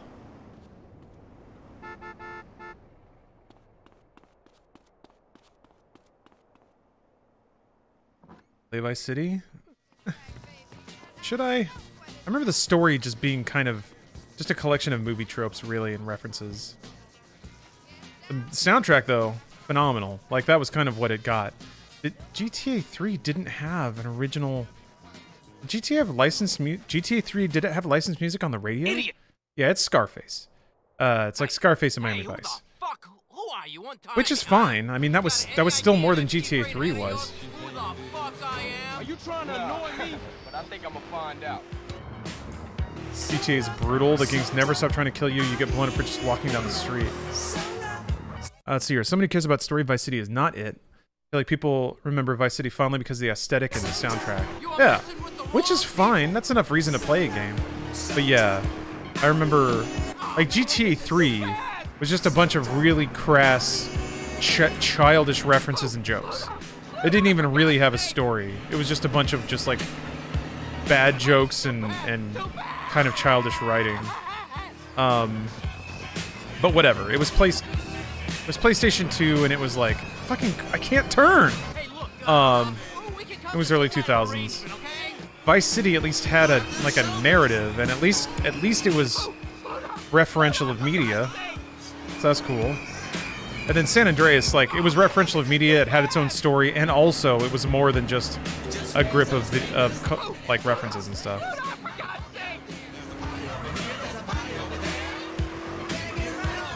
The story is Claude is a killer who was broken out of jail and continues killing. Yeah, Claude. Well, I mean, Claude didn't even talk. He was just a player avatar. And then yeah, you just do killings for various criminal kingpins. Yeah, Vice City did have mopeds. The Faggio. Implying that, ever so cleverly implying that effeminate men drive scooters. Oh my god, I just shit myself! Come on, dude! Fuck!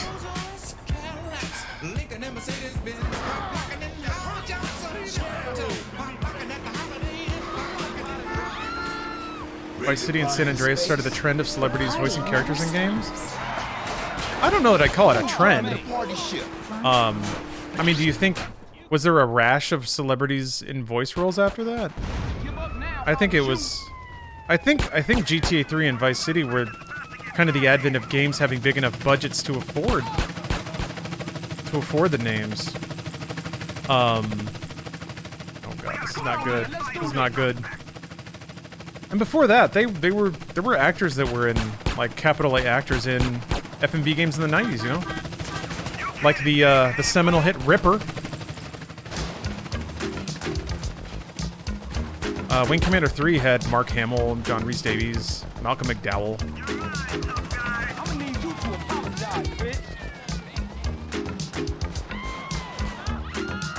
But certainly it was, I think Vice City getting basically like all the actors that were in those movies to do those roles again was a pretty big deal. Like Ray Liotta, who was in Goodfellas, doing a like mobster crime drama video game was a big deal. How are you alive? Yeah, I don't know. I have 0 HP, and I don't know how the cops didn't shoot me either. I do think you can draw some parallels between like Ray Liotta being cast in Vice City and Keanu Reeves in Cyberpunk, given that 20 years ago Keanu Reeves wasn't the biggest cyberpunk movie of all time. It's like Vice City. I really like that San Andreas brings back Vice City characters for significant roles in the game. Yeah, I can't remember who comes back. Whoa! Woo! You really want to fight me? Most Call of Duties have a loaded cast? They have before, yeah. I think it's glitched. I don't know why I'm not dying.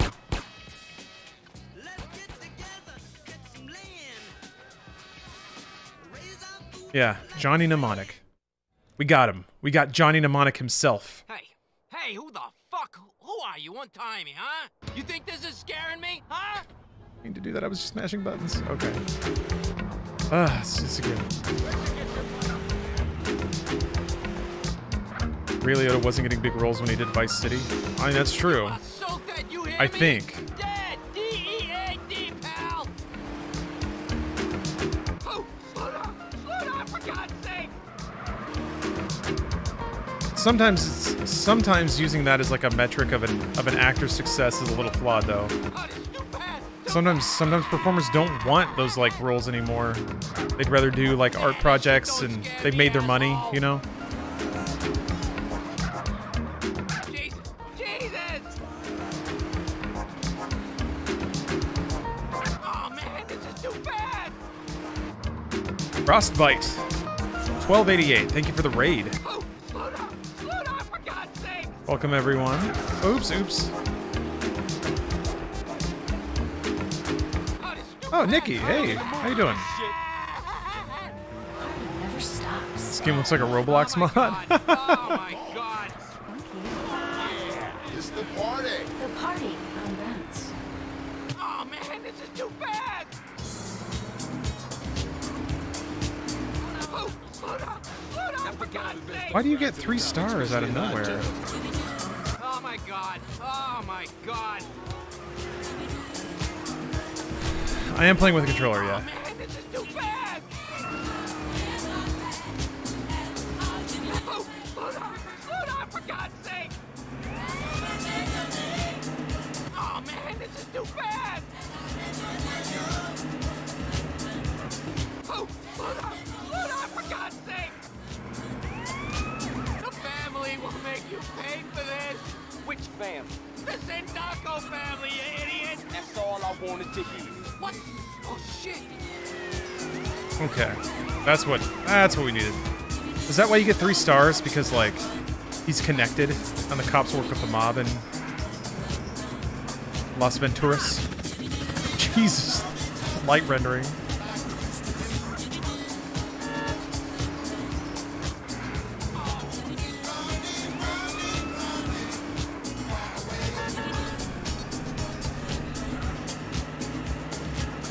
That's a good point.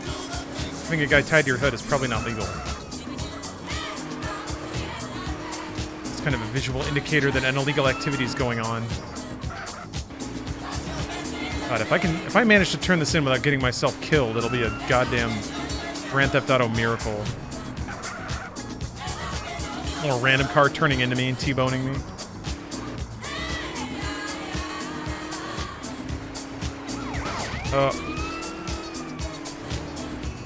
Come on.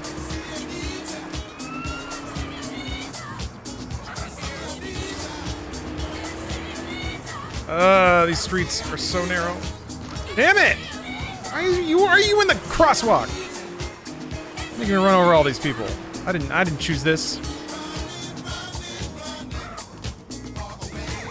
Fuck! Wow. GTA miracles still exist in this world.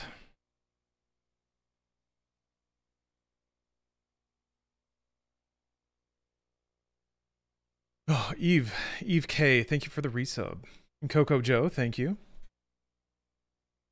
Uh-oh. Oh, come on. Please don't crash.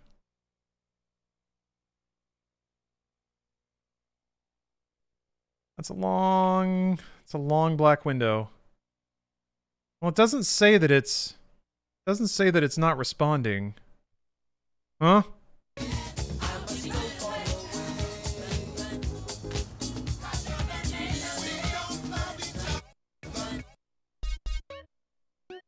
You did seem to be in God mode. That's true, yeah. Yeah. Well, no miracle today. Also, yeah, the map's getting really freaky. I noticed that in the mini-map. It was starting to cut off. Alright. Alright. I'm gonna take a break. I'm gonna get up and use the restroom. I'll be back in a bit. We'll let the game cool off. Alright, we're back. What's up? Yeah. Do you want to talk about something?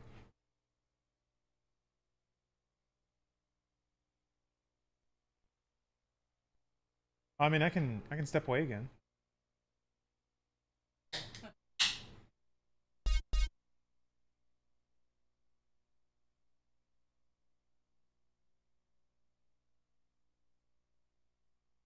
Oh, yeah, I haven't done that yet. I can do that.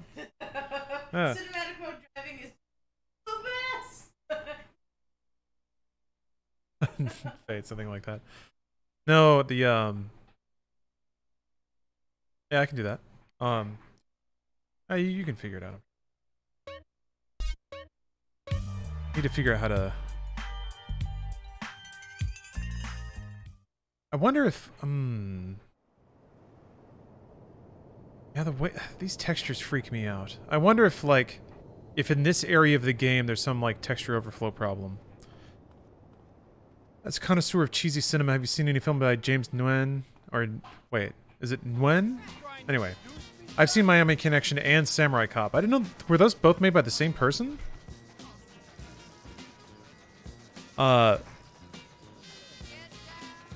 K Swiss, thank you for the resub. Oh, Samurai Cop isn't Nguyen. It's Amir Sirvan. I mean, that's pretty great too. Oh yeah. I also, part of the sponsorship, there's a banner down there. I forgot to leave it on. I forgot to turn it on, but birthday was a success. A lot of beer, wine, and scotch. My aunt brought pot brownies. Woo! All right. You've had a pretty indulgent birthday then. Sounds like it's not over either. But happy birthday!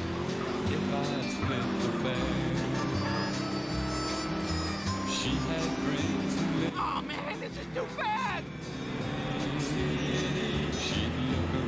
Oh, slow down! Slow down! A lot of birthdays. I'm actually... I see the minimap still messing up. That bothers me. God damn it. Let's see what happens. Let's see what happens. You can just do J-turns on the strip and be pretty safe, right? Why? Hey, you think you're smart, but you're not. You're not. Oh man, this is too bad. Oh, slow down! Slow down, for God's sake! Oh my god! Oh my god! It wasn't very insane, but whatever. As long as that meter goes up. Saving the brownies for your booster shot. It's actually not a bad idea. It can take the edge off of not feeling too great.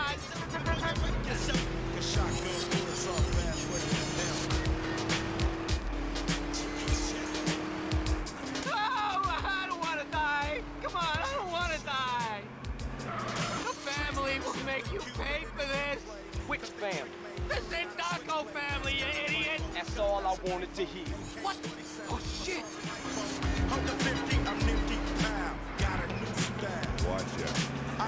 Well, that went a lot more smoothly, didn't it? Much more efficient. Packed up and put away gamer style. Didn't even upload it in finally. Perhaps Rockstar will have the last laugh after all. Wait, did we see this cutscene before? I think it just went to black. Hey, okay. Progress. What isn't related to Samurai or Miami, but cheesy all the same. I see, okay. I don't know a lot of names. It is pleasant to discover, though, that the well is much deeper than I thought. I actually rewatched The Room the other day, which is just like... It's just so accidentally magical. So, maybe that has prompted a deeper dive into cheesy film. Yeah, definitely dropping a save on that. But yeah, I haven't seen all of the, I don't stand for the bad talk with my dad. What's the... Put that body in a bag. Trying to remember what they're referred to as, but like the Hard Ticket to Hawaii and all the films from that dude. Andy Serkis, I think. Not that Andy Serkis. Something other Serkis. Something like that. There's still like a couple of movies in that universe that I haven't seen yet. So I need to seek those out too. But yeah, Hard Ticket to Hawaii rules. I got to see it at Alamo recently. They did it. Andy Sedaris. Okay, there we go. That's a giant golf ball. The glorious sound of a hole-in-one. There's no way he didn't hear all the shuffling. Not bad, Woolsey. So, the Sindaco family was behind the attempt But to also, sabotage really our good camera work. Wonder why it's only them and not the others. Probably ain't just them. Rule of the streets, don't snitch. I think that's one of the aspects about San Andreas 2. What we need... I remember Vice City doing it a little bit, but San Andreas' camera work is so good. Hitting a casino isn't like gangbanging. It's a whole different league. Yeah, you right. It'll take some planning. And it's like, it's got, pull a heist. What the... It actually has like smooth transitions and subtle movement like this that tracks its principal actors. Special equipment. Yeah, it'll take some explosives. This was like 5 years ahead of where a lot of other games were in their cutscenes and storytelling and stuff. They must have explosives. I'll go peep it out. Look, it just does this like really nice pan around the... I don't know if it's a pan. I actually don't know camera terminology, but it's a really nice motion, and it adds a lot of dynamism and watchability to it. Is dynamism even a word? It's dynamic. It's changing. It's not static. Got a DVD set of the Sedaris movies back in the day at Best Buy. At a certain point, the movies just turned into porn. Is there actually... Uh-oh. God damn. Really? What's going on with this game? It's really making me roll the dice here. Pan is a moving transition. Just any kind of moving? There's like different ways to move though, right? There's like shifts, there's turns, there's... Well, I guess it's like it's... Pan... Turn? Zoom? Anyway, it froze again. It's all panning though. Okay, okay.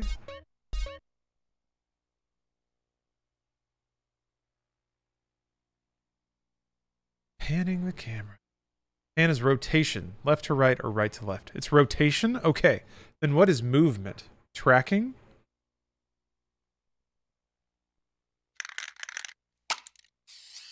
Oh, you used to hate smoking weed? You get full panic attacks? Yeah. I think, like, it's something the boomers say. Weed now is just way stronger. So I think science has pushed weed to new heights, but also means that, like, maybe all you need is just a teeny tiny bit. There's a diagram somewhere online with all the terminologies. Yeah. It feels like it's a quick Google search away, just one that I haven't done. It's weird, though. One that I should do, because you do need that language to describe, you know, the specifics of how cutscenes are shot, because they are basically video. There's just, like... There's no lens. There's no physicality of film. Although, what's crazy to me, and this was something that I was thinking about, or sort of had talked about in previous streams, but the notion that you can go back to a game that was designed to run in 4x3 and through math extend the frame out to things that weren't meant to be seen but always kind of were there. Like the computer draws it and then the camera looks at it. But it's interesting to see the like periphery on the side of the screen sometimes. Oh, come on.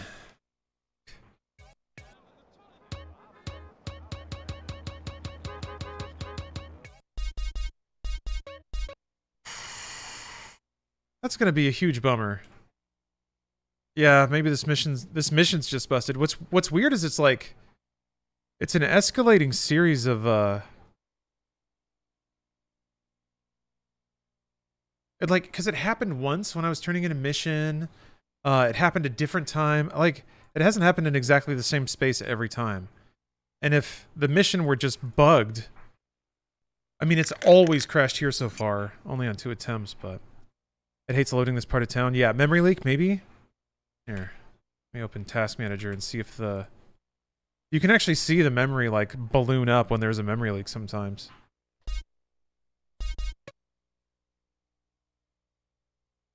Wait, what? Oh, fuck. What the hell? Why did resume take me to a new game? Still haven't completed this mission. I completed the last one. The one where you have to scare the guy. I did actually turn that in and see the cutscene and everything seemed fine. But now every time I try to start this next mission... So, the Wealthfront banner's covering it up. I actually do see... Wow! Shit! We're not even... Fuck. As a console pleb, how would you fix a memory leak? Fix it in the code and rebuild the entire game. A memory leak is not necessarily something that outside tools can patch. Maybe? Try the airstrip mission instead. Sure.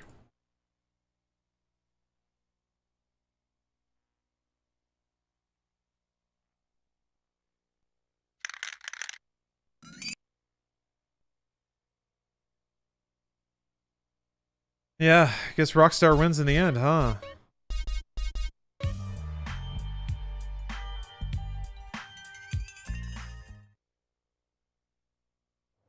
Okay. Made it to the strip this time. Okay, I'll do a delivery. I'll do a plane delivery. Let the engine settle in a little bit. Let it warm up. Let the old engine turn cranked. Yeah, Take-Two's hacking me down live. Damn, this is what a takedown looks like, huh? Why did nobody say it looks like this? Hey, me Dan, thank you for the sub. K-Swiss, thank you for the sub as well.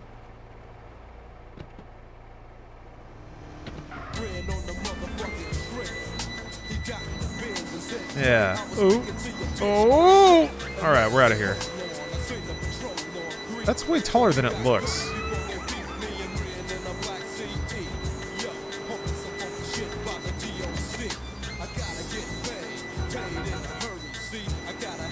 You know what I love? You know what I love more than anything? The mechanic in GTA 3. And I think it started with 3. I'm pretty sure it was in the first GTA 3. But the mechanic where you steal a car, and if you're holding down gas the whole time, the protagonist doesn't close the door until you let go of gas, and then they do it. And you know why that's great? Because it doesn't make any sense. Holding down X or A or whatever is supposed to be you stepping on the gas. So there's no reason your character can't step on the gas and close the door at the same time. Except it's more acknowledging your actual physical hand. You have to pick it up, you have to move your hand to close the door. So that's what you do as the player.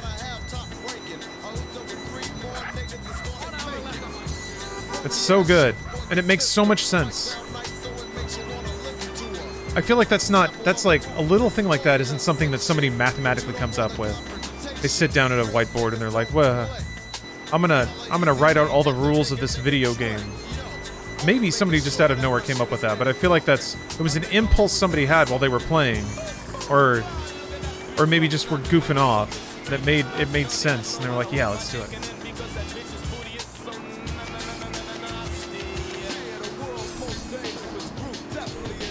I love that stuff. Weird little meaningless expressions of humanity. Could have been a bug turned into a feature. That's true. You get in a car from a passenger and hold sprint while you do it, it kills the driver instantly. Wait. From passenger and hold sprint. I didn't know that. Is there a different animation for it?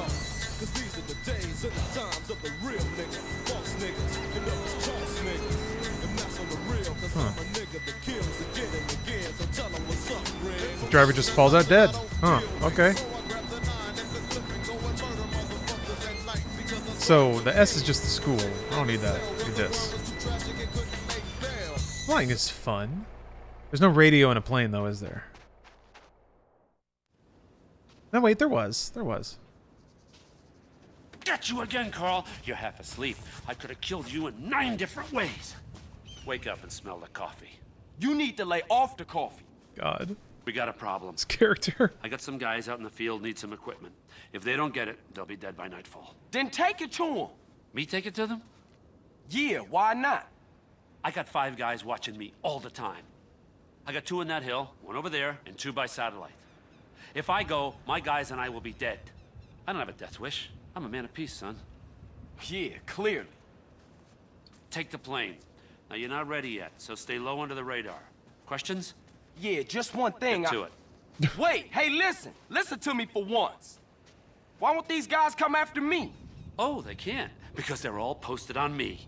1 DEA, 1 FBI, a Russian, a Cuban double agent, and my paymasters. Checks and balances. Nobody is watching anybody, watching nobody. Know what I mean? Go. Whatever, man. It almost makes sense. Yeah, it's a really good quote.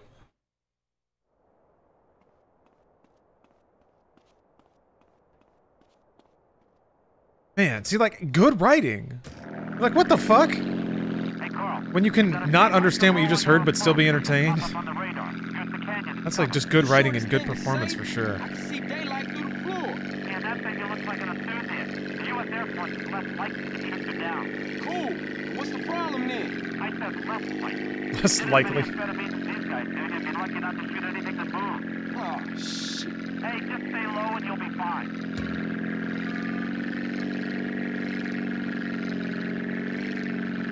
Alright, no problem. Oh, that's right. It's not like altitude. It's you have to be...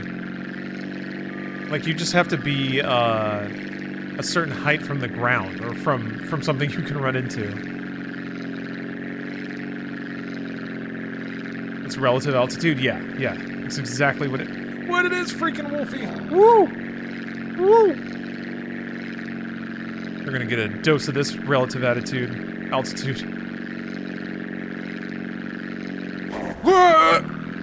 It's fine!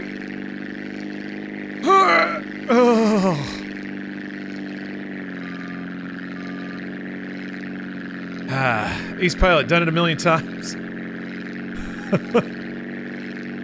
Ooh, it's a little rickety. It's a little wobbly now. Yeah, it tends to pull to the left a little bit. Yeah, it's just pulling. It's just pulling. Okay, all right. Okay. Woo! Oh, come on. Shit.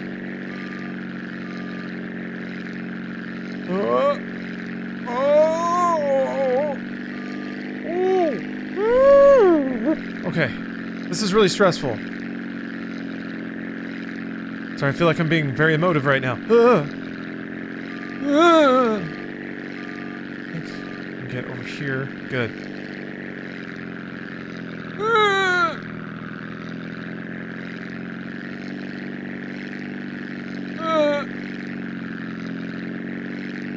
Into the corona. Okay.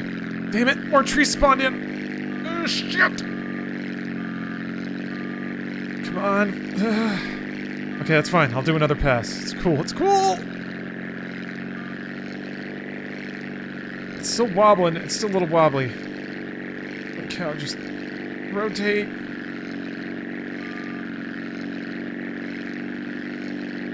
Fuck! Damn it. All there had to be was not one tree. right there. Oh, so close.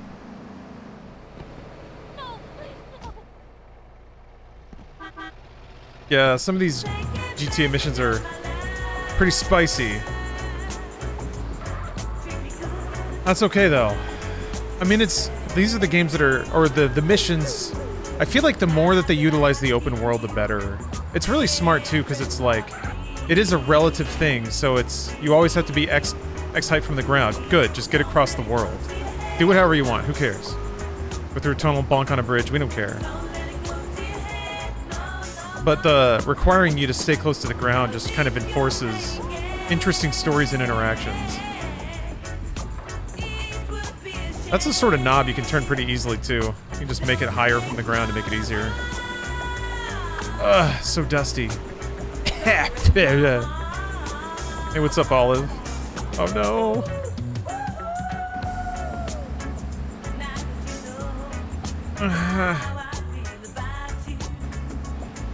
It's right there.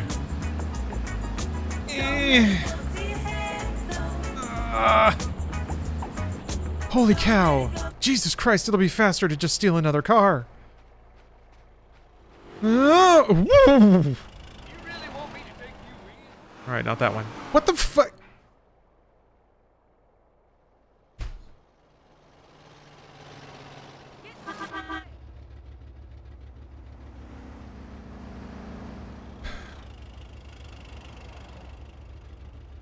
There were like 5 cars that weren't there. What the? No sweating. It's just a jacket.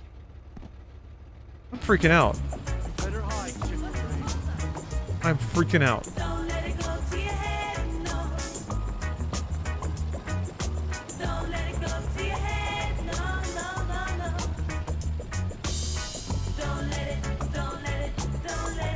Yeah, this is some pretty classic GTA. Including the fact that there's still the specter of a crash looming over this whole game. Yeah, maybe after I do this mission, everything will be fine. This thing has a... What? What? What happened?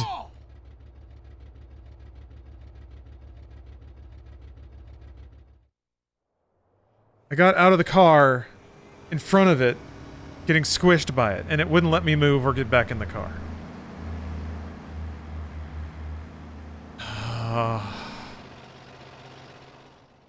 Yeah, I guess I just ran over myself. Come on. I like the guy in the back. Finally, there's an alternative. Dude had a thick neck. The casino was just opened in Venturas. How is that news? You think that's culture? It's complete crap. A bunch of fat, bald guys gathering around gambling. Well, That's cool. not culture. Culture is bad-mouthing your parents and smoking cigarettes. Imagine not slowing down for fear of falling through the earth. It's like a color. That is an not ancient memory. dedicated to one side yet. It's still figuring out who it is. So there's a But pretty yeah. good chance you can sleep with it. You had to like... Were there any normal cars that you could actually get that fast in? Or did you have to like blow yourself up and rocket through physics? I remember seeing that happen in GTA, but I never actually drove off the planet myself. Oh yeah, the traffic thing? So sorry, I actually missed that message. Let me... Talking about flicking the camera to erase traffic. You can delete traffic by flicking the camera, which is useful for street races or running from something. Oh, you just like the right or left trigger, you just look left or right real quick. And then the cars out of frame get erased. Huh. Maybe maybe it's tabbing out that it doesn't like. I just remember these ports being very unfriendly. PC unfriendly. Remember when, remember back in the day when tabbing out of a game, you were like rolling the dice every time? I should have listened to the dialogue again. Speedrunners drive looking backwards so no cars spawn in front of them. Oh. What if, just due to irony,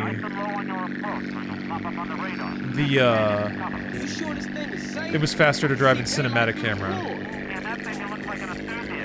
U.S. Air Force is less likely to shoot you down. Cool. What's the problem then? I said less likely. If you did as many amphetamines as these guys do, you'd be lucky not to shoot anything that moves. Oh, shit. Hey, just stay low and you'll be fine.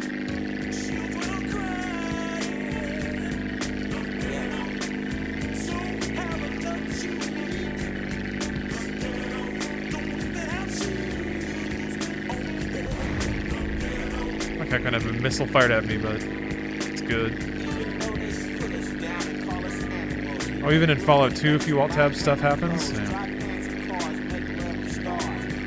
I can't remember when it was like truly okay to use PCs for multiple things at the same time. It was always a spicy risk.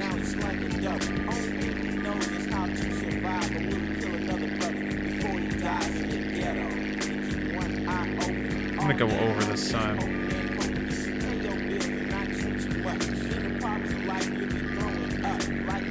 By what the news is saying, people are going crazy out there, and they're trying to blame it on this music thing. I don't know if people are taking music to heart or what they're doing, but y'all just need to slow down a little bit and just learn to enjoy the music, not trying to emulate it. I do remember it being, I remember feeling like it was pretty test. I remember feeling like it was, it's pretty risky to download something and play a game at the same time.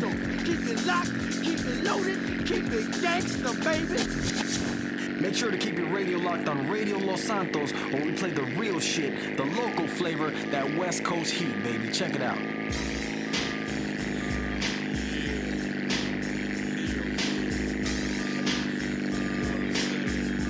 But yeah, Kala, I think it was you who talked about how you really hated doing the flight school, but it actually did make you way better at flying. I realize now that, like, you're right, and it's an interesting... I was just thinking, like, there's no way that I would be able to, like, do this unless flight school had made me a little more aware of how quirky the planes can be. Namely, just how sensitive they are. And it feels pretty it feels more dialed in now. But yeah, it is actually because I did flight school that this isn't sheer torture, and it's actually pretty fun. Is that something that games... I feel like games have to really trick you into doing that these days. If they want you to drill a skill, or want you to try to get good at something. This just makes you take a school before you do it, but...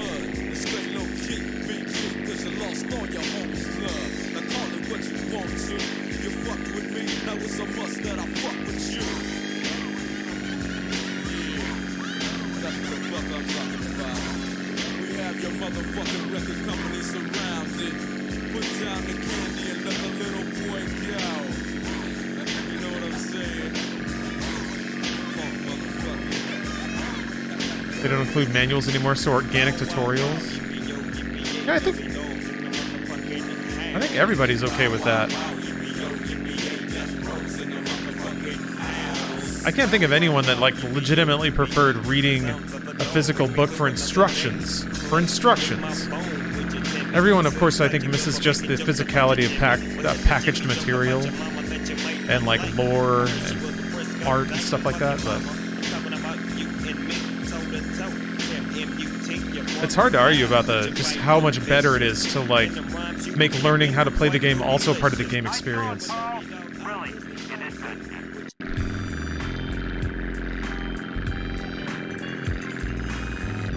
mean, at best, at 1000% best, the manual was like an index or a reference guide, so that in the course of playing, if you had a question, you could correctly look up the button or mechanic you needed an explanation for, but...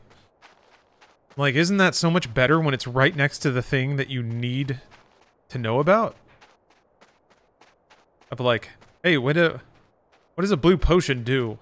Is it really that much better to, like, flop a book on your coffee table, open it up, flip through 18 pages, read about some other stuff that doesn't matter, and then find out that the blue potion gives you mana? Or maybe you just hover over it in the game, and if you stay there long enough, a little thing pops up saying, this gives you mana. And you're like, oh, sick. Wouldn't you know it, I need mana. Strategy guides were cool as fuck. Yeah, I just like the printed nature of them. The fact that they had a spine and glossy pages. And like well laid out screenshots and photos and stuff. Hey. Tiny bald idiota! Catalina, hey, I know it's you. What's eating you, baby? I don't love you no more! Well, hey, let's just... Hello? God, love that woman. Dare I say it?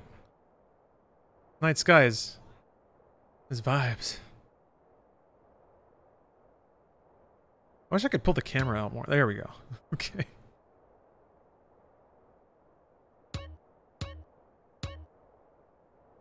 That's lovely, isn't it?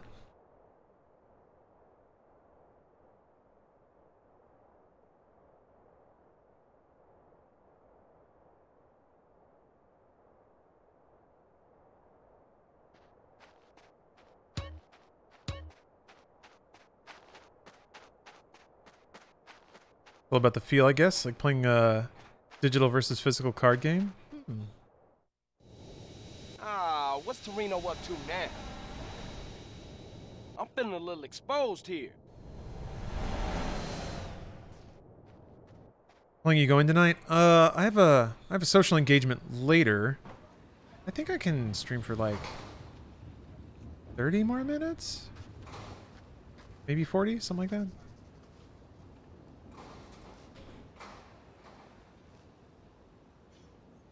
What's your take on this? Damn! I thought them was your people. Listen, Carl, we've got a problem. Some traitors from another department think they can help the overseas situation by financing militaristic dictators in exchange for arms contracts. Hey, ain't that exactly what you do? Well, kind of, but we get to pick our dictators. Degenerates that we can control. We try to stay the hell away from these guys with principles, because that just muddies the waters. Yeah, okay. Okay, so, of course, these idiots have stolen a consignment of landmines, and they plan to offload them in the Middle East and cause a little ruckus, and everybody goes crazy and have a lot of problems. I mean, Carl, do you like maiming people? Curious. Maiming? Some people, shit. Anyway, the point is, you and me, Carl, we're the same. Now, yeah, it's a dirty job, but somebody's got to do it. But if you screw this up, it causes a tinderbox situation all over Latin America and the Middle East. Now, look, I spoke to the big man. You got clearance to eliminate these fuckers. How's that? Huh? Man, kill government agents? Kill Schmill. Come on, don't look at it that way. Will you? Think of it as pest control. It works for me. All right, come on. I can't stay here now. I'm too hip. I gotta go. Okay? I'm out of here. Oh, good lord. You hoping this guy with a CIA right-wing coup? It's hard to tell. And I mean, I think they write it that way on purpose.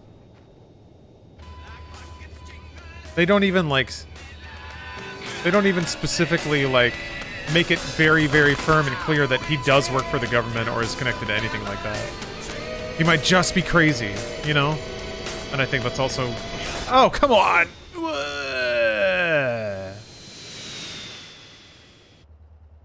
Yeah, just like real James Woods.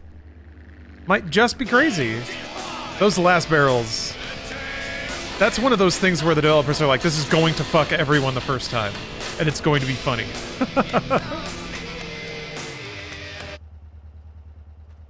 My fake out sucks. Well, it's right here, so whatever. It's like the most innocent way to dick someone over. Meek Shonos, thank you for the prime. Like, you skip the cutscene, it's like right here. It's not a big deal. I respect it.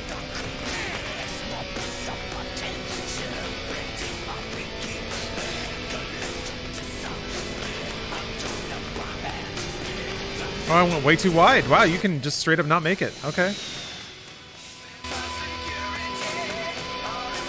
Alright, okay.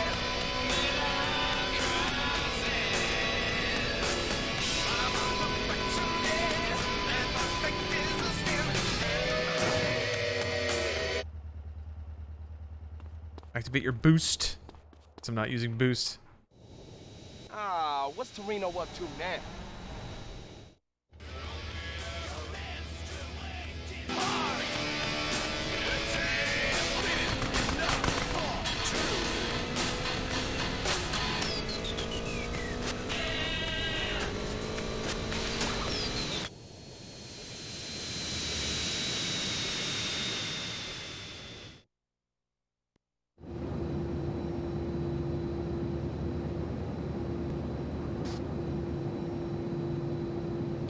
Plane is packed with explosives.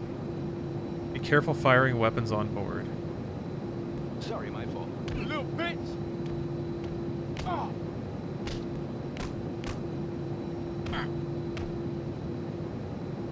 No problem.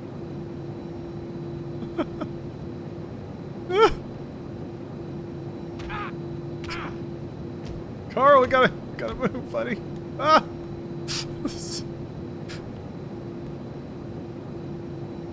Hey, it's muscle under this fat punk. There we go. Got him. Oh! There's another one. Pardon me.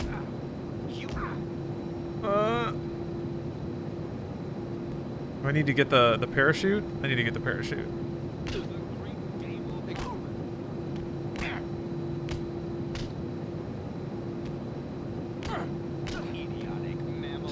I don't know how to fight. I don't know if there's a counter in this game.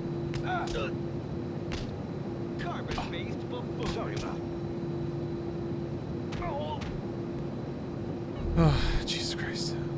You evolved through shrews. What?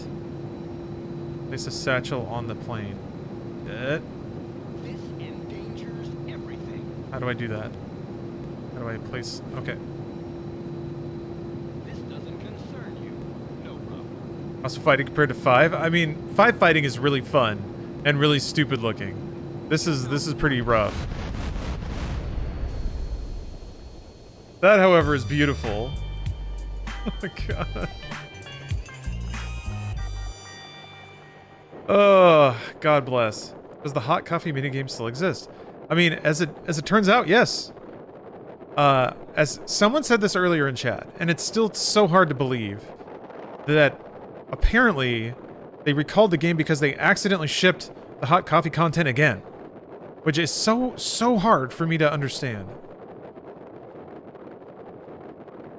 Jeez, I'm falling through lemon mascarpone. Oh, there we go.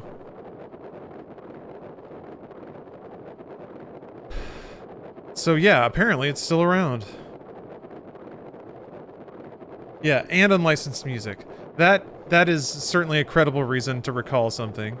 But still, the fact that, like, there's no way. How did they accidentally do that again? That's just so crazy to me. Unlicensed music, okay. Like, maybe contract didn't get signed in time. Wrong email went to the wrong person, thought it was cleared, it wasn't. Dang. But how... The hot coffee shit, I can't wrap my head around. Anyway, there's one way to end a day where you jump out of an exploding plane. And it's at Cluckin' Bell. It's all processed chicken ass.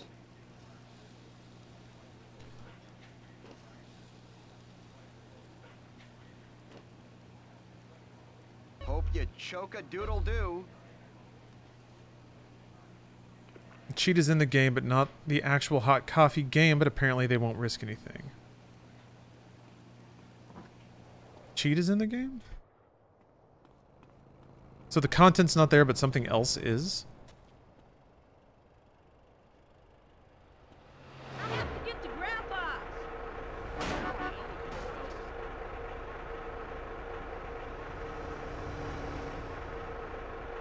Holy shit! I think something ran into it, yeah.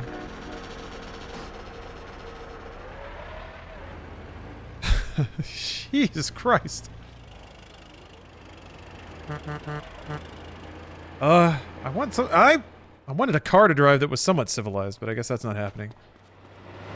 Whoo! God bless the brakes on these cars. Hey, I'm just a street criminal. What can I say? Was hot coffee in the 360 version of San Andreas? I'm gonna assume no. I also didn't remember they released it for 360. Okay. Should I try to go back to that? Wait, is that mission even there anymore? Yeah. I'll try it. You know what? I'll try it. Sounds like a rollicking good time.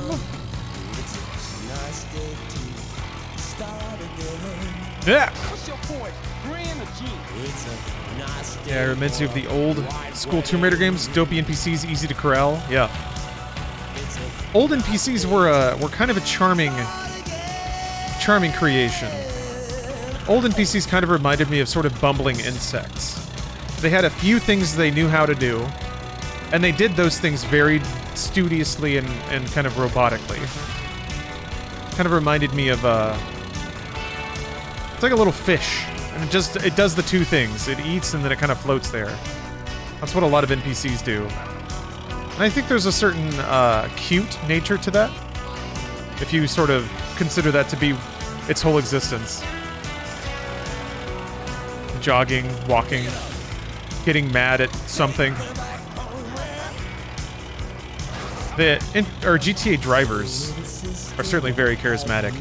They do seem to slip into some modes. They'll like just get obsessed with ramming a car, and then there's some like driving routines they'll do to try to do that. Sometimes they'll just spin in circles like crazy, just cause. That's one of the other fascinating things about San Andreas, and this is sort of... GTA's always done this, but the, like, injection of raw chaos into how NPCs behave, or react to things. There's an unpredictable and, inscrutable nature to what GTA NPCs will do. And in that way, it's bizarrely more realistic than anything that tries to be more nuanced with how it models human behavior. There's something about how people just flipping out for no reason seems like the most realistic thing. Just being a ball of chaos. Okay. Let's see what happens this time.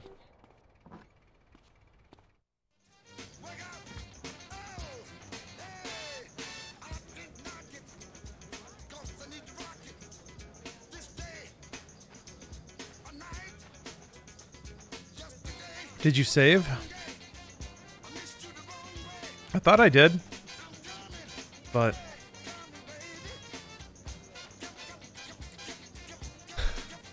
okay, I did. Flav says I did.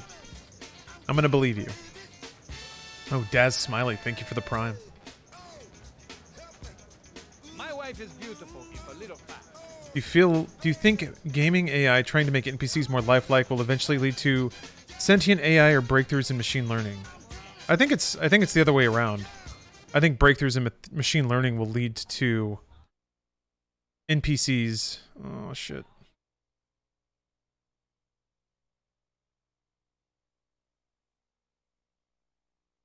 Yeah, this might be a problem. If it just can never load this, I'm not sure what to do.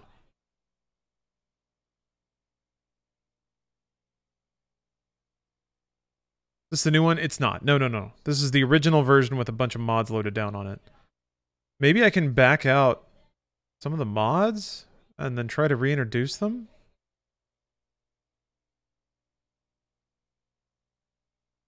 Yeah, disk is scratched. I gotta get it resurfaced.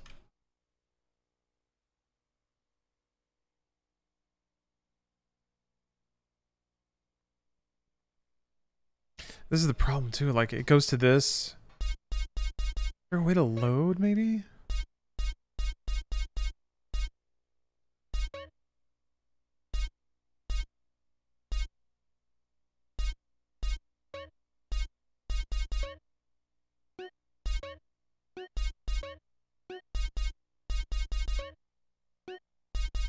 Yeah, maybe I can turn this stuff off until it loads, I guess.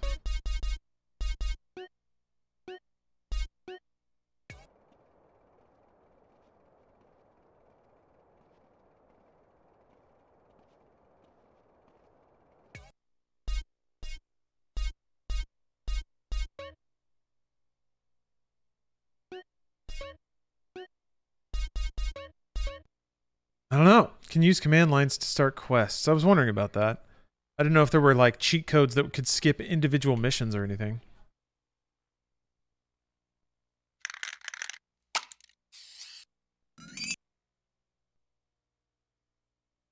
Are stats still in the game? Yeah, it looked like it. Time for me to go to movie night. Enjoy the stream as always. I'll see you later. Alright, Track. Have a great night. Enjoy your movie.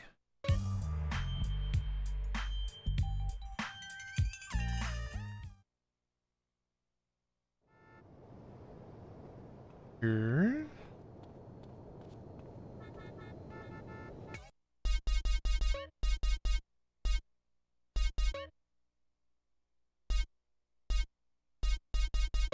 I'm gonna do this. I don't know where log files go, but this might help me understand what specifically is messing up or something to turn off. Oh, okay. That's fine. I was actually... Oh, jeez. Classy. I was actually running out of time anyway. I'm gonna have to wrap up the stream in a bit here. In the meantime, I can figure out this elusive mission. This is a PS2 port? Yes.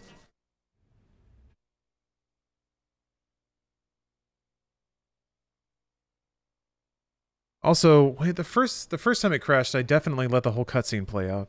Wondering if that might be part of it. Once BLT? 1TSBLT.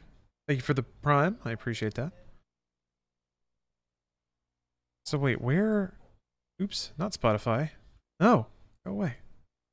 Where would a log be if I were Grand Theft Auto San Andreas?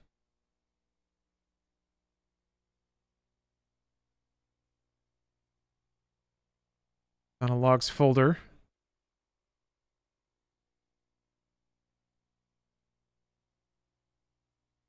There we go. We gotta hack. We gotta hack it.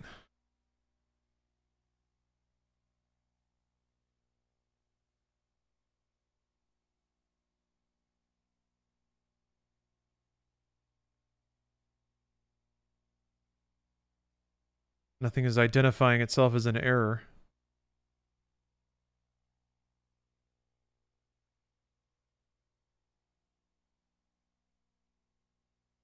Seems fine. I mean, or there's an issue there that I can't identify. Because I don't know what it is. Here, let me try this. I'll just turn off all the mods that I can see. Just try it that way. Yeah, I'm getting got. Hopefully one of those doesn't make the game unplayable. Although I guess it is a pretty hard crash. Or a soft lock. That's technically what that is. Alright, mod configuration. Turn that off. Flush. There's refresh modification.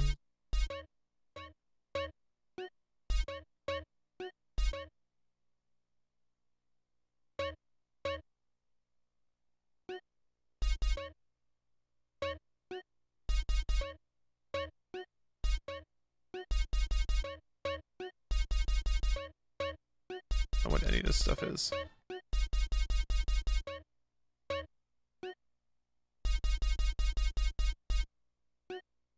Okay.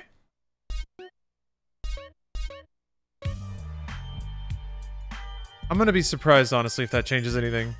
I'm gonna expect that UI actually doesn't do a whole lot. Unless maybe I didn't actually hit the right button to turn them all... No? Still on off. Okay. I don't know. Maybe I'm being pessimistic, but mod UIs almost never work. You can load a previous save under the Start New Game menu. Oh, okay, okay.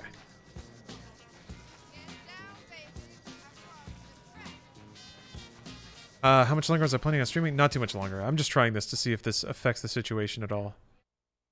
Ooh, doesn't seem to. Right, deleting system 32, yeah. Sky UI is perfect. Okay, I take it back. Mods that are meant to mod the UI are great. UI connected with mods that aren't UI mods are always bad. Because they're just, you know, it's just made by people in their spare time. They don't invest a lot of time into usability or readability or anything like that. Anyway, that sucks. But I think I actually will end the stream there. Just because that's lame. Man, that's another game that's just like locked up. I can't finish. I'm missing that crucial satisfaction of seeing credits roll. What you gonna do? It was still a great stream. Thank you all very much for throwing tons of subs at me. I appreciate that. Shout outs again to Wealthfront for sponsoring the stream. Use the Wealthfront command in chat. And one more time, if you've ever felt sluggish, if you ever wished you could reach your maximum potential, maybe it's time to get possessed by the Panther. Ooh. That's right, G Fuel is 30% off until Monday, I believe.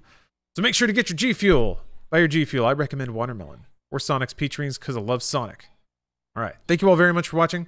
I'll raid on over to somebody. Actually, I think Racer Trash is live, so I'm going to raid on over to them. That's pretty trippy. If you're in a weird headspace, you'll probably like it. Thank you all very much. I'll see you next time.